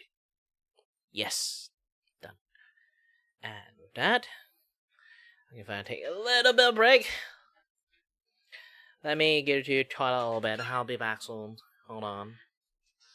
Yeah, boy, hand is like really sweaty right now. Gosh, I should turn on my air conditioner today. Just completely forgot about that.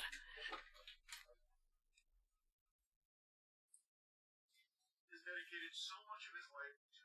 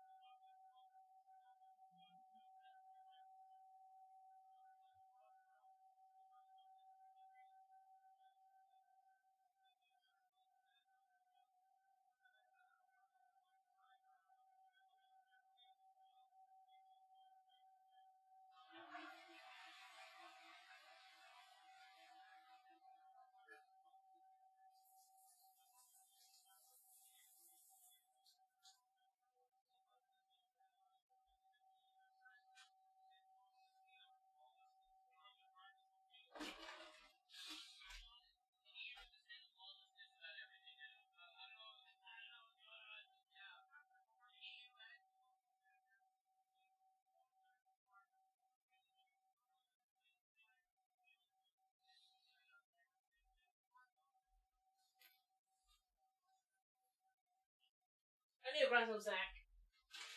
I have this really nice snack with me right now. I have to clean up this top a little bit. Hold on.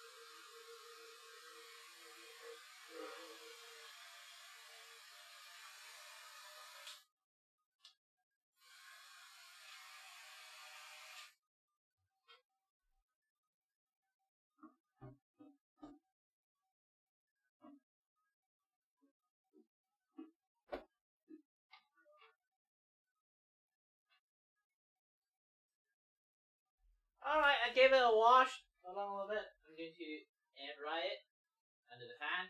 So for now, I'm just going to eat it straight out from the bag.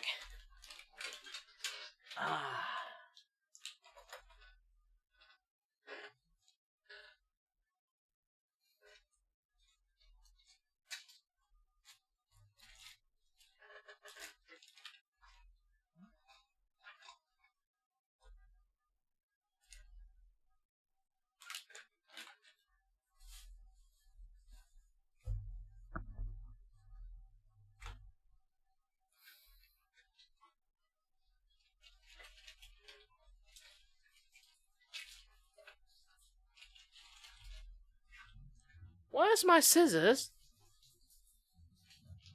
You know what? If I don't have scissors, I'm just going to use the most brute force style. Gosh dang, this thing is actually pretty. Yeah! I can't even do this. Man, I'm like a girl's opening a jar right now. What happened to my strength? I think I've been drawing too much.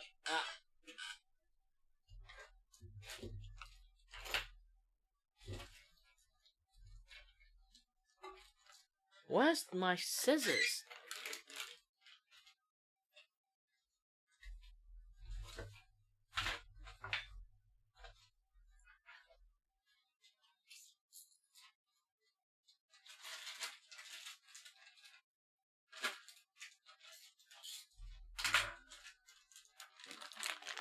Alright, I got a really dull knife. It's better than nothing. Ooh, the spiciness. This is Sneaku garlic garlic chili flavor snack.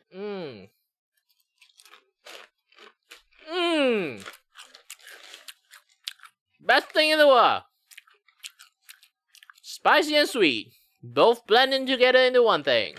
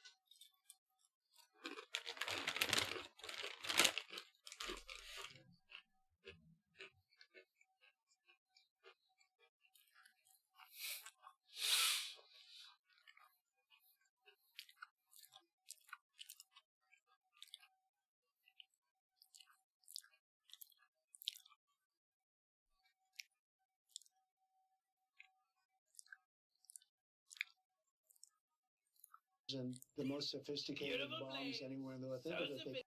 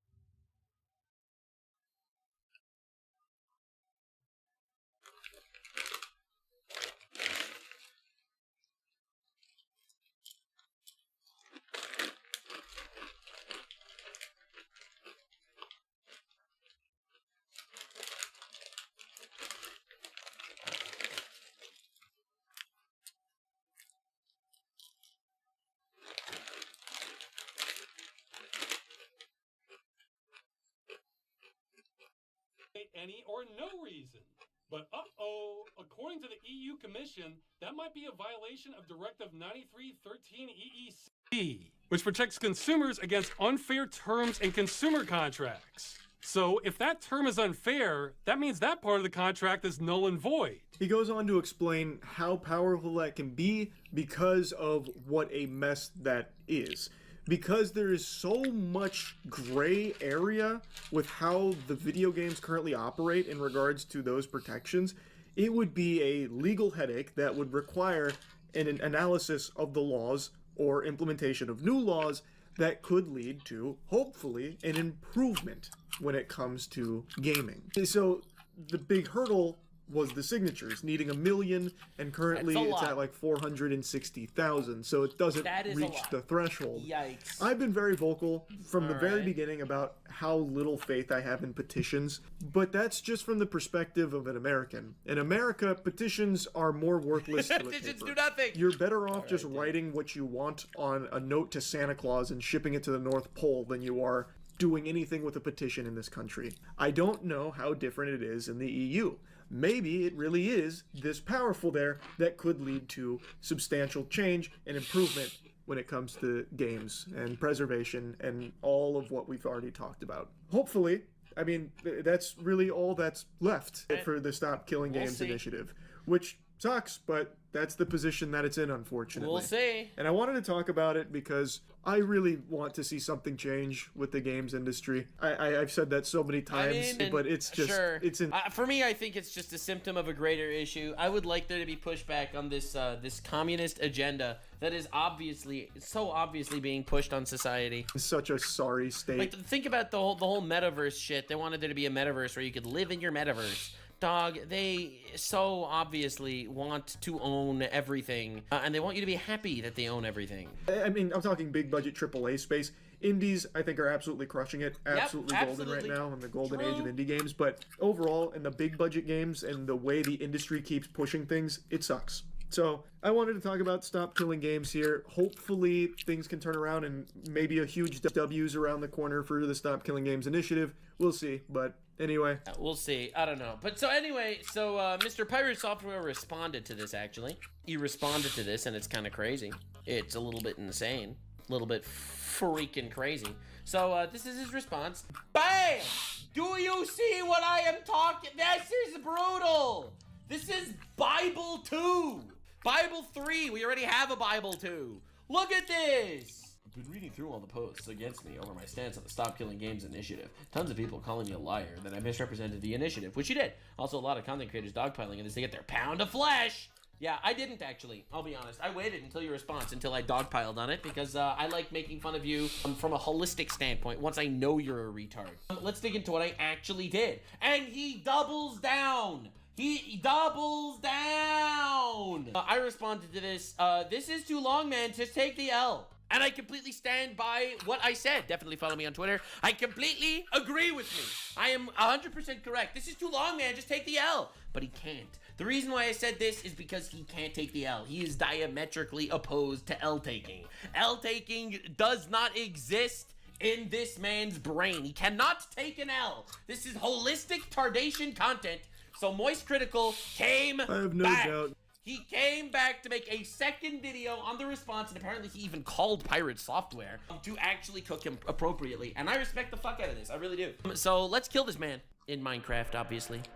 Let's kill this man in a live service video game. Of course, only of course a live service video. Most of you have noticed over the last 10 or 11 months I've been a lot happier. Glowing, really, radiant. True. You can tell probably just from my voice alone and this. Yeah, I know what he's gonna say. He's gonna say, it's because I didn't do drama content. I was going outside, I was touching grass, didn't do drama content. I decided we're putting this in an AI. Let's see. Alright, AI, help me out here, brother. Help me out here, my goobers. Alright, goobers, let's bring out the AI. Okay. Ready? Summarize the following in 3 sentences. Spelled wrong, because I'm dyslexic. But that's okay, because I am also rich. Alright, this. Where is it? There it is. Bam. Holy shit, it's long. Alright, let's go. God damn. Oh my god. Look how long. Oh my god, it's so long. Oh my lord, that's brutal. Okay. Anyway, taking forever. It needs to think about it. Needs to think about this shit. Oh my lord. Holy shit. Nice. The author, a former AAA game developer turned indie, released 2 videos in August 2024 critiquing Stop Killing Games initiative, arguing that its requirements for all games to remain a functional playable state is technically unfeasible for online games like MMOs, could restrict further game development. Facing accusation of misrepresentation and personal attacks from various creators in the public, the author defends their stance, emphasizing their disabled monetization on their videos and are motivated by genuine concern for the gaming industry, not profit. They urge the viewers to watch the videos, read the initiative, form their own conclusions, use critical thinking. Holy shit, he should have just written that. He should have just written that, man. He should have just written this. He should have been like, yo, read the original thing and come to your own conclusion.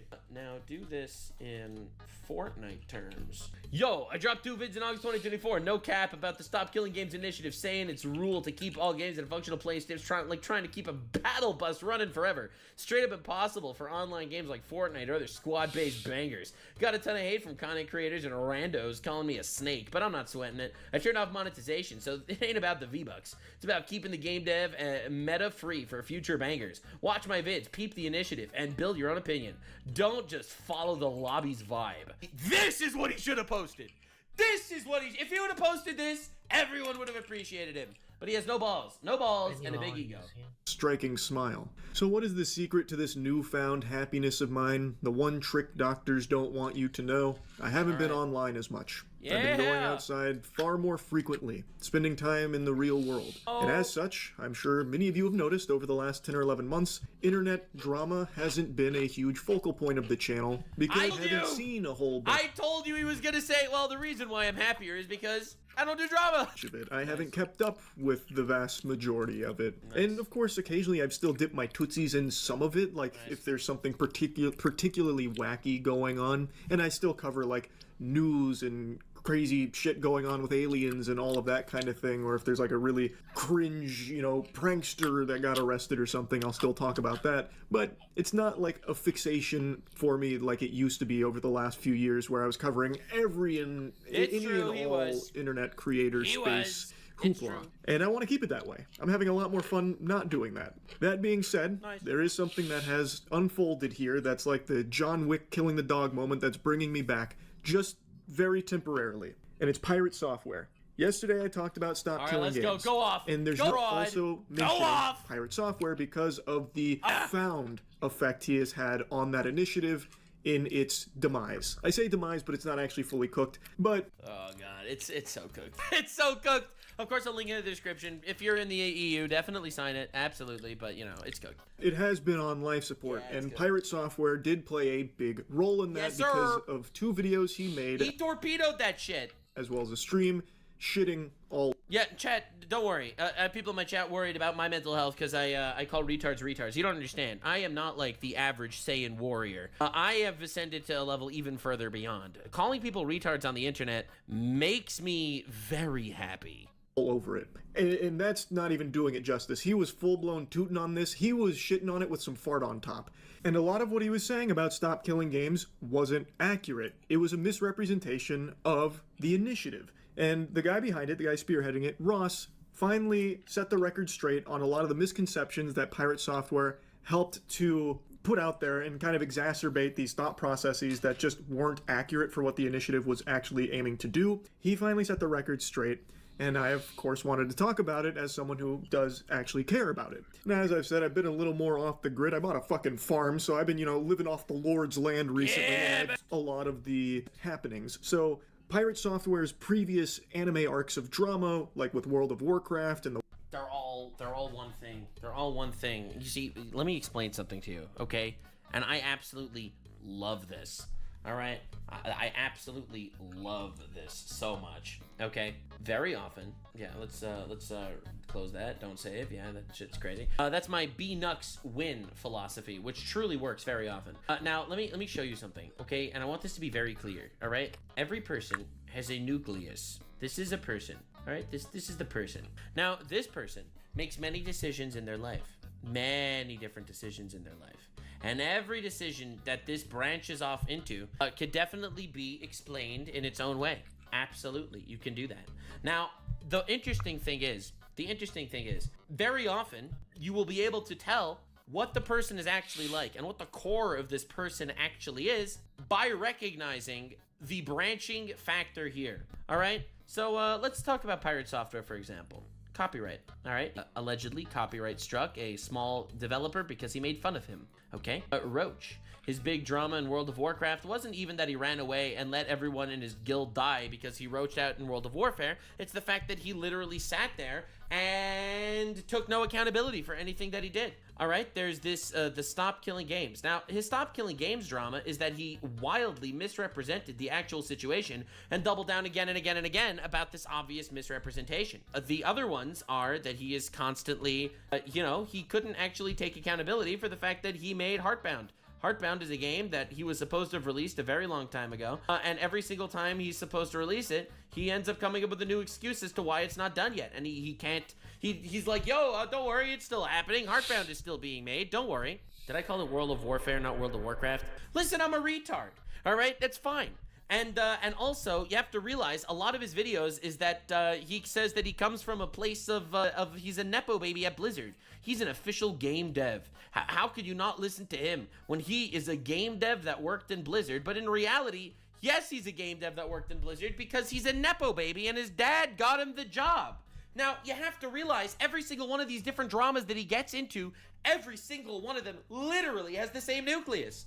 Why did he take down the video? Why did he take down the video game for copyright? Because he's an egomaniac. Why did he roach out and double down and not admit fault? Because he has a big ego. Why is he doubling down on the Stop Killing Games initiative even though when he was completely wrong? Because ego. Why, Heartbound, does he not want to release the game and never take accountability and not refund people because he's still sort of working on the game? He's going to make the best game that ever made. It's the best game ever, but he's not able to say ego. Why is it that he needs to keep qualifying himself as a game dev even though he's a Nepo baby and got the jab because his dad was there? Ego. That's who he is. And that's why you can possibly predict every future drama he gets in. That's his nucleus, baby. That's what this man came from. That's his N-word. His N-word is ego. He is a wildly prideful, narcissistic man that is constantly wrong. And even when he's wrong, he will double and triple and quadruple down again and again and again. That is why I made this tweet, okay? I made this tweet a while ago, all right? Before this drama, okay? Before this drama, I made this tweet, and I was completely right. Every single time this dude gets dragged, it's because he'll smugly say some dumb, ignorant shit, and even after getting exposed as a fraud, his ego will make him double and triple down until the end of time. And it will keep happening. It will keep happening. It will absolutely keep happening. Because this is a fake bitch that cannot take even an ounce of accountability. All right, Charlie, cook his ass. The one after that, and the one after that, and the one after that, and the one after that, I didn't pay a whole lot of attention to. I only got little tiddlywinks, little morsels of lore about it in a few clips, so I never really even understood what was going on there. So Pirate Software's response to everything that happened yesterday really caught me by surprise. That was a subversion of... You know who didn't catch his surprise? You know who was not surprised? This guy. This guy wasn't surprised. This guy called it from a mile away. Because yes, he is an egotistical bitch. And yes, I completely and utterly called it. My expectations bigger than Game of Thrones Season 8. Yeah, sure I did. I think it's really hilarious to me that that entire community is so butt mad at me for putting out a video 10 months ago. Where you torpedoed a movement! Oh my god. I hate this so much. I can't believe they're all butthurt about me for what? Putting out a video 10 months ago? Once again, zero accountability. About their stuff. And It's not about their stuff. You fucked their movement, bro. then not being refuted, and now it's my fault that everything is going wrong for them. I cannot believe his ego. A lot of people like to look at people and try to consider them in the best possible way. Do you remember Charlie's first video where he was tiptoeing around? He was walking in circles. He was saying, "Oh my god, I can't believe that he would do such a thing. He's probably misunderstanding." And he would like try his best to explain it. Oh fuck yeah, dude. It feels good. It feels good to be king. His ego is so out of control, I feel like he's only a week or two away from exclusively referring to himself in third person, like Stone Cold fucking Steve Austin. And that's the truth, because Pirate Software said so. Yeah. Some shit like that. It's crazy how he's responded. It's not crazy if you actually are a pro at pattern recognition like I am. If you are a master at sniffing out retards, well then this shit's as obvious as it comes. All right, but if you actually are like, well, this guy's a big streamer who used to work at Blizzard, he's probably a good guy. Well then, yeah, this probably blindsided you. Oh, it feels so good. Oh, it feels so good to always be right. It's not easy to always be right. That's why you subscribe. Because I'm always right. I'm always right. I say things, I get canceled, but I'm right. So, you know, they try. Smugness is nails on a chalk. It just makes you feel icky listening to it. And he goes on that same talking point multiple times in the clip about how, like, oh, I guess I'm fully to blame. I guess because I made those videos 10 months ago, it's my fault. And yes, it is your fault. Oh my god. Entirely that this whole thing crashed and correct burned. Yep. Oh boy. Time to play a sad song on the world's smallest violin for the Stop Killing Games movement, all because Big Bad Pirate Software took it all down by himself. Like, it's crazy. No one's saying that. I'm saying that, motherfucker. No, okay, obviously I don't think he single-handedly ruined it, but yeah. Like, there is no one out there that is saying it is entirely Pirate Software's fault that Stop Killing Games hasn't been more successful in its endeavors. No, it absolutely is his fault that it wasn't more successful. Okay, this guy made it worse, for sure. But there's irrefutable evidence that you had a detrimental effect, a majorly damaging effect on Stop Killing Games because of your misinformation that you spread about it in 2 videos and across all your streams, and not once have you bothered to correct that record. Because he's a narcissistic, egotistical bitch. He's never gonna refute. He's never going to correct the record. Never. It's not gonna happen. And he has said that it hasn't been refuted in 10 months. That is fish paste. That is turbo horseradish. Go to your own comment section on your videos to see everyone refuting you, as well as the innumerable other gamers and voices out there that have taken down those talking points and debunked a lot of them and proven that you just didn't understand it. And that is the big problem. No one hates Pirate Software because he doesn't agree. How electric state.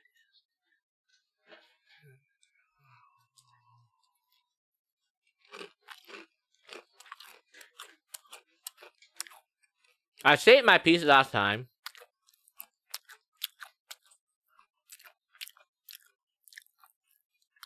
Pirate Software have a huge fucking ass ego. Like DC have not DC. I think Marvel have an entire planet just made out of ego.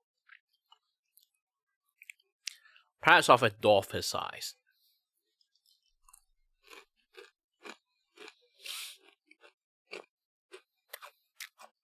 It's just him. No one kidding about it.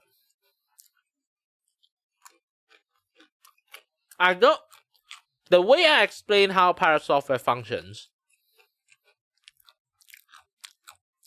is exactly how Nux said it. Everyone have a certain pattern you can see. The reason why I don't like Mr. Beast, I also can see that certain pattern. He don't really have too big of an ego. It's just that he really like to save face. He would not admit some of the things that he does, which has already been shown up broadly. Just admit it. If you want to do charity and earn money from it for the charity, just say it out loud. Hey, I did all this content for charity.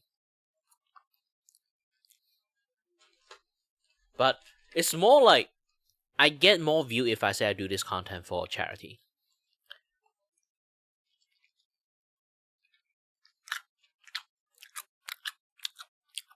If you want to do more content for charity, or just do charity for charity's sake, you don't try to like monetize the kids viewer you have.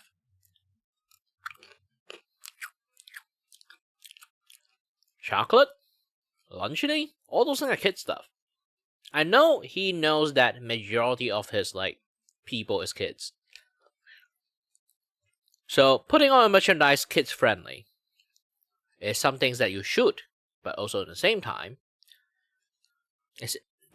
he made it in a very bad way.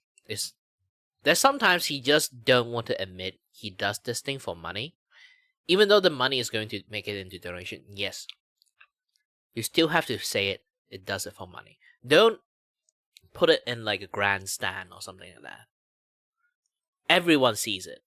And it's not wrong to admit it. I don't know why there's so many people with a certain level of egos that do this. I used to be racist and I admit to people that I am a racist. Even now, I still think there's a little bit in me. Not just a little bit, maybe it's some like major part in me. I just never really like met anyone to be racist at.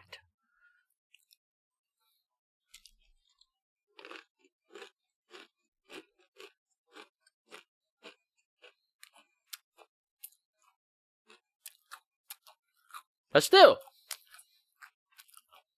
internet is internet. Pirate software. Every single time you'll see when he do stuff, he behaves like a dick with ego. There are people roleplay as a dick, as an internet personality. A lot of people like to see it because people can see them roleplay as a dick. But pirate software, most people might not be able to see it. He is a dick. He's not role-playing as a dick. He is a dick. Okay? Agree with Stop Killing Games. The reason so many people are angry... I don't give a shit. I don't give a shit what you agree with, what you don't agree with, what your politics is, what your philosophy is. None of that matters to me. Even a little bit. You're a narcissistic, egotistical bitch that talks about things that you have no idea what it's about. And myself included here. You can disagree with the movement all you want. If you don't like the initiative, I'm not your fucking dad. You make your own choices there. But the reason so many people, myself included, do not like how Pirate Software is handling all this is he is refusing, outright refusing, to just admit any level of fault, that he was wrong about anything. And that couldn't be more clear in his clips as well as his tweets that he's made. It's actually his tweets that really sent me off the fucking rails here, off my gourd. Oh, fuck yeah, dude. Oh, yeah. I love when people realize the fraud is a fraud. Like, after so long of me saying that they're a fraud, finally other people start to recognize that they're a fraud as well. Start with this little nugget here that he deleted from last night. So he tweeted directly at Ross. And by the way, if you want to see me predict literally all of this, you could go watch my, you could absolutely go watch my previous video. All right, because in my previous video on Pirate Software, which I made like 6 months ago at this point, I literally predicted all this happening. I did. Not directly with the Stop Killing Games movement, but I predicted everything that was going to be happening because it turns out that, yes, if you are an egotistical asshole that can never admit fault, that will keep doubling down even when you're wrong, this is going to happen again. Unfortunately for you, karma's a bitch. The guy behind Stop Killing Games, talking about how he made those videos 10 months ago, and since then, his community has been nothing but hateful. A scourge. A fucking tyrannid threat that he must destroy. Your community is fucking rabid, and it's shit to deal with for anyone on the other side of the argument. Why do you think I haven't talked about this shit in 10 months? Why do you think we auto-mute anyone bringing it up in chat? Because it's been rage bait and shit flinging the entire time. And just goes on about like... Someone in my chat just told me to look this up. What the fuck? He cheated in puzzle games to make himself look smarter? There's no way this is true, right? No one's this pathetic. Wait, no one's this lame, right? For sure it would be in here, wouldn't it? Piss off the peacock. No, there's no remote in my house. This is I think this, if there's any evidence or like any like part of his playthrough that should be glaringly obvious that he has looked up a guide, is this. For sure it would be in here, wouldn't it? Wait a minute. Wait, it's the lengths. It's the lengths. This is 4 blocks wide. This is 4 blocks wide. There is no way! Nah, dude. What the fuck, bro? You've got to be shitting me. Are you actually retarded? This is 4 blocks wide, and this is 4 blocks wide? That right there. That just can't be. There's no way. There is no fucking There's way. absolutely no way. That connection is insane to just make like that and just hit bullseye. It's insane. It's 4... Oh, that's 4 blocks wide. This is 4 blocks wide. Oh my god. You know what? That is just 4 blocks wide. Fucking everything in the entire game. Like, oh. That's crazy. Yeah. But to be fair, I mean, faking a playthrough and doing stuff like that, it's just a show. It's entertainment. People find it's fun to watch people get it. It's boring to sit and see someone. That is so crazy. That is insane. Wait, he responded to this also, apparently. Yeah, I actually put a pinned comment underneath that YouTube video that everyone was freaking out about. We played that game for 83 hours live on stream, my dude. Like, you're watching an edited down short of that's 7 hours long. That's why. Yeah, we played it for 83 hours. And we actually did it like a week after launch. So there's a bunch of people that are trying to say that, you know, it took weeks for the community to solve this shit. But in reality, like, we did that like a few days after launch. So, like, no. Dude, that was so obviously fake. Like, why are we even trying to do this, bro? Like, that was so obviously fake. There's no way. Wait, it's 4 blocks wide. That's just like this, 4 blocks wide. Someone told him to post the video. Post the full 80 plus hours? No. Yeah, post the full video. Oh, Sunder, one of Sunder's things, I believe that one was edited by Sunder. Even though people thought it was Steets at the time. I'm pretty sure that's a Sunder edit one. It took forever for Sunder to edit that. Because it's a shitload of video. And most of it is just me sitting around and talking to the community, and we're trying to solve a puzzle, and it took forever, and like nothing worked. And then we'd leave the puzzle, and we'd come back to the puzzle and do all kinds of stuff. What? So his reason for not posting the videos because somebody edited it? Oh my god, dude. That's insane. He did the Wingdings puzzle on May 19th, 2024. The Wingdings puzzle guide released May 19th, 2024 at 7:30 in the morning. So it was released right after. Nice, nice. Yeah, oh my god, what a bitch, man. Unbelievable. Like how he is the victim of Ross's toxic, terrible community, which is hilariously hypocritical coming from Pirate Software, when in his videos and his streams, he makes it very clear and is very rude about how much he dislikes not only Ross, but the movement. And it's not like he's being very professional and polite about it, you know, buttoned up. Listen to it. So this was my first encounter of him. Oh shit, now this is actually really dumb. It's used car salesman garbage. This is shit. It's shit. Oh. Not only do I not want to back this, I'm going to actively tell people not to. Yo, that's diabolical. That is awful. That is a horrible goddamn direction. That's awful, dude. No, eat my entire ass. The level of stupid that I just had to receive was like sitting on Twitter for 12 hours. This shit sucks. That's a really stupid ass move. That's an incredibly stupid ass move. I think this is ass. This is complete garbage. All of this can eat shit then. I drop the mask entirely. I have no qualms about that. They can eat my entire ass. The whole thing. That sounds stupid as shit.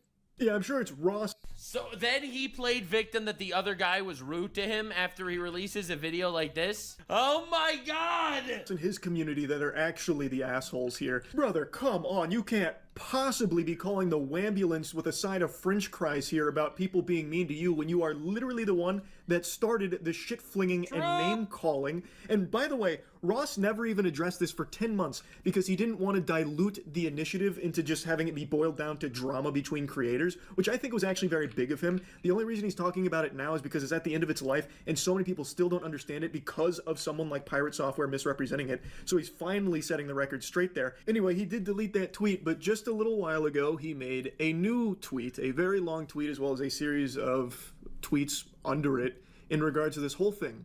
And in all these words, all this mumbo jumbo, not once does he say he was wrong about anything. In fact, of course not. Of course not. Of course not. Of course he will never do that. He will never do that. He will always double down. He just continues to double down, even proudly stating he is doubling down. Yeah. Wow, how incredibly noble. Doubling down on things you are provably, blatantly wrong about. We don't need to hit the Jumbotron for the replay on yesterday's video going over so many of the things that he was incorrect about in regards to the initiative, but the point is, that is an issue that I really thought that he would address. Be like, hey, yeah, I did get this part wrong. You're right, guys. Sorry about that. I didn't mean to misrepresent it. I still don't fully agree with it, but I do recognize that I had some errors here in my coverage. That's what I was expecting. That is not what we got. Yeah, well, you know who wasn't expecting that? This guy! This guy wasn't expecting that. Do you know why? Do you know why? Because I have zero expectations for people like this. I just don't. And it prompted me to directly to him, to talk to him, to see, like, why isn't he acknowledging that? Is there a reason? Like, what is going on there? So I did. He made it very clear he was not very happy with my coverage of Stop Killing Games, which is fine. I think that's totally fine. I'm not going to leak DMs or really go in depth on our private conversation, but the point of me reaching out to him was to talk about his refusal to acknowledge that he did, maybe unintentionally, misrepresent stuff. So you reached out to the guy. I wonder how much of an egotistical goof he is in a private call. Stop Killing Games, and it led to a just shy of 2 hours, circular argument that ultimately got us nowhere. He was more focused on his qualms with Stop Killing Games and really liked to challenge me to prove him wrong about some of his hang-ups with it. And when That's not the point!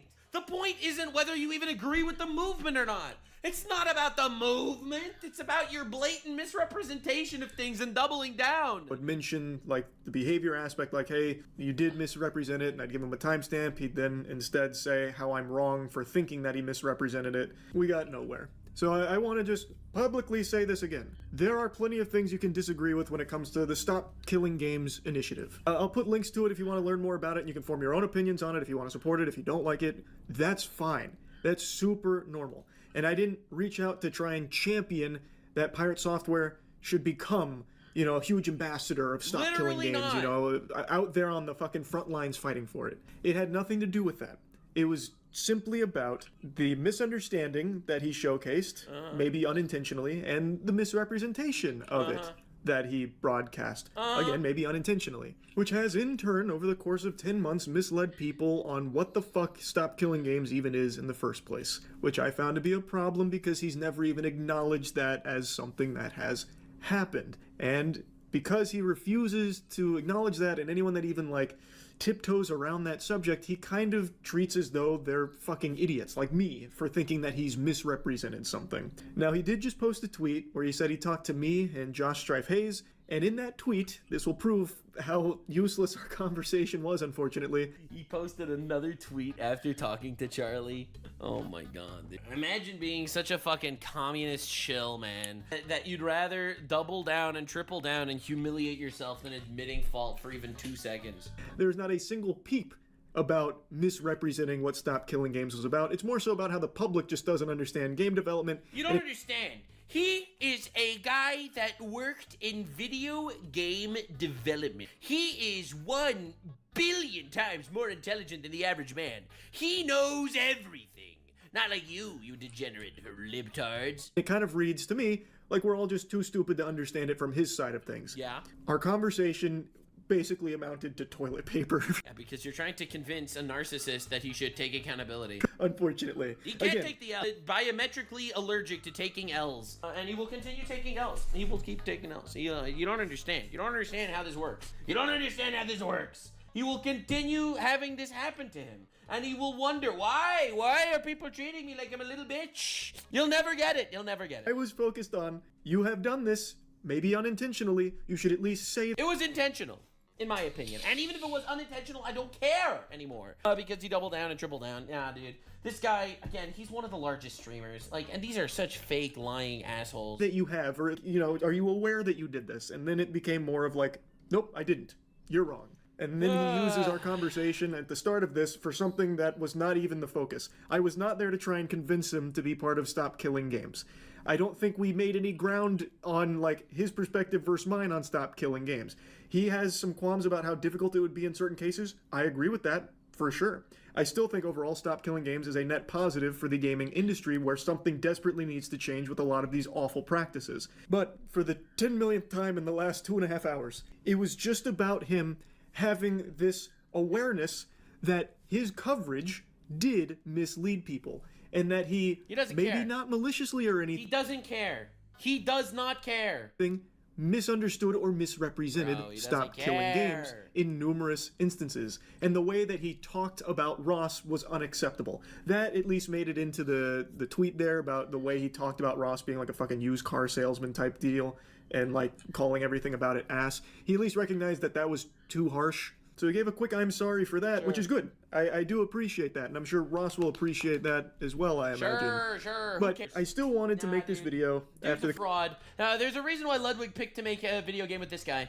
I'll be honest. I'm pretty sure. What is this? Is the guy that Ludwig's making the video game, right? They're working on a video game together. I'm pretty sure that is the case, right? Is Ludwig working with Pirate Software on a video game? Right? It's these guys working together, right? Yes. Yeah, based. That's what happens. I'm telling you, it's the fakest assholes that came together for this unbelievable snaky shit. You don't understand. I can see why. It's two of the fakest people out there that can take zero accountability. If you want to see my beef with Ludwig, you can watch my last video that I uploaded like yesterday on Ludwig.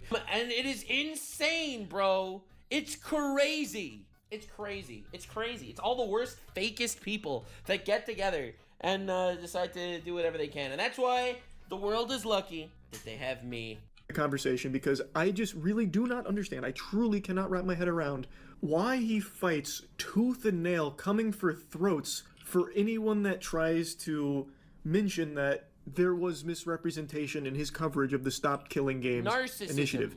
He is so hell-bent on proving he's right and everyone else is wrong that's saying these things. I just don't get it. He's just treating it like he's got the mega mind, once-in-a-generation galaxy brain that no one can possibly understand. All us plebeians are beneath him, and we're lucky that he is not your average Saiyan game developer anymore. You don't understand. He is not. He thinks he is better than everybody. It even graces us with streams, and we're stupid for thinking that he did anything wrong here in regards to his coverage of Stop Killing Games and what it's actually about. It's just so odd to me. Because if he would just come out and be like, yeah, you know what? Looking back on it, really reflecting, hearing what you guys are saying, I can see why this was so misleading for so many people. I didn't mean for it to be, and yeah, maybe I misunderstood some of these things. This would not have been nearly as big of a deal as it has turned into. And I went back and looked at some of his previous dramas, I suppose, and that is a common thread with Pirate Software. Like in World of Warcraft, he made a mistake, but he completely refused to acknowledge the mistake, and it made it a much bigger snowball into an avalanche for him, which led to a ton of other problems. He just has this inability to, like, accept that he can make mistakes. Like, he does things wrong sometimes, and he needs to recognize that it's okay to be like, yeah, I did do that wrong. You're right, I was incorrect in this. And it would save so much of a headache. But he just comes across as a narcissist. Yeah, he well, really does, that's unfortunately. Life. That's like, I'm life. not an armchair Reddit psychologist here going to diagnose him as a narcissist or anything, but, like, that's what it comes across as. He just... It took Moist Critical 2 videos, 40 minutes, to say that he might be a narcissist. I'll call him a narcissist. I will, don't worry, guys. That's why you have me. That's why I'm not trying to be an armchair psychologist, but I think he's a retard. Refuses to admit that he ever... Speaking of fuses, I really feel like if we got a fucking fusion dance between Ludwig and Pirate Software, you end up with a Sandpiker. Oh my lord. Does anything incorrectly. It admits no faults of his own, ever. Except, I suppose, to Ross here, which maybe this is the beginning of... Dude, someone in my chat just said Pirate Software could cut his arm off, and you'd be like, you're bleeding out. And they'd be like, no, I'm not. And be like, listen, let me help you. No, don't help me. I'm literally okay. I literally am not bleeding out. And he will deny it with his dying breath. A big character development for Pirate Software. He did apologize to Ross for how he treated him and what he said about him. I think that's great. Would love to see that same kind of energy for understanding where people like myself are coming from with your coverage of Stop Killing Games and why people feel the way they do about what's happened since with your responses. But anyway, I won't keep yapping about it. That's really about it. So yeah. Yeah, I'm not gonna lie. I am glad. It took 2 videos, lots of drama, 2-hour phone call, multiple tweets, and finally people might think that this guy, popular streamer and former game developer, might be a bit of a narcissist. Well, you know, honestly, if you want to ever pre-watch reality, you should definitely subscribe to Nuxanor, where I actually say the things that I want to say, and I'm not afraid of some sort of backlash, because I'm gonna get the backlash anyway. I upset so many people every single... Dude, did you see my latest video title on YouTube? Did you literally see what my latest video title on? You think this isn't gonna upset people? Sir, you're 100% going to jail. Listen, it's inevitable. Subscribe for more retards screaming and crying. And I'll see you in the next one. Fuck yeah, baby. Bye. Like, subscribe, and this video was streamed live on kick.com/Nuxanor. See you there. Stay weird, man.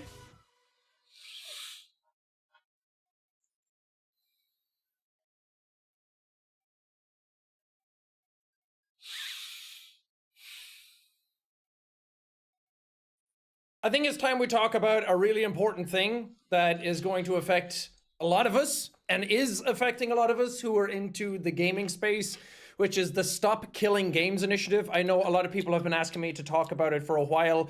In the beginning, I was like, this is a cool initiative. Sign the petition and everything, let it do its thing. Apparently, it's not going as well as people wanted to and as it should be doing. They're about 700k signatures into the million that they need as of recording this video. And I did make a post about it on the community tab to try and like push it in a different direction on my main channel. The reason I'm doing a video of it here on the Spadicy channel is I don't know what's going on. There's something happening with the algorithm in terms of my channel right now. I've seen it happen to some other channels of similar size to mine, where after I did schedule one, for some reason, I hate to say like, oh, the algorithm's against me and they flipped a switch and all this kind of stuff. But sometimes it really just does feel like that something happened under the hood. It's happened in the past multiple times. I've talked to some other YouTubers about it. Everyone just seems to be like, hey, my views just disappeared. Like my main audience aren't getting any of my videos anymore. What's happening? I don't know. It's hard to talk about without it seeming like, oh, bro, you fell off, you're washed, whatever. So I just tend to kind of like stay away from it, see what happens, see what shakes loose, and then get back to uploading again. Something's going on. I don't know what's happening. So to not upload this in a place where the algorithm is in flux for a channel of that size, and again, not knowing if this is actually going to go out to any of the people who are there. Death Stranding went up. Clearly, it's not being served to the people who would normally watch it, as seen as the previous series on it, on Death Stranding 1, did so well. I don't know. That's a different discussion to have. But I wanted this to try and reach more people, which honestly, weirdly, I think on a second channel, it's going to reach more people right now than it will the main channel. Again, I don't know what's going on, but I'm trying to do as well by this as I can. I'm also going to try and keep this succinct and say the things that I know about it and try and not spread misinformation about it, because a lot of people have talked about it and talked about it really well. They've given over some really great information. Ross, Accursed Farms, who has designed the initiative, has a very good video talking about it, which I would leave in the description for you to be able to go and get like the weeds of the information about it. Because again, I'm going to butcher it, and someone like Pirate Software has gone out and done a horrible video on it, misrepresenting what it is, giving a ton of misinformation and actually kind of killing the initiative from the get-go, and then just being very egotistical about it, not saying sorry and really opening up to it and being like, shit, my bad, and then fixing any of the things that he said were wrong about it.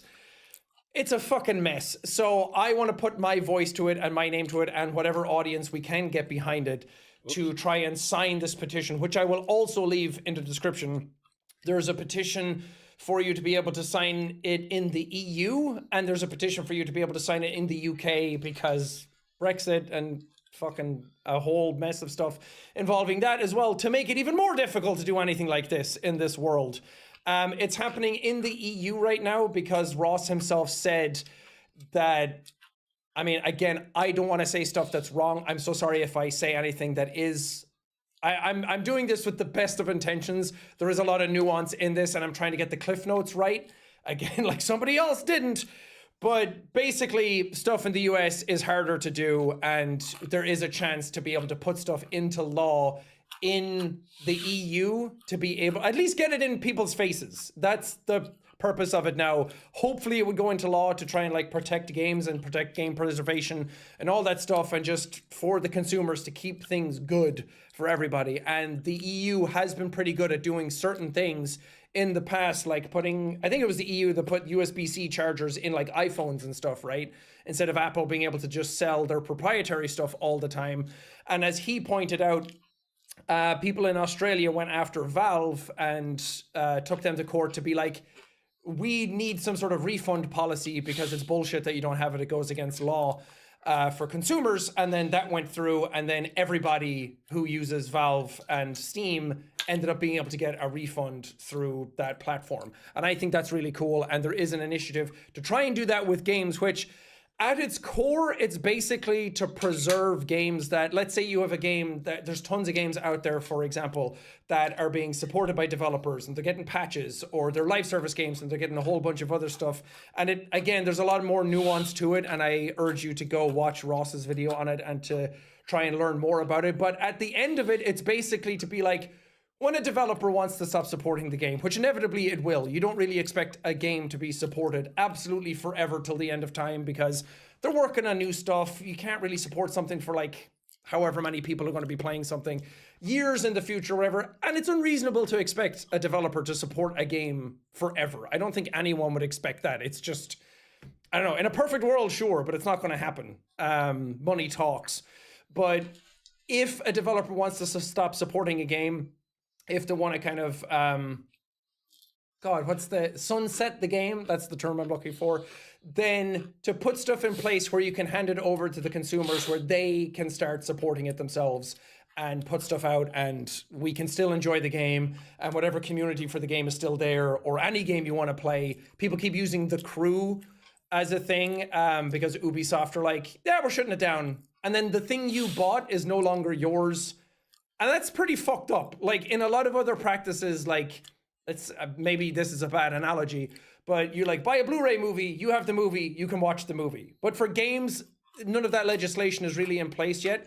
And Ross himself has put up some other stuff showing like Blizzard have it in their terms to be like, we can stop supporting this game at any time. And then you're basically just buying a license for a game. You don't own it. So like, remember back in the day, maybe back in my day, when I bought like a PS2 game or a PS1 game and like, I have that game and now it's mine and I can play it forever. And patches weren't really a thing back then, but like you have the thing and you can play it. But there are certain games that come out and certain developers don't want to support them anymore. And then the game's gone and you can't play it and that's fucked. So if they don't want to support it, then hand it over to consumers. The consumers will keep it alive. There's been stuff in PC gaming for so long with like, player-run servers for things and everything. Again, there's a whole lot more to this, and I'm just trying to be succinct about it to try and get it in people's heads what it actually is.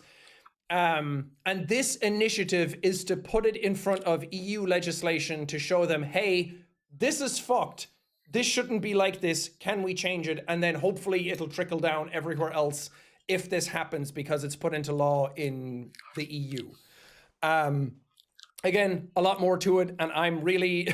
I'm probably butchering what this is, but I really believe in what they're trying to do, and I think Ross himself has really good intentions behind it. And from my perspective, there is no downside to signing this. If you sign it, it hits 1 million signatures, and then it goes in. And I mean, if it doesn't go through, at least we tried. At least Ross tried. He's put so much of his life and his time and his energy behind it, and I think it's really commendable. And I think there's so many people in the industry that have made, like other developers who have made games and then the higher ups close it down and it's not available to anybody anymore. And they themselves would love to put it in consumers' hands to be like, now you guys take it and do it because we're not getting funding to be able to support this game anymore. And there's so many people, there's a massive initiative behind it on Reddit. People really coming together. There's sort of like this, I don't want to say cult following because it sounds a bit more negative, but there is. Pirate Software is right about one specific thing. In his follow-up tweet to him trying to double down on the stop killing games and why he hates it so much, he says, movements like this showcase to me how little the general public understands about game development, modern gaming architecture, and online games as a whole. And he's right, most of the general public has never created a game. They don't understand the trials and tribulations of game development. Well, I figured to solve that problem, let's go ahead and chat with a game developer that might know a few things and could explain it to us, the general public. And so yesterday, I had the privilege of getting to interview Jack Vania, a game developer who will introduce himself shortly. And this was a very insightful and very interesting interview. And so in this interview, Jack pushes back on some of the points made by Pirate Software, offers solutions to the issues that he's brought up, but more broadly talks about the Stop Killing Games initiative from the perspective of a game developer who's ready to work with this initiative and make the changes that would need to be done to keep making games. And finally, before we jump into the interview, I'm just letting you know, check the pinned comment. It's going to be links to this guy's YouTube channel as well as his Twitter, and I'm going to leave it in the description. So please go to his page, give him a subscribe, listen to what he has to say. Again, very intelligent guy. But with all that out of the way, enjoy the interview. Thanks for hopping in for the stream. Just kind of introduce yourself and do a bit of chit chat, what you've done, that kind of thing. My name is Jack Vinny. I'm a video game developer. I've been in and out of the industry since about 2007. I started developing, though, I would say code in about 2014. And I say it that way because I wouldn't consider myself of working in the industry in like the front lines in terms of like development and stuff like that. I was just in and around since about 2007. So I don't really consider that like part of my resume because it would just be essentially padding it. Sure. But in terms of like development since about 2014, that's when I started. Programmer before that, doing other stuff, web, shit like that. Making some small games here and there. My main source of revenue in this was, you ever play a video game, whether it's made by a solo developer or like a 200-person studio and there's 1,000 people at the end of that list? Yeah. In the credits? I'm one of those 1,000 people. Okay. So what that means is like, we all have friends, all of us programmers, we're all friends with one another. Developers are all friends with one another. We all talk to one another. We all ask each other for help, like when you have a problem. And that just happened to be like the thing I did. So I'm somewhat of a generalist, not really a specialist, but I guess I'm like a specialist generalist, where if somebody can't figure something out or they have a problem to solve, they would call me. That's basically it. I've been working in and out. I've published a few different games on my own under different aliases, which I'm not going to talk about, but it was one of those things where lightning in a bottle the first time. Okay, that's totally cool. Let's see if I can do that again. Sort of lightning in a bottle. Number 3 was also sort of lightning in a bottle. I'm going to see if I do that one more time under this current pseudonym, Jack Vania. So we're going to see what happens with that. But I'm super duper interested actually to talk about this initiative here. Yeah. When it comes to stop killing games, because I don't want to talk too much about Pirate because he's not here to defend himself or anything like that or give his point of view. He already did give his point of view. When I faced him on Twitter, I said my point of view, that was about it, but I'm not going to do it when he's not here. But we will talk about some of this stuff to kind of clear up the area. What I technically wise, where I see he has problems. If you don't mind. So the main thing that I was talking to Jack about before we started this was we're going to go through, the Stop Killing Games initiative, hear his perspective about it, as a game dev. But I did want to touch on, and this isn't to, drag Pirate Software or anything like that. It was just to touch on specifically a lot of his rhetoric surrounds, people that aren't in the industry, that aren't in the game development industry, don't understand how high, how high a bar it is to allow this initiative to go through and how that could impact specifically live service games, but game development as a whole. So that's like a big one that I want to touch on with you. But of course, when we're ready to do that, let's jump into it. Perfect. We'll start there, actually. Okay. So video games, if I could say, I'm sure Private, this too. Video games are incredibly difficult to make. That's not a lie. They're incredibly complex machines. You look at them, and this is one of the major problems I see with Pirate, and I see with a lot of other developers who might not have extensive experience working on multiple titles. This is the 30,000-foot view problem, where if you take a step back and you take a look at something like an MMO, it's this incredible machine of moving parts. There's whirring, clicking, buzzing, gears, levers, lights blinking, all sorts of stuff. And at 30,000 feet, it looks incredibly complex and difficult because it is. And it's a miracle these things ever actually even work. Like, it still blows my mind when I look at stuff like we're doing ray tracing and shit like that today, everything we're doing with AI. It blows my mind that any of this stuff actually works. But if we zoom in, we get a little bit of a different perspective. We don't see this gigantic like monstrosity. We see all the individual moving parts. We see the nuts and the bolts. Like, hey, look, this nut and this bolt are holding these two pieces together. This other nut and this bolt are holding these two pieces together. And then those two contraptions are being held together by another nut and a bolt. If you kind of understand what I'm saying, with simplifying it down to the core components, the base components is always going to be the best way to go. 30,000-foot view is not a good way to look at things or analyze things. It is in a macro sense, but a lot of the work that we do depends on the micro. So one of the big problems that I have, specifically with this industry, is this failure to move forward, failure to adapt to new things, and to just kind of do better. And what I mean by that is, I'm assuming Pirate is looking at this from a perspective of, this is going to be impossible to do today with how we do things today, because he lacks the forward thinking to be like, okay, so we just need to change the way we do things going forward, which is the correct approach. Complexity isn't an engineering problem. Complexity is a brain compute problem. Slow down, space things out, and plan ahead. That is where the major pain points lie in development. It's not that things are complex. We can build complex anything. We have cars that drive themselves now, right? We send rockets into space, they land back down on the ground. Complexity is not an issue. That's not an engineering issue. That's a brain compute issue. So we need to change the way we do things and we author things in the future moving forward. And there's a lot of other pieces that will fall into place as we begin to do that. And development, I believe, will get easier over time if we do that now and still be better for the consumer than it actually is. And so to, just kind of reiterate on that point. So when we're getting into talking about having to change a lot of the structure and how it exists now, you had mentioned in your kind of tweet responding to him that this is stuff that had been figured out like years ago, like truly years ago. And so you were specifying about multiplayer games. And so I'm a bit curious myself, because when it comes down to, they're talking about live service and, having ownership of servers given to people when they're killing off the game, like those kinds of ideas. Could you give me a bit more info as to, like, specifically when it comes to multiplayer games, how was that issue fixed? Like, how do you take care of that if we're to move forward? Let's rewind a little bit to how things were done a super long time ago. I'll just glance over this part. A lot of older games would ship with multiple executables. You would have your client executable, which you would just boot up for single player, and joining other games. And you have like a server executable. Some of you guys who are old as I am will probably remember that. Then later on, we started shipping kind of both as like an all-in-one peer-to-peer systems, hosting, that kind of thing. And obviously, that technology doesn't exist now. We can't use the same protocols. We can't use the same tools and everything as we did back then. But in terms of making kind of things future-proof and bringing that forward with multiplayer, so let's say we're making a game, and our game, it's Super Shoot in the Face 9000. It's the hottest new thing. Everybody's playing it, better than Call of Duty. Awesome. So we have this multiplayer component, and everybody's playing it. Everybody loves it, but we're going to sunset it because we decided that it's too expensive to keep the servers up and running. The first thing throughout development, if we were developing this correctly the right way, there's a few different ways to do it. Knowing that we had this kind of sunset clause, we could say, okay, so what are we using for server architecture?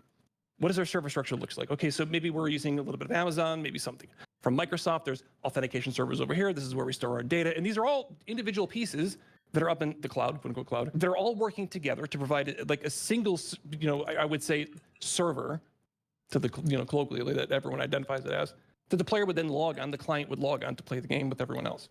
Well, maybe we just don't do that. At least not for the end user when we're going to sunset a game. Maybe we do something a little bit different. Maybe we build something alongside it separately and maintain it separately. Something that is small, something that is compact. Because one of the things here, an example, let me see if I could find it. I was taking a look at this, the Stop Killing Games website over here. This is underneath the fact, and I was reading through this and just kind of like taking some notes. But what he's talking over here about, example of an MMORPG, isn't it possible for customers to run those when the servers are shut down?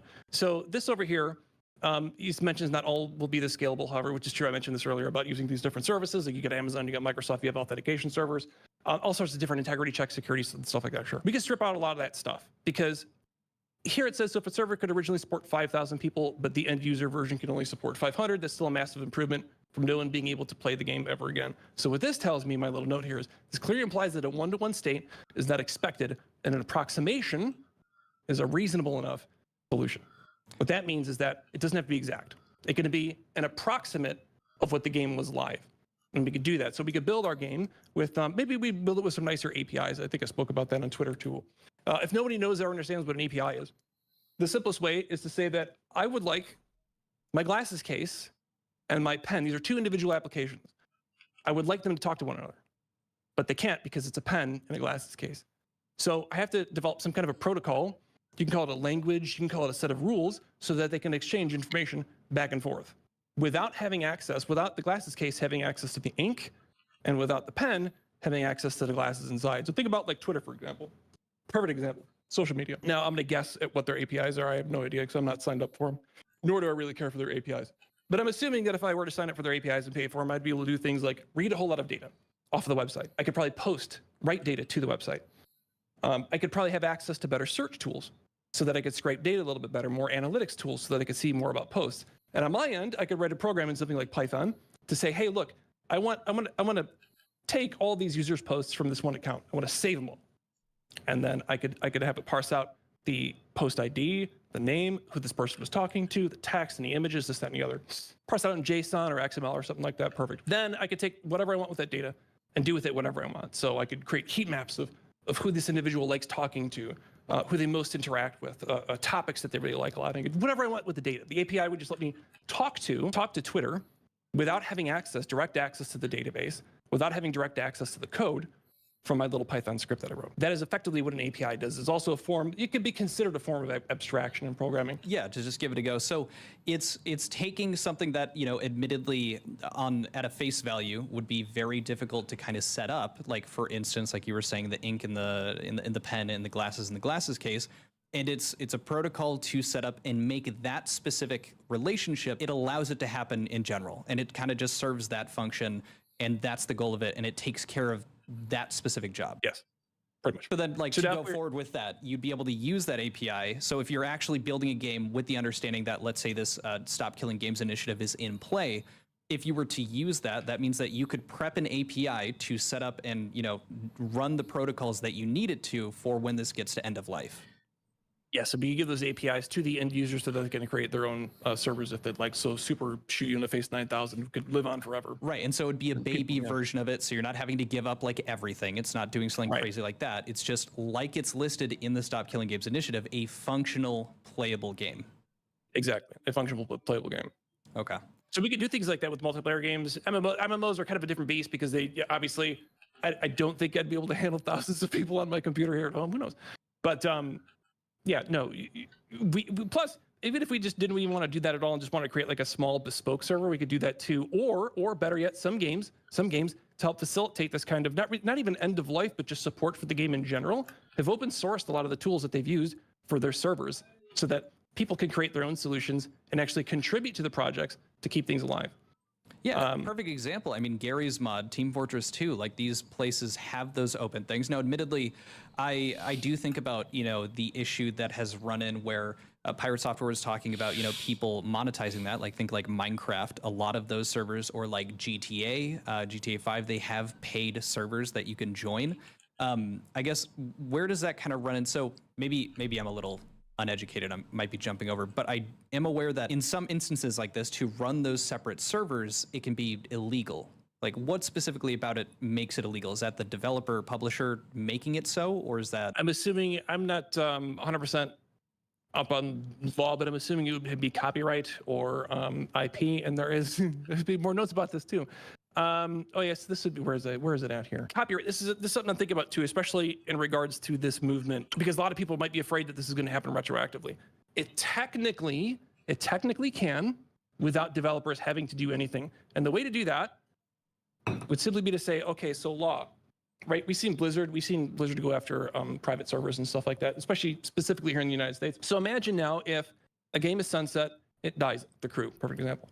And people want to bring it back. The 5 people that, you know, on the last day when they played it, they want to make their own private server. But Ubisoft's like, no, you can't, because it's our IP. We could simply ask that the law say that once when you sunset a game, and once when you sunset the services for that game, that company, that developer, that publisher cannot go after private users for making their own solutions so that they can play the game, which would mean like private servers and things like that. That we could easily apply retroactively.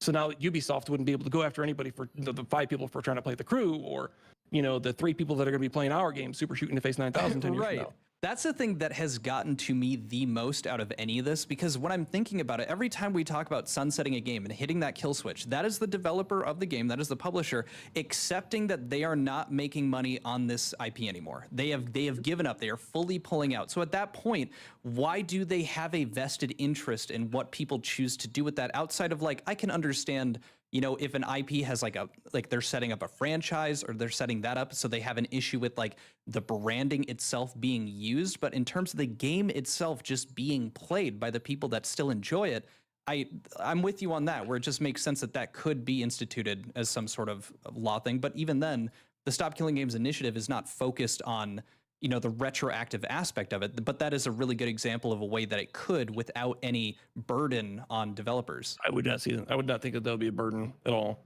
Like, if I made a game or something like that would not be a burden, because that just seems normal to me. Like, a car manufacturer is not going to be like, okay, we're shutting down your car now. It's been 3 years, the warranty's up, so you can't drive it anymore. Like, bro, it's working fine. Like, what are you doing? So also imagine this now, just the second and third order ramifications of that. If people know that they don't have the law hanging over their heads, ready to come down on them, they're going to be more inclined to work on a community solution.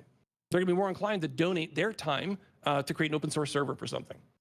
And you're going to get a lot more people together and a lot more effort. There's something coming up too. People could scan my Twitter if they want at Jake Vinny Dev. I was talking with at Jake Vinny Dev. I was talking with Proton, the Proton Mail and all those guys and stuff like that. I've been on them guys forever for a Proton Drive version of Linux that will be coming. You're welcome, everybody. My incessant memes, throwing memes at them. I guess lit a fire underneath them. But hopefully I'll be able to talk more about that. But that is also another example of the open source community coming together and just being like, hey, look, we're itching.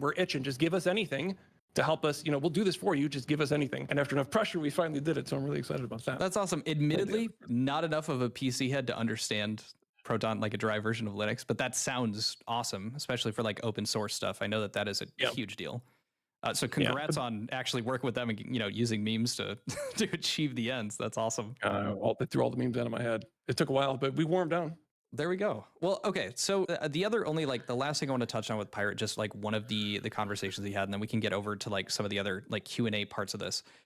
He had mentioned this scenario where people will intentionally essentially like kill a game. They'll force, through, this negativity, bots, etc. Like he referenced Team Fortress 2 doing something similar to get to a place where now they can force the initiative to essentially give them the information for free, get a server set up, and then they could monetize that server for other people that are going to be playing that game. Is this something you were familiar with? Like, had you heard about this scenario? I don't want to, have you extrapolate on it if you don't know much about it. I've heard about the scenario, but as soon as you put something out there, you run a YouTube channel, you know how it goes. As soon as you put something out there, it's a vector for attack.